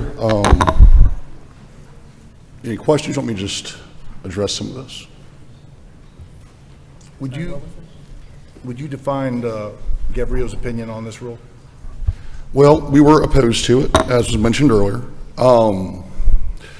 Some of the concerns that are being raised, excuse me, are addressed at other points in the process. For example, voter eligibility is established when somebody applies to register to vote. We verify their identity and eventually add their name to the official list of voters, then verify their identity when they come in to vote, verify they haven't already voted, cast another ballot. If they have been issued a ballot, we have to address that before they're issued a second ballot or third ballot, before they ever cast that ballot. So to go through for duplicates at that point in the process is duplicating our efforts. The process to certify an election, let me back up. Some of the most important work we do happens after election day. The show is not over on election night. We're going through all the documents, all of the records. We're investigating any kind of instance that may have happened. We're comparing the numbers, as you mentioned, how many voters are eligible compared to how many actually were issued a ballot, compared to how many ballots were cast, not just cast, but were reported at the polling place, at the county, at the state level. We're looking at all these numbers to be sure everything is matching up. If it doesn't match up, why doesn't it match? Why doesn't it balance? To address the idea of investigations, yes, we conduct investigations before the board votes to certify. But if we can't resolve the investigation prior to certification, that doesn't halt certification. We'll report what we found to the DA, to the state election board, to the Secretary of State's office, and then allow them to continue on, but we can't, the courts can't act until we certify.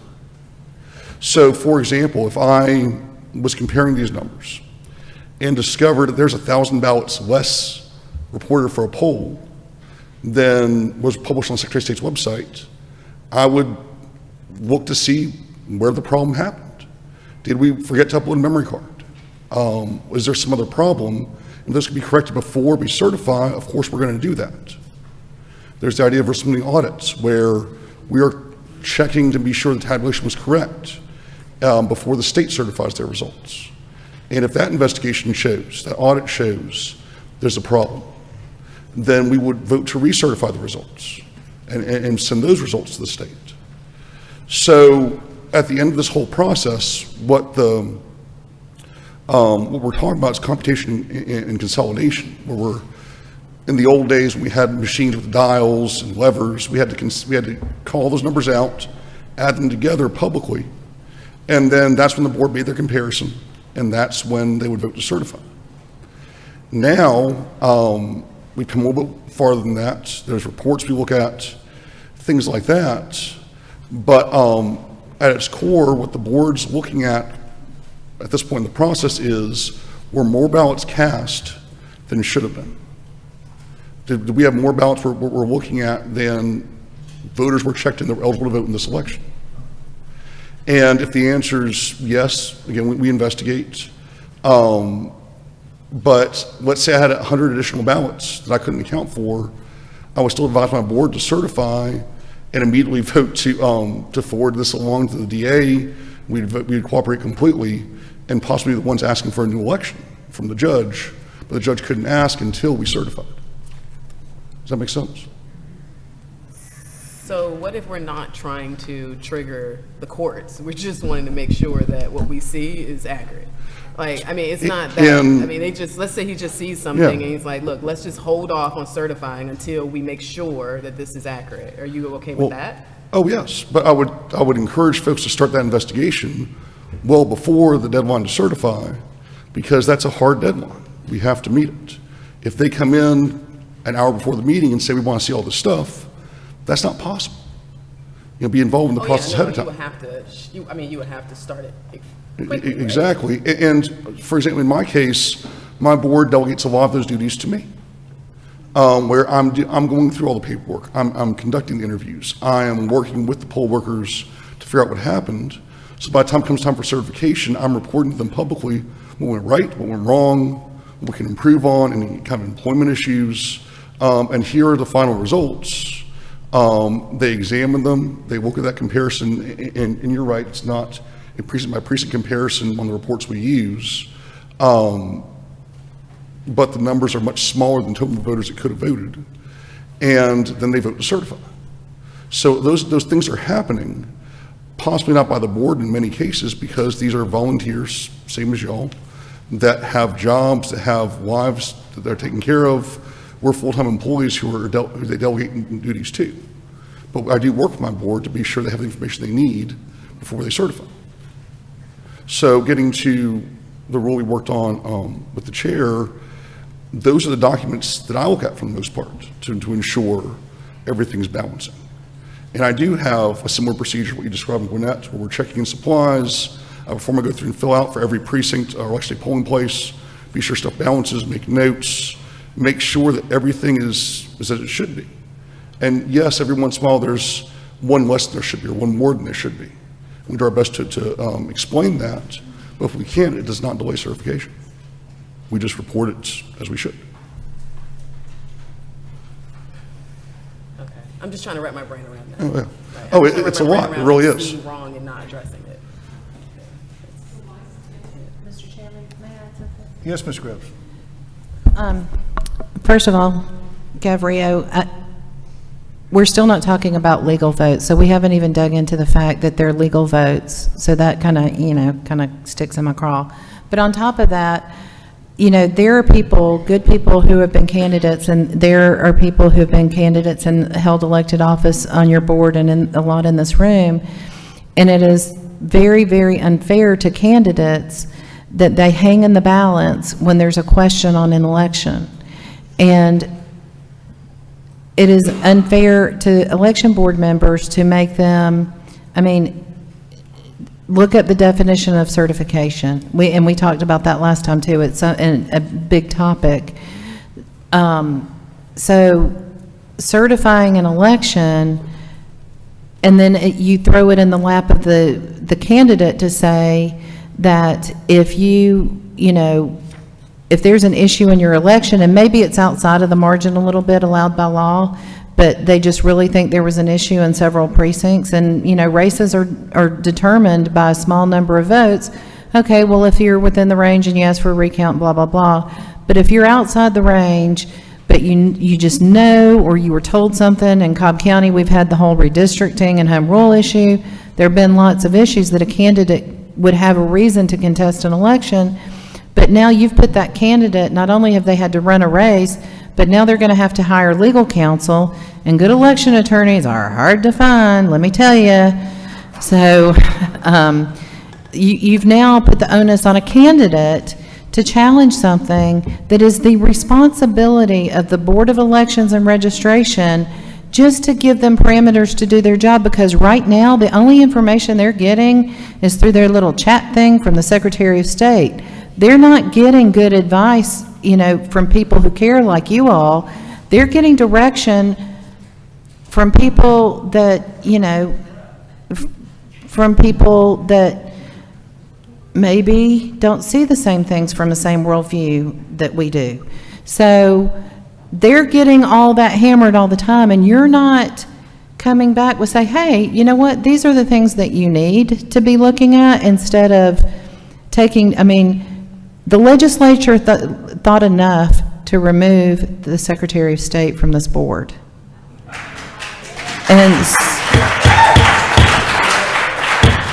And yet you have election offices that are still having to take direction on what's required for certification, and they're the ones still saying, certify anyway, certify anyway. And we don't care whether they're legal voters or not, certify it anyway. And we don't care if you get the reports that you need to be sure that the numbers make sense. So this is, I just like my rule. Your rule doesn't change that. Your rule still requires certification by 5 p.m. on Monday following the date in which the election was held.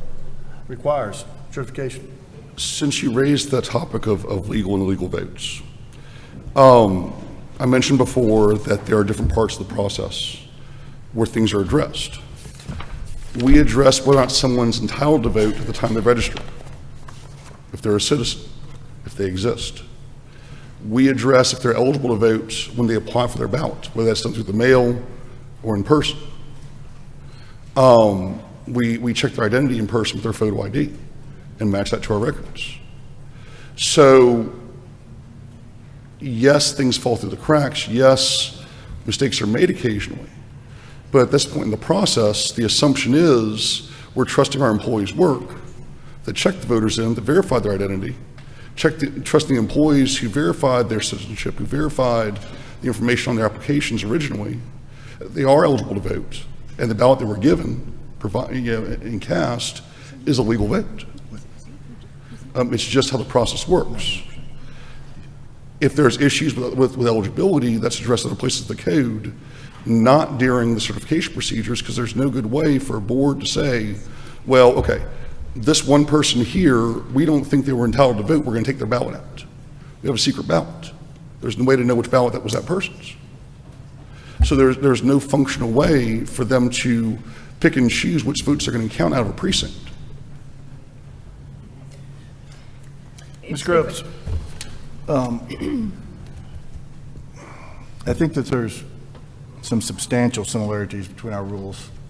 I'm sorry? I think that there's some substantial similarities between our rules and some differences. I am willing to work with you to merge them unless you feel like mine is totally out of bounds, at which point then this board will have to decide which one they want to move forward with. Well, there are some deficiencies. I feel like yours can be improved. You know, I'm always willing to work with anybody who's willing to work with me. That said, I would like to give the board the opportunity. I mean, it's not within my purview, but I think it's the issue of requiring documentation. If the not to quote what you said before, but to quote what you said before, if the legislature wanted a list in there, they would have put a list in there. And I feel like that legally, it's a slippery slope because everything should be available and everything in an election is evidence. And if something were to happen, and you know, this would be a great world if everybody on the Board of Elections or every superintendent would make sure that everything was open and transparent. But when you have some boards of election in the state that make their own board members pay for documents, that's just not right. And so I get what you're saying. It's just that this makes sense. I mean, would you debate with your bank over giving you a reconciliation on your deposit? Or would you just, now, Chairman Favere, we know that you want $1,000, but I need for you to give us, you know, whatever, or vice versa. I don't even know what I'm saying at this point. I mean, I do, but y'all, I'm tired. I got a heavy burden going on, so I'm just saying that I like my rule, and I think it should be up to the board to make that decision. Any more questions from the board? One more question. My concern is this rule supports the statute that says all election documents are available to all board members so that they can be assured that they are signing that the election outcome and tabulations are correct and certify the election. I see your rule is more restrictive in listing certain documents. It's actually more restrictive than the statute provides, and it would end up limiting the authority and ability of boards of elections to review the documents. Not to say that they're going to review all the documents, but they should have the right to review all the election documents that have been provided or produced in the election. So I would favor this Ms. Grubb's petition. And I would disagree with you a little bit on that. My rule is simply to give guidelines so that they get to see at least the documents listed in my rule. It doesn't change what's written in statute. Well, I fear a guideline will become a restriction. That's the problem with putting it in writing as it is. When it actually restricts and diminishes the authority of the Board of Elections. Yeah, I mean, I have to say I agree. I think that adding additional or creating a list of documents you have to request or you have to ask for, or you don't know what I'm thinking. What if I need something else? Like, what if what I need is not in that list in order for me to corroborate whatever I'm seeing? So I think that will create a tricky situation. I think it'll put our boards as well in a tricky situation where they have to tell people no. So I just think it's going to make it more complicated. And the last thing we need right now is to be more complicated, because it's already too complicated, in my opinion. So if that's what the merge would be, is adding that list, then I think we should move forward with Ms. Grubbs' rule. Any more discussion from the board? As I said before, this board has 5 options to either initiate rulemaking procedures, to deny the request, to revise the request, to table for further consideration, or to assign to a board member to work on with the petitioner. Is there a motion? I make a motion to approve the request for Ms. Grubb's petition for rulemaking. Is there a second? We have a motion and a second to approve the petition to initiate rulemaking procedures. Any discussion? Hearing no discussion, all those in favor signify by saying aye. Please give a voice vote. Aye. Aye. Any opposition? Nay. Motion carries 3-1.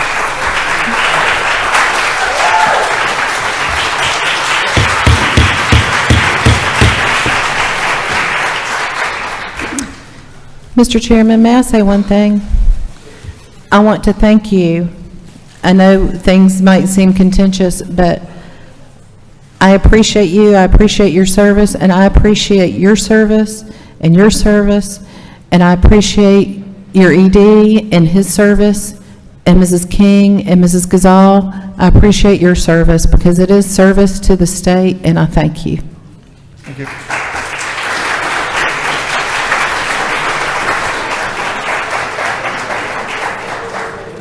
The next item on the agenda is a petition for amendment of State Election Board rule presented by Charlene Alexander.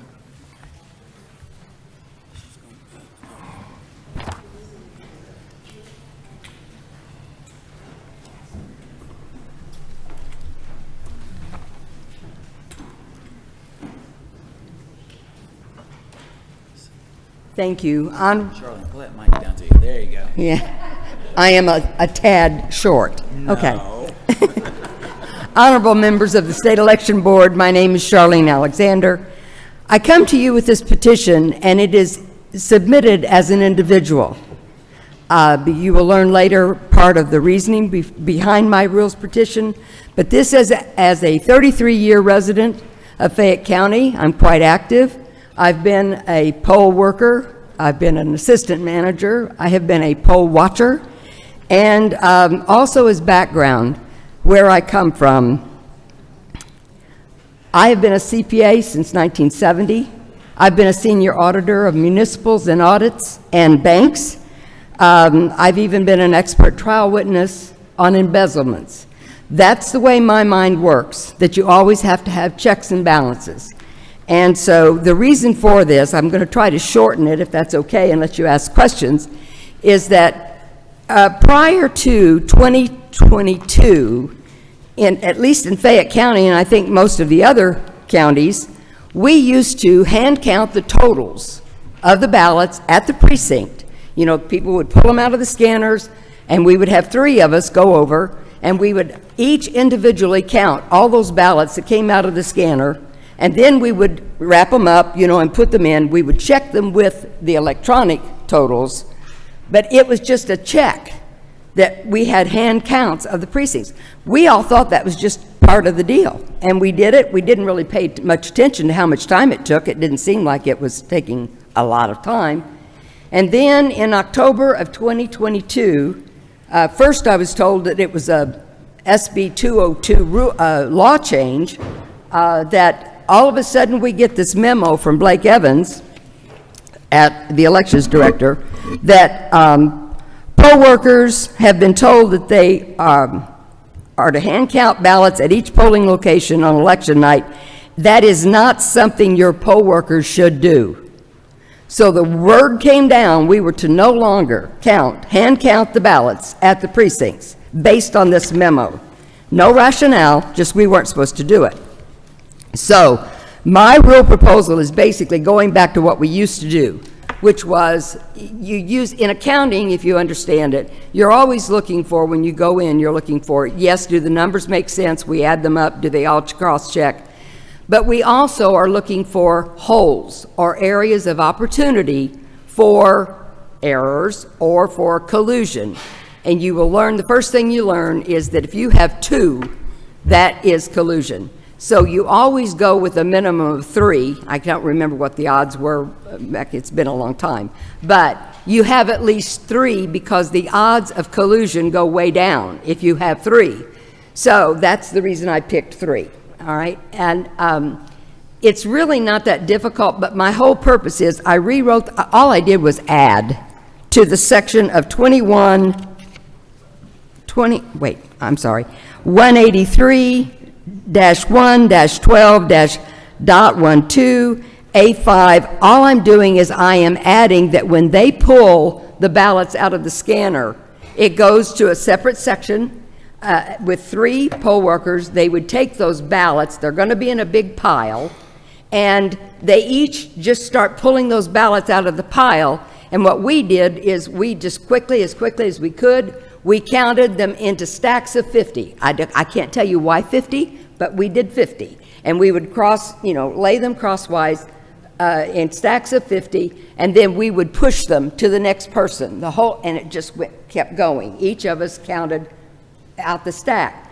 So at the end result was all 3 of us had hand counted and verified, and we had to come up with the same number of ballots, hand count. Didn't take that long. So my rule is basically saying that we go back to that. If you want to know, the first thing I always get asked is, oh, that's going to take too much time. Well, this was really rough, and it probably isn't very scientific, but because we couldn't remember it taking more than 30 minutes, but we didn't remember how many ballots we were counting, just this weekend, I had 4 people plus myself. We went and we got brand new reams of paper, copy paper. Granted, that's different than ballots.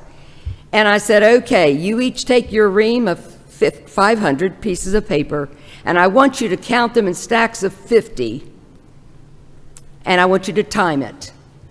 We all came up, and we were right in the margin of 6 minutes to do 500 pieces of paper. And they're not all bean counters like me. So the whole idea is, even if you had several thousand, I mean, if I extended that the ballots would be heavier, so it would take you longer. Let's take it up to 10 minutes. You think you could do 3,000, right? And if you could do them in 10 minutes at 500 a pop, at 10. So I don't believe that it's going to take that much time. I did this on election day. Quite frankly, it should be done every time you open up the scanner. It's just a good cross-check. And one of the reasons, as I summarize this, from an audit perspective, I believe, well, I gave 3 cases also, that if you had been doing hand counts, I gave like three recent incidents in our county. One was the November 3rd, 2020 election. This board cited our director and 2 members of the board who happened to certify those results. The board recommended that they be sent for criminal investigation. And the reason was there was a memory card that was missed. 2,760 ballots. I don't want that to happen to me, I can tell you. So that was one thing. You actually cited them. It was for investigation. That should not happen. You shouldn't have a situation where you've got memory cards missing and you haven't even figured out, that they're missing. We also had in early voting precinct, the last day of early voting this year, the ballots were removed from the AIP scanner, and the poll manager, she still, even though she's not supposed to, she still counts the ballots because we've seen it too many times. She happened to crawl in that scanner, and there was one stuck to the top of the scanner. I think we've all seen that. Whether it's static electricity, I don't know, but that was another incident that would have been caught at the precinct if we counted. And finally, in Fayette County general primary in May 21st, 2024, one precinct had a discrepancy of ballots that happened to be discovered during the risk limiting audit. And that just happened to be the precinct that they pulled.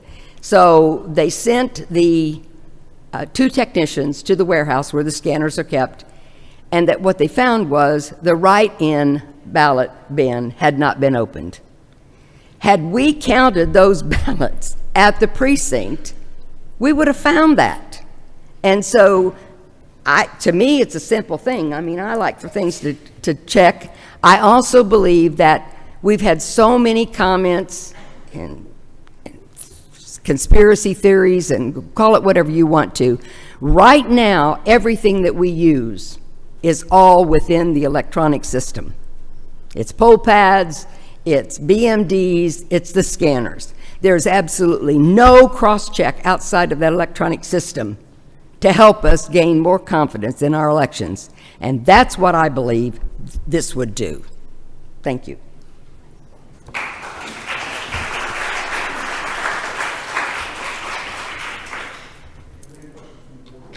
Petitioner. I have a threshold question, and you may or may not be able to answer this. When the ballots drop into the bin because they need to be hand adjudicated on the basis of a write-in ballot, are the remaining votes are already scanned and tabulated when that happens, and it's simply is that correct? Are you talking about are the write-in ballots scanned? No. When there is a ballot that goes into the separate bin because it has a write-in vote on that, the remaining votes that are regular, are those already tabulated? So they would be included in the vote totals already. And I see Mr. Kirk. So in fact, while the ballot itself might not have been counted if you hand counted, the votes were already included in the vote totals. On the scanner? On the scanner. So, yes. Because here's my issue.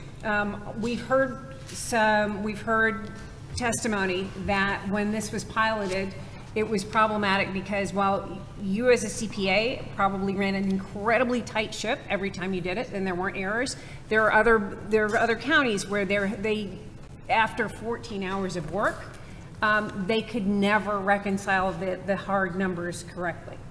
And so where the SB 202 came in, and this is where I'm going to fill in some blanks where I think that were not included in this order, that was where initially there was a hard deadline of 10 p.m. put into place by the legislature where all votes cast, not all election day votes totaled and absentee votes, and that all had to be reported by 10 p.m. that night. Mm-hmm. And having to count the ballots in the precinct was causing counties to miss that deadline. The first time that we had a hearing after that was put in place, more than half of the counties across the state of Georgia missed the deadline.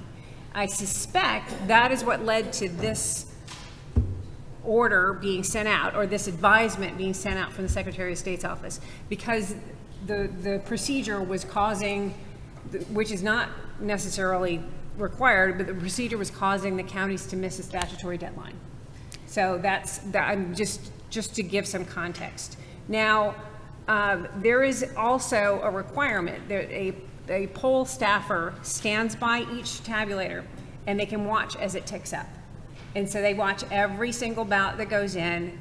Hopefully they're not supposed to see what's on the ballot, but they see that the ballot is being tabulated. So the total number of votes goes in there. That is going to be reconciled with the number of BMD ballots and the number of voters checked in at the end of the day. I have seen one case in which the number of votes that was scanned in was higher than the number of voters that checked in, and then it was the ballot box was opened up with permission. The ballots were counted by hand, and a problem was found. Would you be willing to consider a modification where the counties are required to do the hand count where there's a discrepancy that's identified? No. No, I'll say this. If you do this I've had some people say, well, we could do it back at the elections office, after everybody's going to try to meet the deadline, the memory cards have come in and da-da-da-da-da. The problem is, with everything that we've had go on since 2020, the whole object of all of this is to check that system, that counter that's going through, because if we have a hand count and that's the number that we're looking at in the precinct, that can't be changed. Once you've got 3 of them to do it and it's a hand count and they're all sealed and they go back, anytime somebody wants to manipulate, let's say they do, with double ballots, double scans, etc., that you can't come back to that same count that we did in the precinct. My whole idea of doing it in the precinct is because everything is right there. All the people that have worked the election, all the equipment that's there, and the hand count is there. If you're missing something, you're going to start turning every table over to try to find what's missing. So I would say you're not going to know a discrepancy until later. And that's too late. I want to find that stuff right now, and I want to check that system. I mean, sorry. If the reconciliation is not done at poll close, then there are procedures that are not being properly followed, I will say. If you don't hand count, you aren't reconciling. You're reconciling the number of poll pad check-ins, the number of BMD ballots, and the number on the scanner. And again, I will reiterate, the reason that this was not put into place is because when it was tested in 2019, it failed. Your experience may not have been that way, but other counties tried it and failed. And I don't want to be setting up our counties for failure. I would be happy, free of charge, to go around and help train all 159 counties. Quick question. Sure. Currently, what is the process of checking to make sure that the machine count is accurate? You have recap sheets right now, as far as cross-check. You have a recap sheet, you have recap sheets for the poll pads, for the voter check-ins. You have all of your BMDs, and so you have a BMD recap sheet where they take all the totals, and then you have the scanner. You also have the tape, that we print the 3 tapes. I have been told, I've not seen it, I have been told that there can be differences between what's on the scanner and what is on that totals tape. I've never seen it, but particularly if you have 2 pages. I'm sorry? Particularly if you have like 2 pages and it could be scanning. Okay, maybe, I don't know. This was the tape, the three tapes that you print out at the end of election night. But my whole point is, yes, they do the recap sheets, and in most cases, all 3 will tie in. You would expect that. I mean, that's what the system is designed. So the recap is, basically like the scanner shoots out their number, and then the recap shoots out the same number again? Yeah, they're taking the number off of the scanner and putting it on the recap sheet. And then they're doing the same thing. If they have 10 or 12 BMDs, they go around and take each one, and they add up the totals. of the BMDs, and then your poll pads automatically are in sync, and so they sync, and you have a count. I mean, they can check it all through the day as to how many voters have checked in. So theoretically, all three of those recap sheets are supposed to balance and be the same. Sometimes they're off, you know, maybe 4 or 5 ballots, and I don't know what they do with that or even why that happens. But my whole point is, as an auditor and as a bean counter, you have got to have something that checks that electronic system. It would stop a lot of the stuff that everybody's theorizing is going on, you know, the software glitches and the being controlled outside from the internet and all that stuff. I mean, I don't have a hand count, you know? So if this was in your county, if you received a printout and your recap, everything was, let's say you got all your printouts, and one was off, do you immediately go to hand counting, or what do you do if the number is off? Well, typically what would happen even on the hand counts, because when we did it, if let's say we were off 1 or even 2, no, before, I don't want you to go that way. Before we get to the hand count part, right? Okay, is that I'm even an option? So like basically if I am, and please bear with me if I don't have all the terminology, but if the machine spits out a number and says this is the total number of people who voted today, and then the recap come out and it says this is the number, and let's say that's off by 1 or 2, the recap. Let's just say it's off, the technology. Is there a method to go in from the precinct level or the county level to verify, like do you immediately go to a hand count and say, hey, let's just match it? Or what do you do? To my knowledge, what has happened in the past, if they were off when they just, you know, first finished the recap, and let's say you were off a couple, right? The first thing they would do is go back, of course, and re-add, right? You're going to double check your totals and stuff like that. But they also usually will go around and they actually look under tables and that sort of thing, because there's such a thing as an unaccompanied ballot, you know, where somebody left it, you know, in a machine or it fell down, something. It just wasn't scanned. So that's usually what they would do. We would just look and see, are there some ballots someplace that we missed? Okay. Just within the system. And what you're proposing would be that we eliminate the possibility of having to go look for them. You're proposing that we run it through the machine as well, but then we also do a hand count to make sure that the numbers are accurate. Yeah, I mean, I'm not really trying to stop if there's 2 looking at that. My big thing is, in all things, if you were a bank teller, if you were a waitress, how many times did you have to take all your total receipts for the night and verify it with what was rung up on the machine? It's just a natural part of being accountable. And so to me, I want something outside of that electronic system. I think that would stop a lot of the stuff that we're hearing about what's going on in the systems. Do I like the system? Well, maybe it's faster. I won't say I'm crazy, but I want to check on that thing. I will tell you, I'm also, I don't think I said, I'm a new member of the Board of Elections in Fayette County. So I have now been through 2 or 3 of elections, and now I see a lot of other stuff. This would help me feel a whole lot better. Okay? Thank you.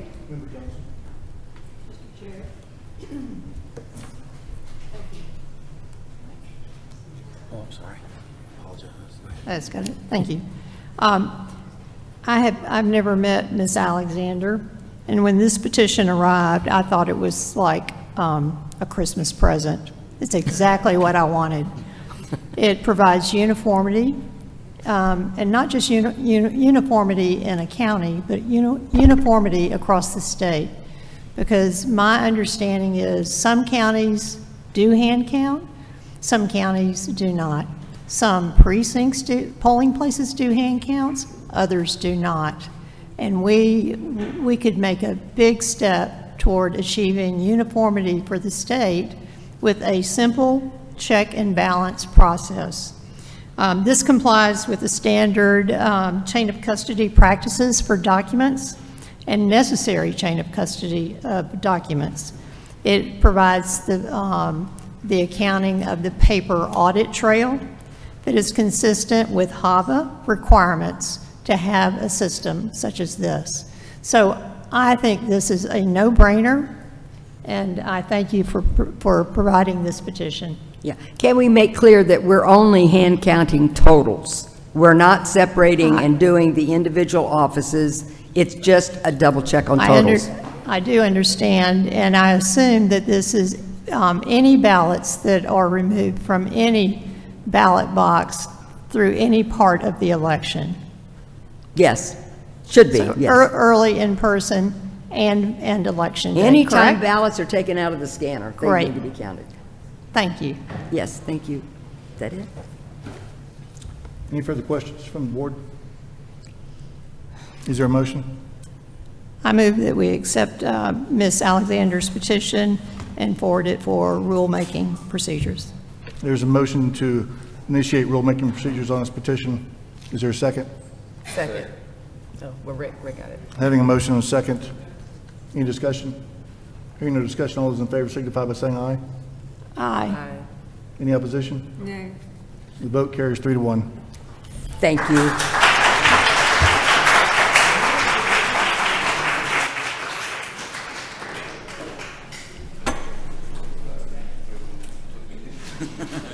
We have a, the chair will entertain a motion for recess. We have a motion for recess. Is there a second? All those in favor? So moved. We will recess for 10 minutes.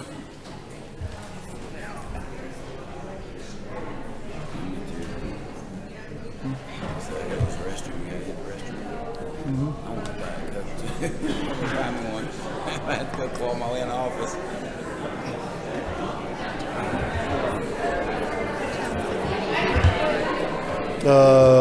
9 o'clock, I think.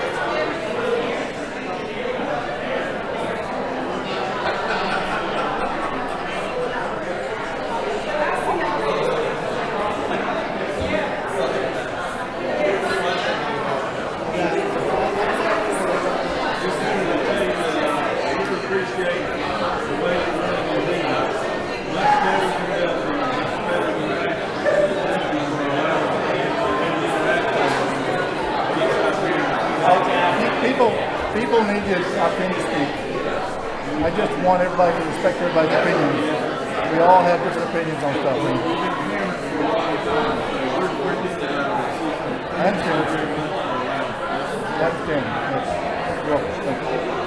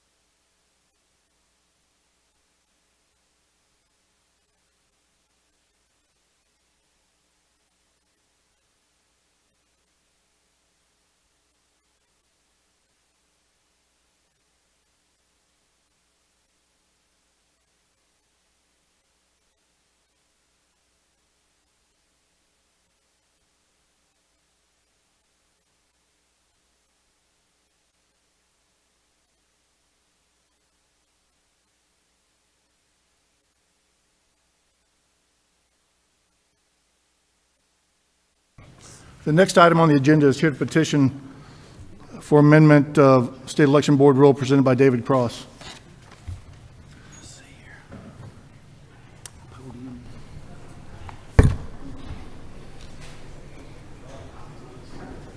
We have copies.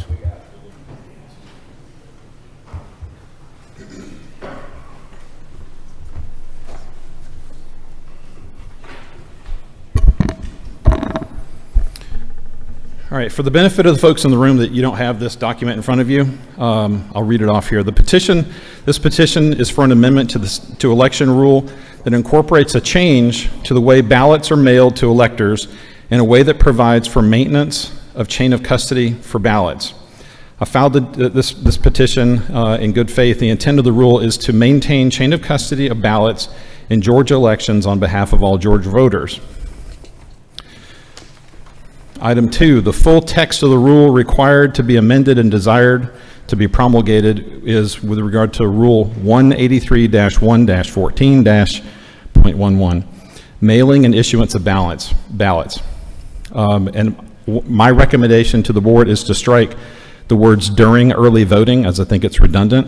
As additional applicants for absentee ballots are determined to be eligible, the Board of Registrars or absentee ballot clerk shall, instead of using the words mail or issue, mail by United States Postal Service, restricted and tracked mail, official absentee ballots for provisional absentee ballots, if appropriate, to such additional applicants immediately upon determining their eligibility. Instead of, as it stands right now, when ballots are mailed, it's the only time we ever lose chain of custody.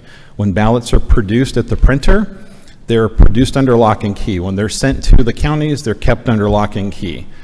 Then we put a first-class stamp on them and hope that they actually get to the intended recipient. It is the only time that ballots ever lose chain of custody. When you or I go in to vote in a precinct, you have to show your ID. Once your ID is verified, you're then given either a ballot or a ballot card. You go over, make your selections, and a BM or ballot marking device will print out your ballot for you. You go put it into the scanner, all under the watchful eye of election workers. So they see that ballot never leaves the room. In fact, if you try to leave the room with your ballot without putting it into the scanner, it's like all holy hell breaks loose and they're going to call the police to come and get you, all right? But when we mail ballots, we have no assurance that the ballot actually gets to the intended recipient. Now, the reason for the rule and the reason why it should be amended, again, is because ballots are mailed in first class mail, metered mail, or by a contractor, which is even worse, with the only specification that ballots are not forwardable. So to maintain chain of custody on Georgia ballots, counties should be using, in my original rule, I put down United States Postal Service, restricted delivery service. And I would like to strike that in favor of using UPS or FedEx, all right? Our own Senator John Ossoff recently came out a couple months ago and said, United States Postal Service is terrible. I don't think they're going to be able to deliver things on time. And my concern there is that when election time rolls around, we're going to have people saying, well, John Ossoff said that, there's no way that the mail is going to get there in time, so we should be able to take in ballots from the Postal Service for like the next week or so. And again, as you know, in 2020, it took these fantastically fast machines, I think 20 days, or not 20, it took them 12 days to count the ballots. So again, the key thing here is that when a ballot is delivered and it's sent by UPS or FedEx, they have the ability to check to see if those, if the delivery is being made to the person it's going to. As it stands right now, the cost of mailing with the United States Postal Service is $13.65. But of course, like I said, you get what you pay for. UPS, on an unnegotiated full retail rate, is $18.30. So it's a little bit more expensive. And I do have a cost for every county if the board would like to see that. For the entire state of Georgia, to have run the election for all the mail-in ballots to be handled properly, it would have cost the entire state $4,500,000. I'm sorry, $4,500,000. This is not coming out right. $4,500,611. So $4.5 million is what it would have cost to run it with UPS. All right. So the United States Election Assistance Commission states in their publication Best Practices for Chain of Custody regarding ballots that there are points in the life cycle of the mailed ballot that are important for documentation in chain of custody, including when ballots are received from the printer, when voters request a mailed ballot or an application, when a mailed ballot is transmitted to a voter, when a mailed ballot is collected from a voter, when a mailed ballot has a defect, when a mailed ballot is counted, and when a mailed ballot is stored in the custody of an election official. So one of the key things that's on here is that when a mailed ballot is transmitted to a voter. So EAC wants the states to be, and they want Georgia, to be keeping track of when a mail is, or when a ballot is transmitted to a voter. So does transmitted just mean when it went out the door? To me, transmitted means that it was sent and it was received, and have confirmation that my message was sent and received to the intended party. The EAC goes on to recommend that signatures help create an auditable record whenever the equipment, supplies, and ballots change hands or location. By signing the chain of custody forms, the signers are certifying that they took custody of the voting equipment, supplies, and ballots and delivered them to a particular location. The only time that that's not required is when a ballot is mailed to someone. So delivery using tracking can satisfy the EAC's best practice recommendation because it provides a timestamp record for each step on the way to delivery. It captures the time of mailing, it captures the time of delivery, and delivery requires proof of identification with a timestamp signature to verify delivery. One of the next questions that you're asked when you're putting in a rule, it says, tell any and all pertinent facts as the petitioner's interest in the matter. And I said, I've personally been contacted by multiple U.S. postal workers who have stated, 1, they were instructed by their postmaster to deliver ballots after an election has ended. 2, they have observed unsecure, undelivered ballots in their post office. 3, they have picked up large numbers of ballots from assisted living homes. I'm keenly interested in election integrity, if you don't know. And I do not understand why we have such tight security on mailed ballots when they're manufactured, when they're stored securely prior to use, when they're stored after use, but not during use. So there's no tracking that's done on delivery. Item number 5 says any and all facts known to the petitioner that might influence the decision of the board to initiate or not initiate rulemaking. The fact that the letter that I sent had to be sent certified or registered mail per the SEB rules demonstrates that the state election board values proof of delivery. If this document is required to be sent with proof of delivery, why is the same not required for our ballots?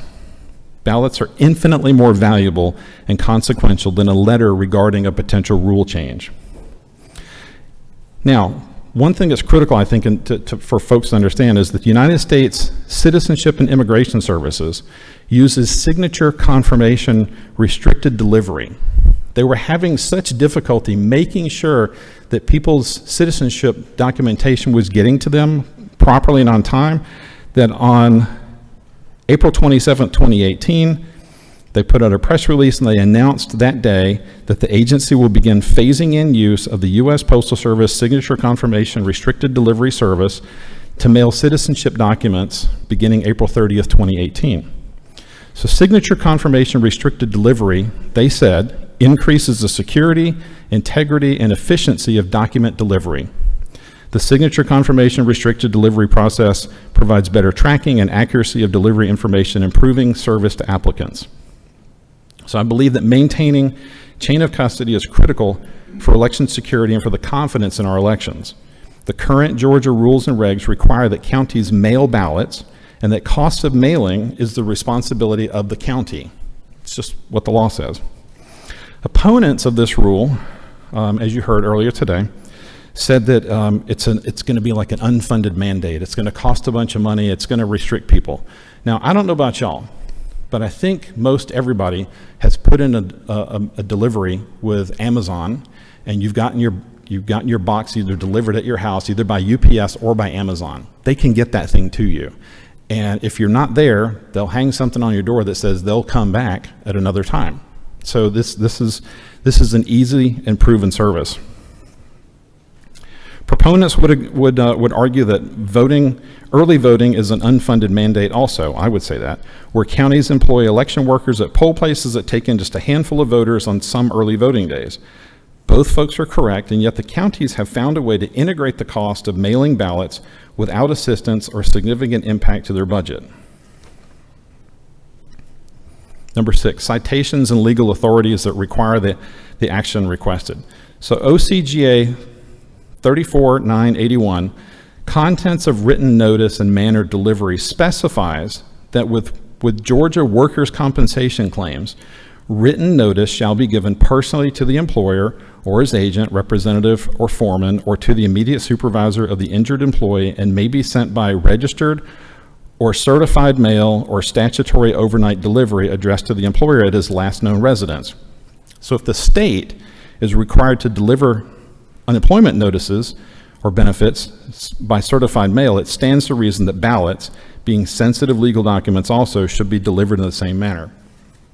So that is the crux of the rule change I'd like to see. I'm looking simply for maintaining chain of custody. That's the whole point. That's it. Thank you, Mr. Cross. My issue with your rule change is it doesn't allow the flexibility for the county to use other services that might track equally or better than the United States Post Office. I know that when my wife orders frequently through the mail, through either UPS or FedEx or whatever, she knows every step of the way. And I'm totally happy to use UPS or FedEx. In fact, I would prefer it. Yeah, I'm just saying that your rule change doesn't allow for that, to the county the flexibility to use whatever service might be cheaper or better than United States Post Office. So okay, well, I'm not the expert on writing the rules. You guys, and the lawyers behind you are supposed to be able to help out with that. I'm amenable to making that change. We have a question from the audit. Joseph, microphone.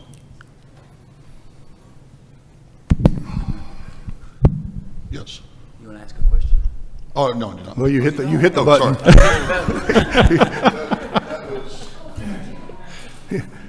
Sarah's got a question. Oh, friendly amendment? I'm open to a friendly amendment. How about that? The ballot track service that USPS provides. The ballot track service that the U.S. Postal Service provides actually provides a step-by-step tracking of exactly where the ballot is, both when it goes in, but the additional benefit the ballot tracks has is it also tracks the ballot once it is returned into the mail stream by the voter and goes back to the county. It actually provides more certification than what simply a signature requirement. My biggest problem with this is the example of my daughter. My daughter is a college student who lives in Washington, D.C. She lives in an apartment. And in her apartment, they have mailboxes. There will never be an occasion where she would be able to receive her ballot at her mailbox. She would have to go to her nearest post office. I have no idea where that is. She has no idea where that is. She's never been, I'm sure. And that is the case for thousands of voters who vote via absentee ballot. I agree chain of custody is important, and that's why I think that the Secretary of State should use the ballot track service that is available and they pay for, and use it in a robust manner so that every voter can actually track their ballot through the system. In terms of certification that it is the voter, the legislature put into place a higher standard of verification through SB 202 by requiring both the signature and the ID number. as well as the voter's date of birth. So this is all PII that nobody else has access to. So there's confirmation that that voter has voted that ballot.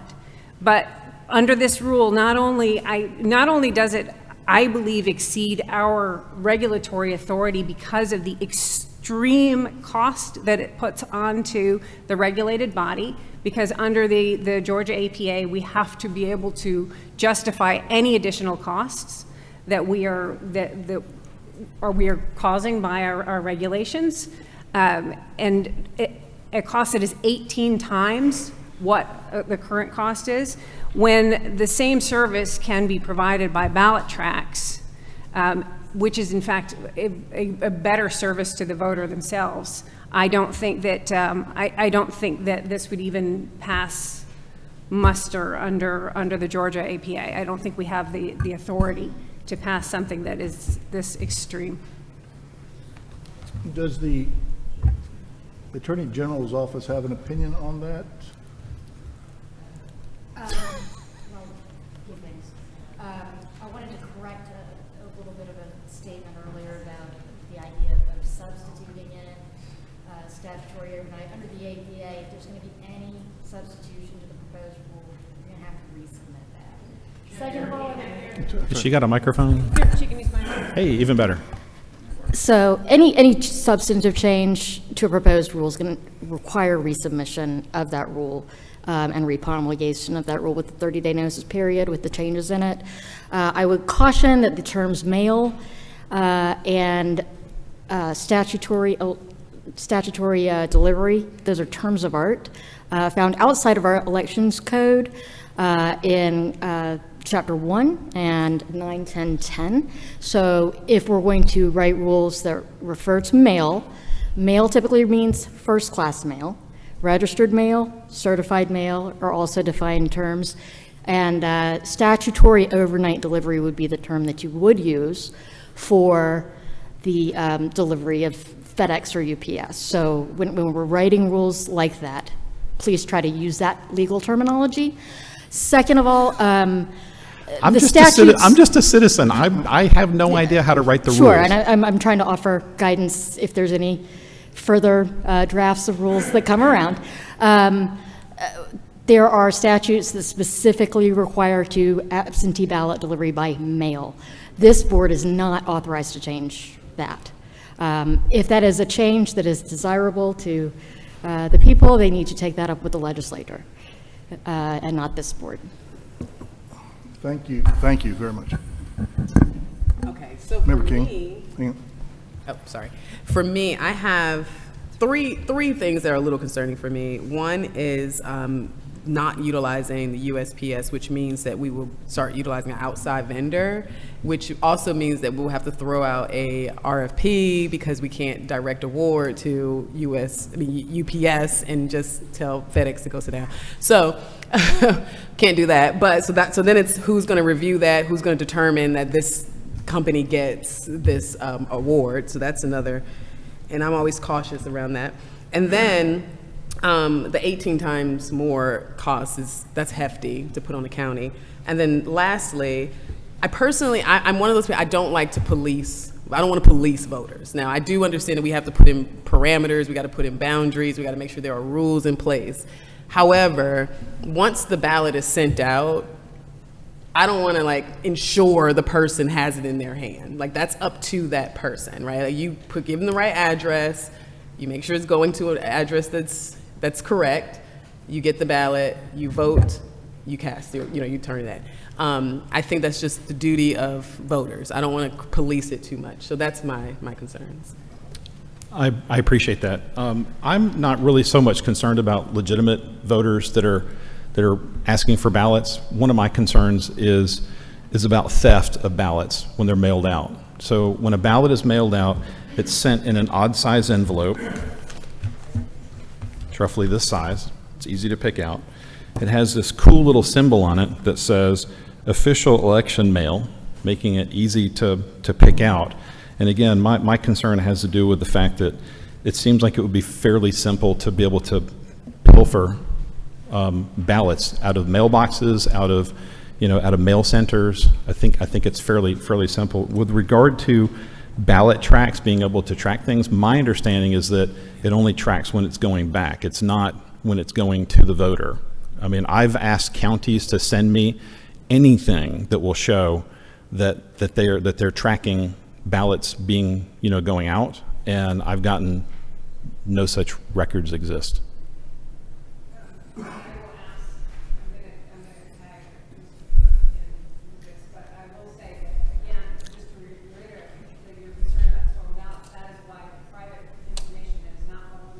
Available is included as part of the verification process for every ballot that gets returned. So it's the signature plus the ID number or copy of an ID or last 4 digits of a social security number.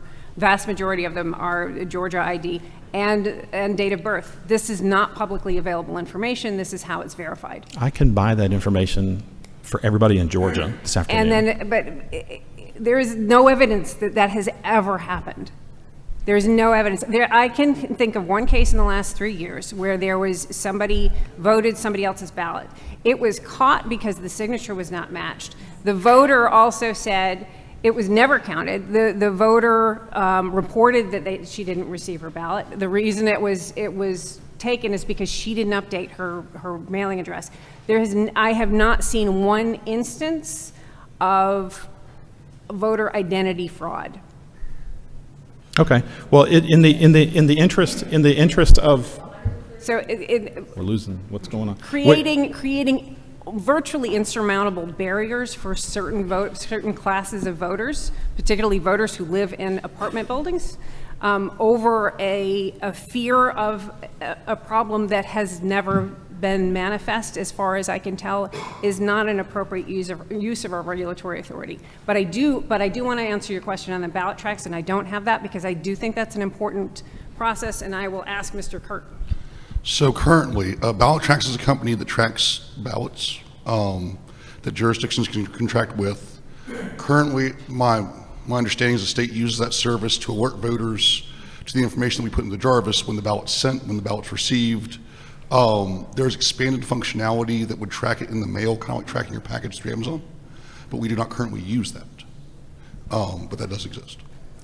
Okay, so if the state's not currently use it, can we write the rule to say, hey, let's use this service? Everything in my power to try to encourage the Secretary of State to expand their use. We don't have the authority to order them to do that, but I certainly think we can strongly encourage, and I would also encourage all of y'all to strongly encourage the Secretary of State's office to expand the use of ballot tracks.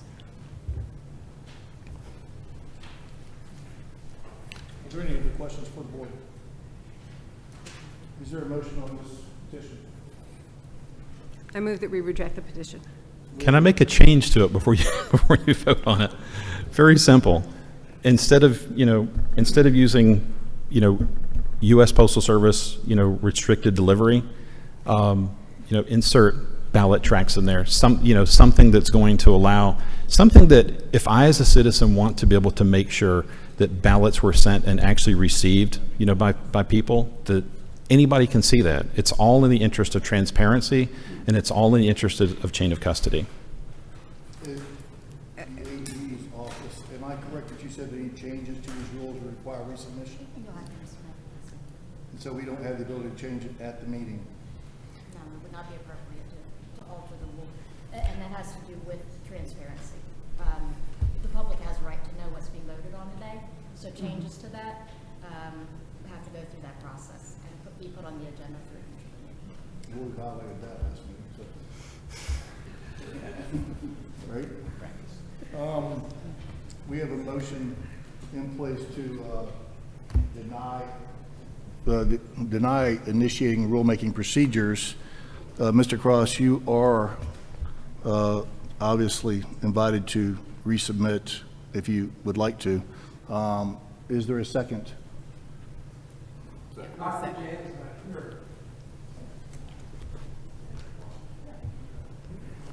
Pardon me?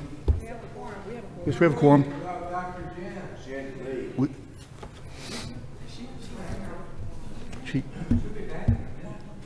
No, sure. Sir, This board has a quorum, and this board's able to take actions based on a quorum present. So we have a motion and a second to reject the petition as presented. Any discussion? Yeah, I just want to say, I think the major issue is that there's just some challenges with the way it's presented. So I would say to go back to the drawing board and fix some of those issues. Like the 18 times more is a lot. And like I said, the vendor thing is, USPS may be your better option, but I don't know. But I just say revamp it and then bring it back. We have a motion and a second to reject the rule as presented. Any further discussion? Hearing no further discussion, all those in favor of rejecting the motion as presented signify by saying aye. Aye. Any denials? Hearing no denials, the motion carries to deny it 3-0.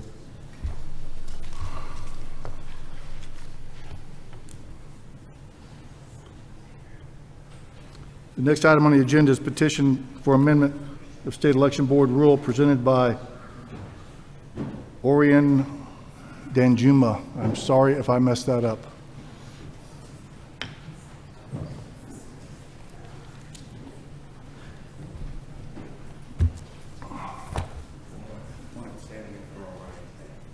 Orion, I'm sorry.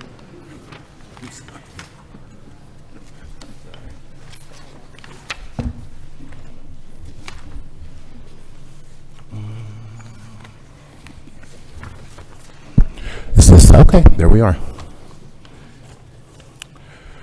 Chairman Verveer, esteemed members of the board, and a special welcome to our newest member, Mrs. King. My name is Peter Simmons. I'm the Georgia State Policy Strategist for Protect Democracy. We're a nonpartisan nonprofit dedicated to defending the rule of law, protecting democratic norms, and promoting free and fair elections. I've come here today before the board to ask the board to initiate rulemaking proceedings on our proposed rule regulating voter challenges. Since the 2020 election, outside organizations from all across the country have prepared volunteers to challenge voters' registrations and their right to vote in the state. And despite the fact that these challenges depend on unreliable information and place an extraordinary burden on election officials, they have continued to be filed. During the 2020 runoff, expert testimony offered during recent litigation expressed the sense that the record linkage process that challengers are trying to attempt to complete is extremely difficult, and has appeared that the architects of these lists have not met their duty to implement adequate quality control measures, because these data sets have contained huge numbers of missing values.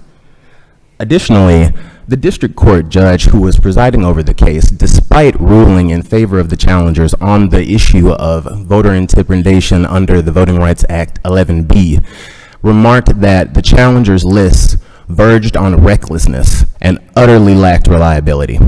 Further, it's become clear from the record that challengers were warned by an expert working at the Secretary of State's office at the time that their lists, as presented without individualized evidence, would be insufficient to substantiate these challenges. Despite this, hundreds of thousands of these challenges have been filed. However, they have been largely rejected, and appear to target voters mostly who are already inactive and therefore on the way to being removed under proper list maintenance activities. This doubling of efforts is inefficient and risks improperly shifting complex list maintenance activities to activists from election administrators who are not prepared either with the expertise or the necessary information to execute these duties adequately. This risks diverting precious time and resources away from list maintenance activities, ironically. County boards have been forced to interpret both of these statutes, 21-229, that's a tongue twister, and 230, without adequate guidance. This has led to varied interpretations all across the state, which has caused confusion for both voters and election administrators, as they have had to expend significant time and resources attempting to comply with the law. The County boards must be empowered to take common sense steps to ensure that they are spending time on appropriate challenges filed appropriately under Georgia law. And voters must be empowered to understand and navigate the process without being allowed to take advantage of it. Both of these objectives are equally important and are critical for our election administration infrastructure to function as intended.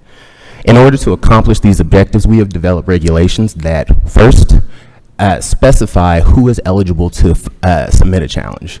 Second, they standardize the depth and quality of information that electors are required to submit with their challenges. They ensure that the burden of substantiating challenges on their face are properly allocated, and they promote uniformity across counties as it concerns the burden of proof for substantiating these challenges, as well as implementing specific deadlines related to certain types of challenges and the difficulties they may present. So to start, both 21-229 and 230, and I'm so sorry I can't get my distance right, state that any elector in a county or municipality may challenge another voter's right to vote or remain registered in the relevant jurisdiction. This clearly restricts participation in the challenge process to those with the right to vote in the jurisdiction where that voter is challenged. Despite that, we have seen challenges that raise questions about who the actual challenger is. So these regulations will emphasize that the individuals who are not eligible voters may not challenge other voters in the state. Second, it clarifies that even eligible voters may only challenge other voters in the appropriate jurisdiction. And finally, it creates guardrails that will allow county officials to adequately determine whether a challenge is properly filed by an eligible elector, and to only expend, not waste, resources on appropriate challenges. Next, both of those statutes also require that challenges be in writing and specify distinctly the grounds of a challenge. Challengers must make well-supported and specific allegations and provide enough information for election officials to understand the reason for the challenge on its face. However, in many instances, challengers have offered precious little information to substantiate these challenges, and which forces election administrators to bear the burden of substantiating themselves in violation of Georgia law. Even officials who have championed recent legislation regarding voter challenges have made it clear that they believe that they think we have an excessive number of challenges. While some state level leaders of challenge efforts themselves have remarked that others who have participated in these efforts may have created lists that may be considered systematic in violation of the individualized nature of the proceedings contemplated under these statutes. The 11th Circuit has specified that list maintenance activities can be considered systematic if they did not rely upon individualized information or investigation to determine which names from the voter registry to remove, and instead used a mass computerized data matching process to compare the voter rolls with other state and federal databases. To remedy this, these regulations require challengers to demonstrate that their challenge is part of an individualized inquiry and has utilized processes that are sufficiently rigorous. It also specifies that they must produce sufficient evidence to substantiate these challenges on their face, as required by the statute, and they clarify what can be considered an inappropriate systematic inquiry. Next, Section 229 explicitly states that the burden shall be on the elector making the challenge to prove that the person being challenged is not qualified to remain on the list of electors. Despite this, many county boards have assumed sole responsibility of substantiating these claims in violation of Georgia law. This requires election boards to devote significant time and energy to adjudicate these challenges, where they need their capacity to be devoted to administering the election and executing their duties effectively. These regulations specify that voter challenges under the statute must meet the clear and convincing evidentiary standard. 229 specifies that the challenging elector bears the burden, but the statute fails to define the standard that challengers must meet to meet their burden of proof. We rectify this. Additionally, we clarify that challengers can satisfy their burden by producing witnesses with personal knowledge or reliable documentary evidence that substantiates their claim. And finally, Section 21.2.230 requires county boards to determine whether probable cause exists to sustain a challenge as the first step of their inquiry under that statute. Many of the challenges filed, as I said before, contain very little information, and that leads us to believe that these are being sustained improperly and because they're inappropriately surviving that part of the inquiry. Our regulations define probable cause under this specific instance and in this context, and clarify that unproven information and unreasoned accusations cannot form the basis for probable cause. We hope that the board will promulgate these regulations and provide election officials with clear guidelines and electors,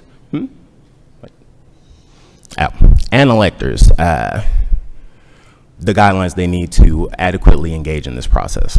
Thank you. I'll take any questions now.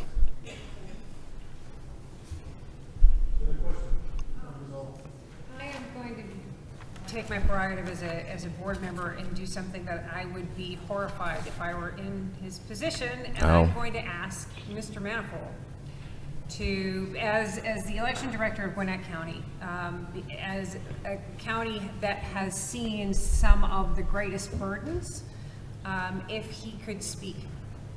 And I'm sorry to put you in this position. I've never actually spoken with you. Speaking of microphone. I yield the will. Yes. Temporarily. You can speak from back there. If you want to hit your button. Hit your button. There's a button. Here you go. All right. Does that work? Can you hear me? All right. No, thanks actually, because that's what I came down here for today was this rule in particular. I know Gabriel is supportive of the rule. I do think that we've been waiting for a rule from this board for well over a year. I think Judge Duffy did a lot of work. I know there was a lot of behind the scenes work to try to come up with a rule. I met with a lot of people for a long time to try to get to a rule on this, to kind of just give counties guidance, because I think even other directors in this room, we talked about it at lunch today, it's kind of all over the board. I think we're all trying to do our best work, but there's a lot to take in from conflicting state law and then the NVRA laying over top of all of that and what we need for a signature from the voter. There's a lot here that we could use. Like I said, Gabriel is supportive of this rule. I will point out that just one thing as I was reading through this, I do think 7 and 8 on the page 3 could probably be removed because the law changed on July 1st. I think that probably the 230, section 21.230 changed. It goes into when a 230 challenge can be filed. That's now 45 days, so that kind of gets outside of, we start sending out UOCAVA ballots at 45 days, so I do think 7 and 8 could probably go away in this rule on page 3. But I do think this provides a basic kind of rule to kind of set the guidelines for counties. Talking to my predecessor that had done this job for 20-some years before me, who's happily retired, she said that some legislative history. I think when this was put in, 229s was very much about, I live at this property, this person doesn't live here anymore. That is what a 21-229 challenge was very much about. I have personal knowledge of this property and this voter is not here. And for 20 years, that's kind of, they would have 1 or 2 every year that these challenges would come through. Usually it was sustained, and it usually was somebody with direct knowledge of that parcel and who was living there. And then I think in 2020, they just, either 2018 or 2020, a lot of NCOA lists just kind of started getting dumped onto counties and saying, hey, look, these voters aren't here anymore. And I think that just gets away from the original intent of 229, which is a personalized and individualized knowledge of, is that voter still there? I think we see a lot of, I like to call them just data dumps. It's like, here's 5 or 6 databases that put together that say that this voter's maybe not there anymore. And that's just not, that's not a certainty. That's not 100% that voter's not there. It's just become this kind of, like I said, like it's not individualized anymore. It's not personal knowledge of that property and that voter. And each one of these is a voter. And so Gwinnett, we've spent a lot of time, some boards have tossed a lot of these out. In Gwinnett, we view it as, hey, this is a challenge to an individual voter. The challenger and the individual voter both have a right for us to look at this. And we take this very seriously. So, you know, in 2022, in August of 2022, I think we had something like 35,000 challenges that I walked into our office one day, and there's 8 boxes of Xerox boxes of information sitting there. And so we spent a lot of time just going through it and what was it, and we didn't want to just toss it out without knowing what it was. But that takes time. I think we spent, I think it said in there, I mentioned at the time, something like 6 to 10 employees. Over several weeks. And those, yeah, I think something like 5 or 6 weeks working full time on that just to get through all that data. And then at the end of the day, we figured out that of that 35,000, I think about 11,000 was actually a 229 challenge.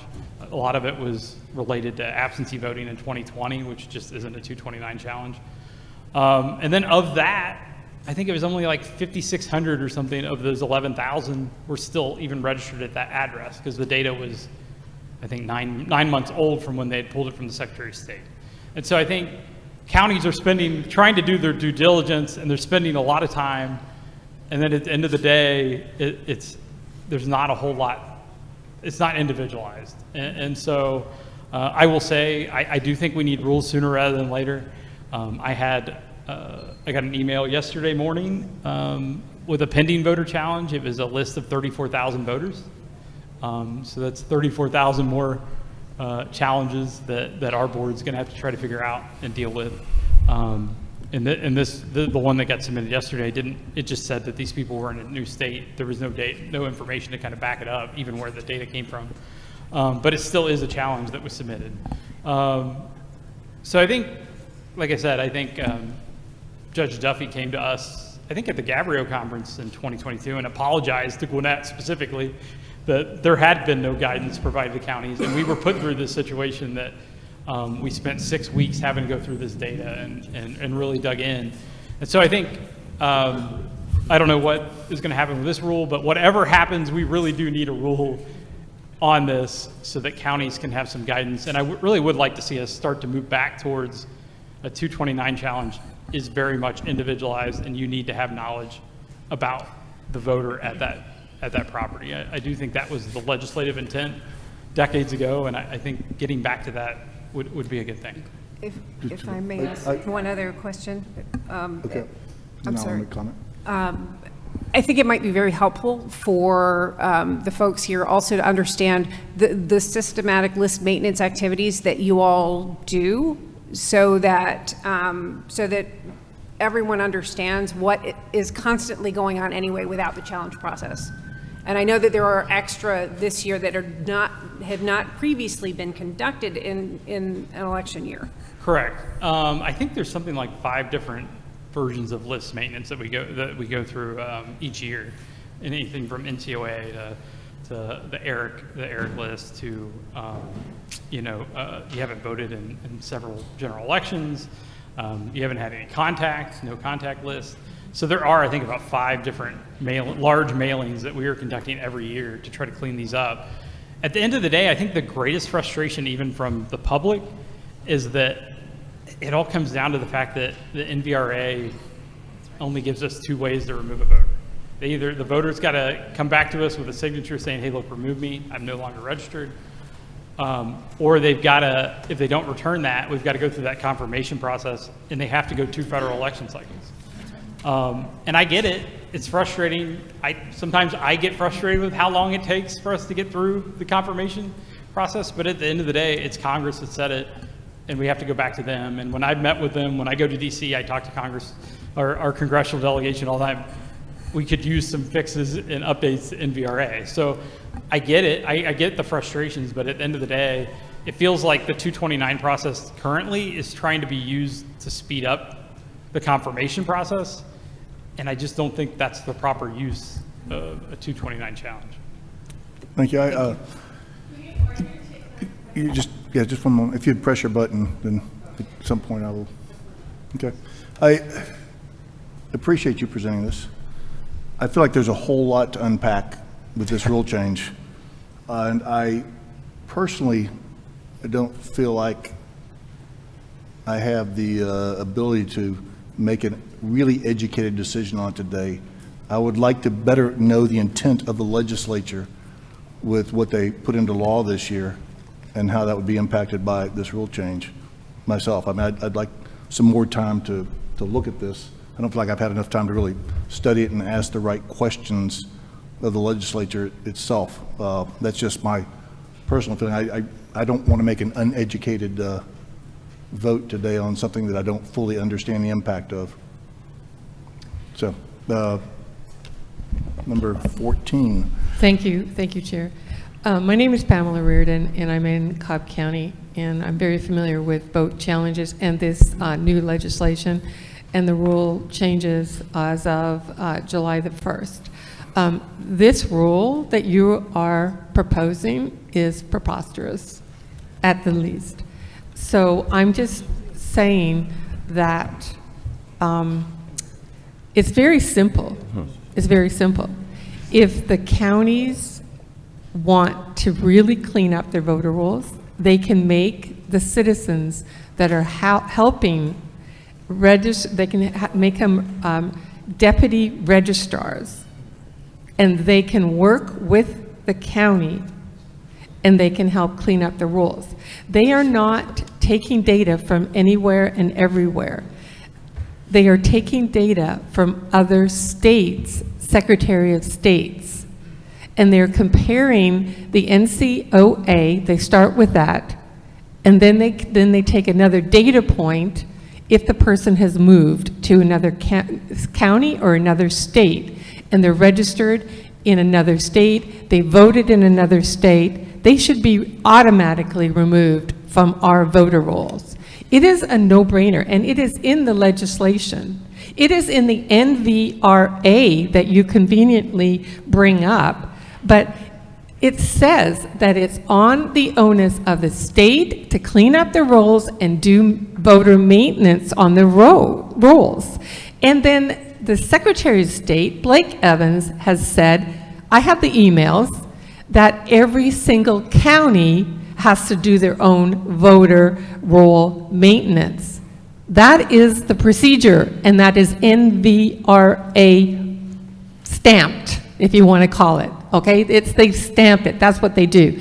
Congress this week is actually voting on the SAVE Act, which will change the NVRA at some future time. But the SAVE, that's not this week, sorry, that's coming. The SAVE Act is the non-citizens voting, and that is a real problem that we're facing right now, because we can't verify that they're the citizens, that the people who are voting are all citizens, because we're not at the DDS asking them for their papers when they change their driver's license or get a driver's license. And it's on the honor system right now, folks, the honor system. And I don't really think that 15 million people coming across our border invading us is an honor system, okay? And we have multiple problems. I know I got off track. We're going far afield but of we're what going we're off trying to that. discuss today. That's right. But there is a way to fix this. There is in the law right now, July 1st, okay, NCAO data, the data that the Secretary of State just released to the counties. Our county said, well, we're not going to look at it. Well, no, we are going to look at it because that's the law, and that's why you guys have to have a rule. This is not the rule, though. Thank you very much. Thank you. Thank you. Okay. Oh, well.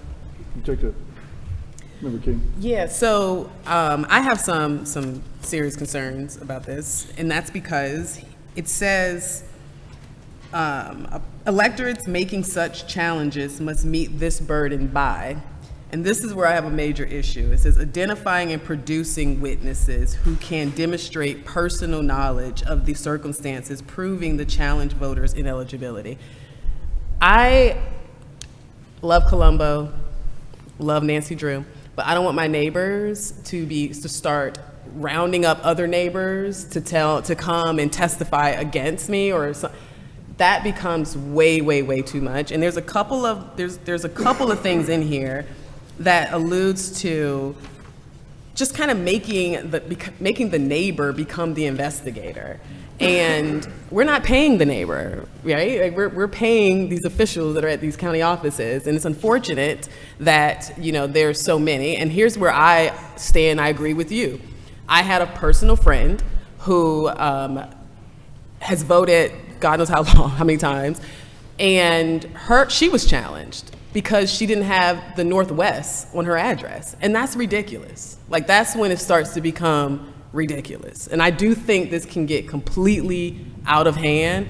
I feel like while we're trying to reduce neighbor investigations, that you're creating more of that because it's just too strenuous. I just don't want our neighbors having to do that. So. Yes, ma'am. So actually, the statute 229 anticipates that the Board of Registrars or Board of Elections would subpoena witnesses and documents, papers, and other materials to prove the case in their proceedings. So the statute actually itself contemplates a quasi-judicial set of proceedings similar to administrative proceedings like this one or the FEC or the Ethics Board. The intent of that part of the rule is to reemphasize that the elector who bears the burden according to the statute is doing their due diligence to take the burden off of the election officials like those in Gwinnett County that had all day, every day for 6 weeks, when the statute requires the elector, like a complainant, to issue enough evidence to prove their case. So in this situation, the Board of Elections is more of a judge or quasi-judicial body, not an investigator. And Board of Elections, correct. Correct. I don't want our neighbor to become the judge, right? Like, that's the point I'm making. I don't want the neighbor to be out there subpoenaing neighbors to come and testify on behalf of their other neighbors. Well, Member King, that appears to be the intent of the legislature. So because this is based on an individualized inquiry and it contemplates subpoenas for witnesses similar to the language of my regulations, the neighbor investigations are built in. This would actually standardize the procedures for those type of investigations and create a more orderly, No, this is dignified asking them process. to do that to challenge. Say again? This is asking them to do that in order to challenge. You're asking them to produce witnesses that have personal knowledge and just to challenge. Yes, ma'am. That's what the statute contemplates. They produce witnesses for the statute. In fact, I can read the language of 229 if you'd like it. Okay, I had some other issues. But So that would be 229. C. 229C. yeah. I had some couple of other issues, but. Just briefly, I just want to reiterate Ms. Bearden's one of the most important mandates that the counties and the state have is to maintain a concise and accurate voter roll. If they don't have the resources of the staff to do it, I would personally volunteer to be that analysis. You can check my resume, you can check my technical expertise, you can have me sign whatever NDAs or others you want me to do. I would gladly help. Once it's done, I will go away and I'll go to the issues. But let's get a clean voter roll. Thank you. Member Gazal. I think it's really important to differentiate between list maintenance and voter challenges, and that's the problem. These are two different things. List maintenance is the process by which the counties maintain clean voter rolls. And the 11th Circuit, which is binding on Georgia, says that any any voter challenges that are based on a systematized search on a database. That is list maintenance activity. And therefore, you have to follow the procedures written out in 52 USC 20507, which is the National Voter Registration Act. And they are very, very strict and very stringent. And this is where the frustrations that Mr. Manifold was talking about come up, because in order to be removed through list maintenance, you have to put a voter through 2 federal election cycles if you don't have their signature on a piece of paper. Now, their signature can come through their voter registration from another state. If we have a copy of their voter registration record from another state, then we can remove them. And the way we get that data is through ERIC. ERIC is the only procedure that allows us access to that, because the publicly available databases that are used for this do not have personal identifiable information. This is why in our last meeting, I made the point, we received a list of names of 60 people who allegedly had voted twice. As it turned out, 2/3 of that list were not the correct matches.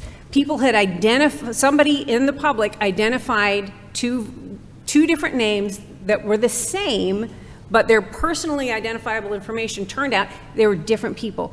It's shocking how many different people there are, how many different Sarah Tyndalls or Joe Smiths who were born in 1968 are. So the risk of false positives through these mass databases is much greater than the risk of missing somebody who happens to be registered in two states. That is why the National Voter Registration Act has these safeguards built in.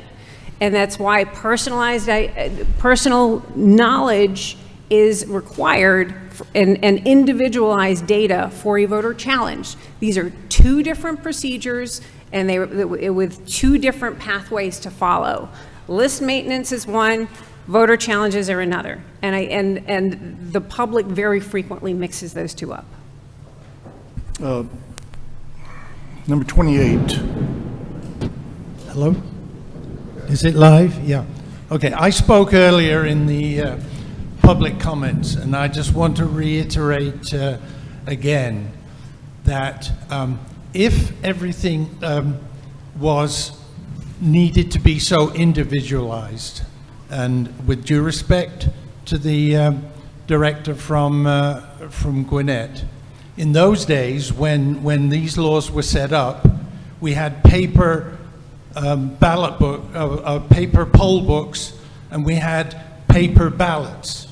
Things have changed. We're in the 21st century. We have computers. We have everything gets done with computers. Everything through Amazon, through FedEx, the doctors, the health, everything is done through computers. So we have to live with the fact that we have computers. I resent that a lot of the time you were saying that the data that's being used is not known.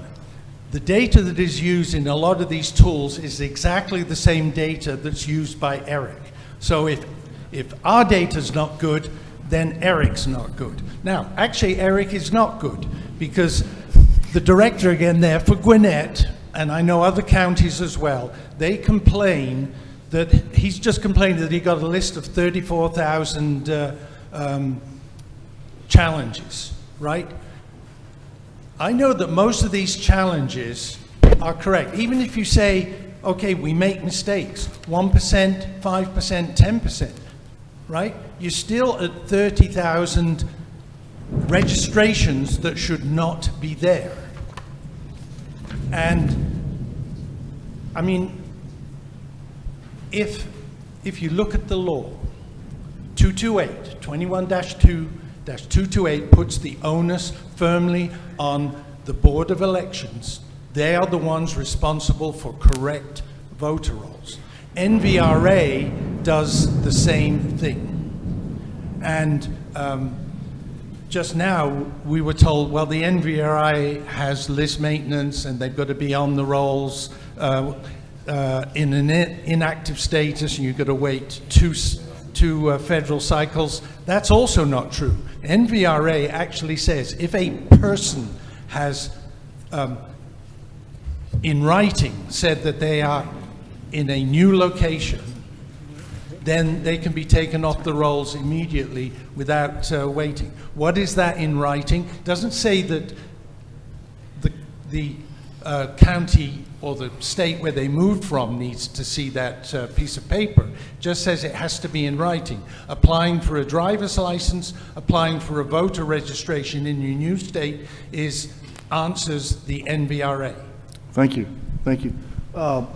We have several people who want to speak. Let's try and keep our comments to about 2 minutes, if you don't mind. In the back corner. Thank you. Amanda Prettyman, Bibb County. I just wanted to share that my family moved from Bibb County to North Carolina in 2014. We bought their house in 2015. Their registration cards stayed there, and ours came there too. So it looked like 4 voting adults lived in that house when we never lived with them.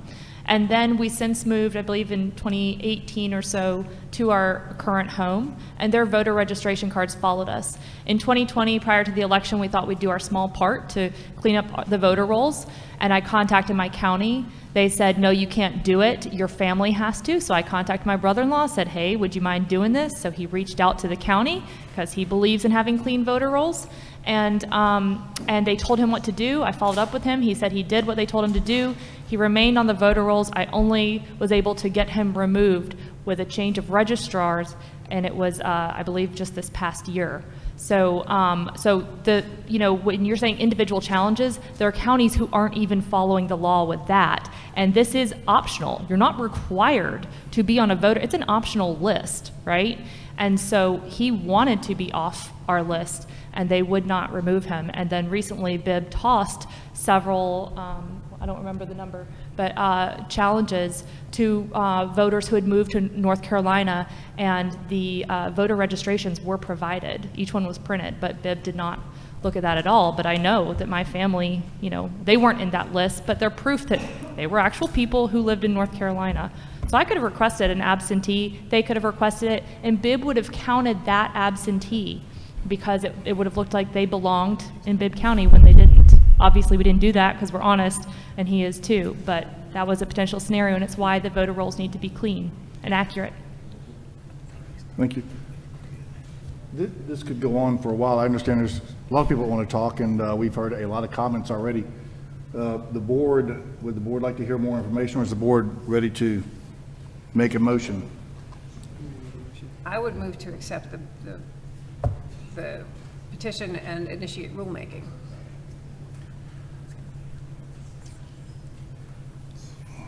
Would you consider an alternative motion to table this issue for further consideration? I will withdraw my motion. The chair will exercise its right to make a motion, and will make a motion to table this petition for further review. There's a motion and a second to delay or to table this petition for further review. Any discussion? Hearing no discussion, all those in favor signify by saying aye. Aye. It's the motion to table. Aye. Aye. Any dissent? Hearing no dissent, motion carries 4-0. This will be tabled for further review. Sir.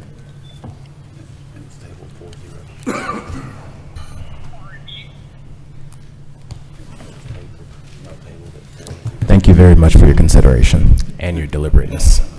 I'm sorry about those who didn't get to speak. I felt like that was the appropriate action to take at this time, so the board can further consider this. If you have comments, we'd appreciate that you send them to us through the board's website or email so that we can consider those. I'm at a quandary now in that we are quickly approaching 5 o'clock. We have Is Ms. Lee here? 7, huh? Is Ms. Lee here? I think we can I'm just, sorry. is Ms. Lee here because I believe this is. Ms. Lee? Yes. Is Ms. Lee here? I think this is one we can dispose of very quickly. Okay, Ms. Lee, we will hear one more today, and then we will, tomorrow, we will hear the rest of the petition starting at 9 o'clock in this room here. The next item on the agenda is to hear a petition for amendment of state election board rule presented by Gail Lee. Ms. Lee, you have the podium. Okay, my name is Gail Lee. I'm a concerned citizen living in DeKalb County. Thank you for hearing and considering my proposed rule amendment. The most basic metric of any election is that the number of ballots cast should equal the number of voters who cast a ballot, with minor adjustments for individual situations. In DeKalb County's certification meeting for the May 21st primary, the number of voters who cast a ballot was reported to be 94,317, but the reported number of ballots cast was 185,536.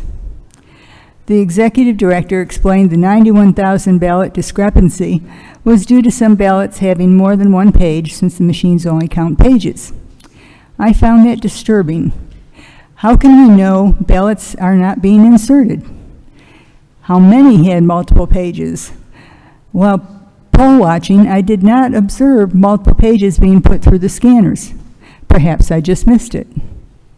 I did, however, observe that absentee ballots had multiple pages. There were approximately 3,200 absentee ballots in DeKalb's primary. If they each had 4 pages, that would only be 13,000 pages. Where could all those other cast ballots be coming from? Then I found SCB Rule 183-1-12-.12e, Reconciliation Report. The rule requires counties within 30 days following certification of election results to transmit to the Secretary of State a report that reconciles by precinct the number of ballots cast to the number of voters who received credit for voting. If the numbers do not match, the superintendent is to conduct an investigation and explain in the report any discrepancies. Surely, I thought, that would clear up any discrepancies for me and anyone else who has seen similar election results in their counties. Thus, I proposed this rule amendment to have the counties post the required reconciliation report on their websites when they submit the form to the Secretary of State. Transparency is important for the public to have confidence in our election results, and this rule imposes a very minor effort for compliance. However, last week I received a copy of the reconciliation report for DeKalb County through an open records request. Sadly, it did not clear up the discrepancy because it showed ballots cast by precinct of 94,315 reconciled back to 94,319 voters credited, a difference of just 4. There was no mention of the 185,000 cast ballots that were in the official and certified election results. So my proposed rule, while informative for the public, will not enhance accountability if counties don't have to explain the numbers they've already officially reported. Now, I'm just a citizen wanting to ensure accuracy in our elections, and there's plenty I don't know. But it seems to me that the certified number of ballots cast should be reconciled to the number of voters who have cast a ballot. Okay. That's all.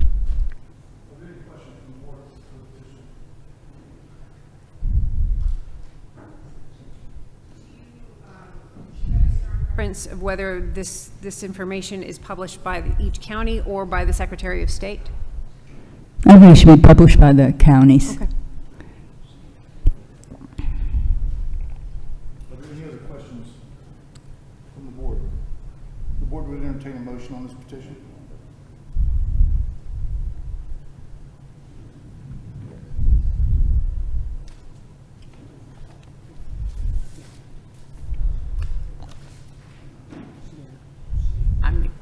I make a motion that we accept this petition. Oh, wait, what do we say? And promulgate rulemaking. Day one. Initiate rulemaking. Thanks. The motion is made by Member King that this board initiate rulemaking procedures on this petition. Is there a second? Second. There is a motion and a second to initiate rulemaking procedures on this petition. Any discussion? Hearing no discussion, all those in favor of initiating rulemaking procedures on the petition signify by saying aye. Aye. Jan votes. Jan. To make sure this is on Jan. the transcript, Dr. Johnston is participating by phone here. Did you ask Dr. Johnson? I'll ask her one more time. Jan, how would you like to vote on that? Just give us a aye. Give us a loud aye. Aye. Okay. So let it be. Any nays? Thank you. Hearing no nays, the motion carries 4-0. Thank you.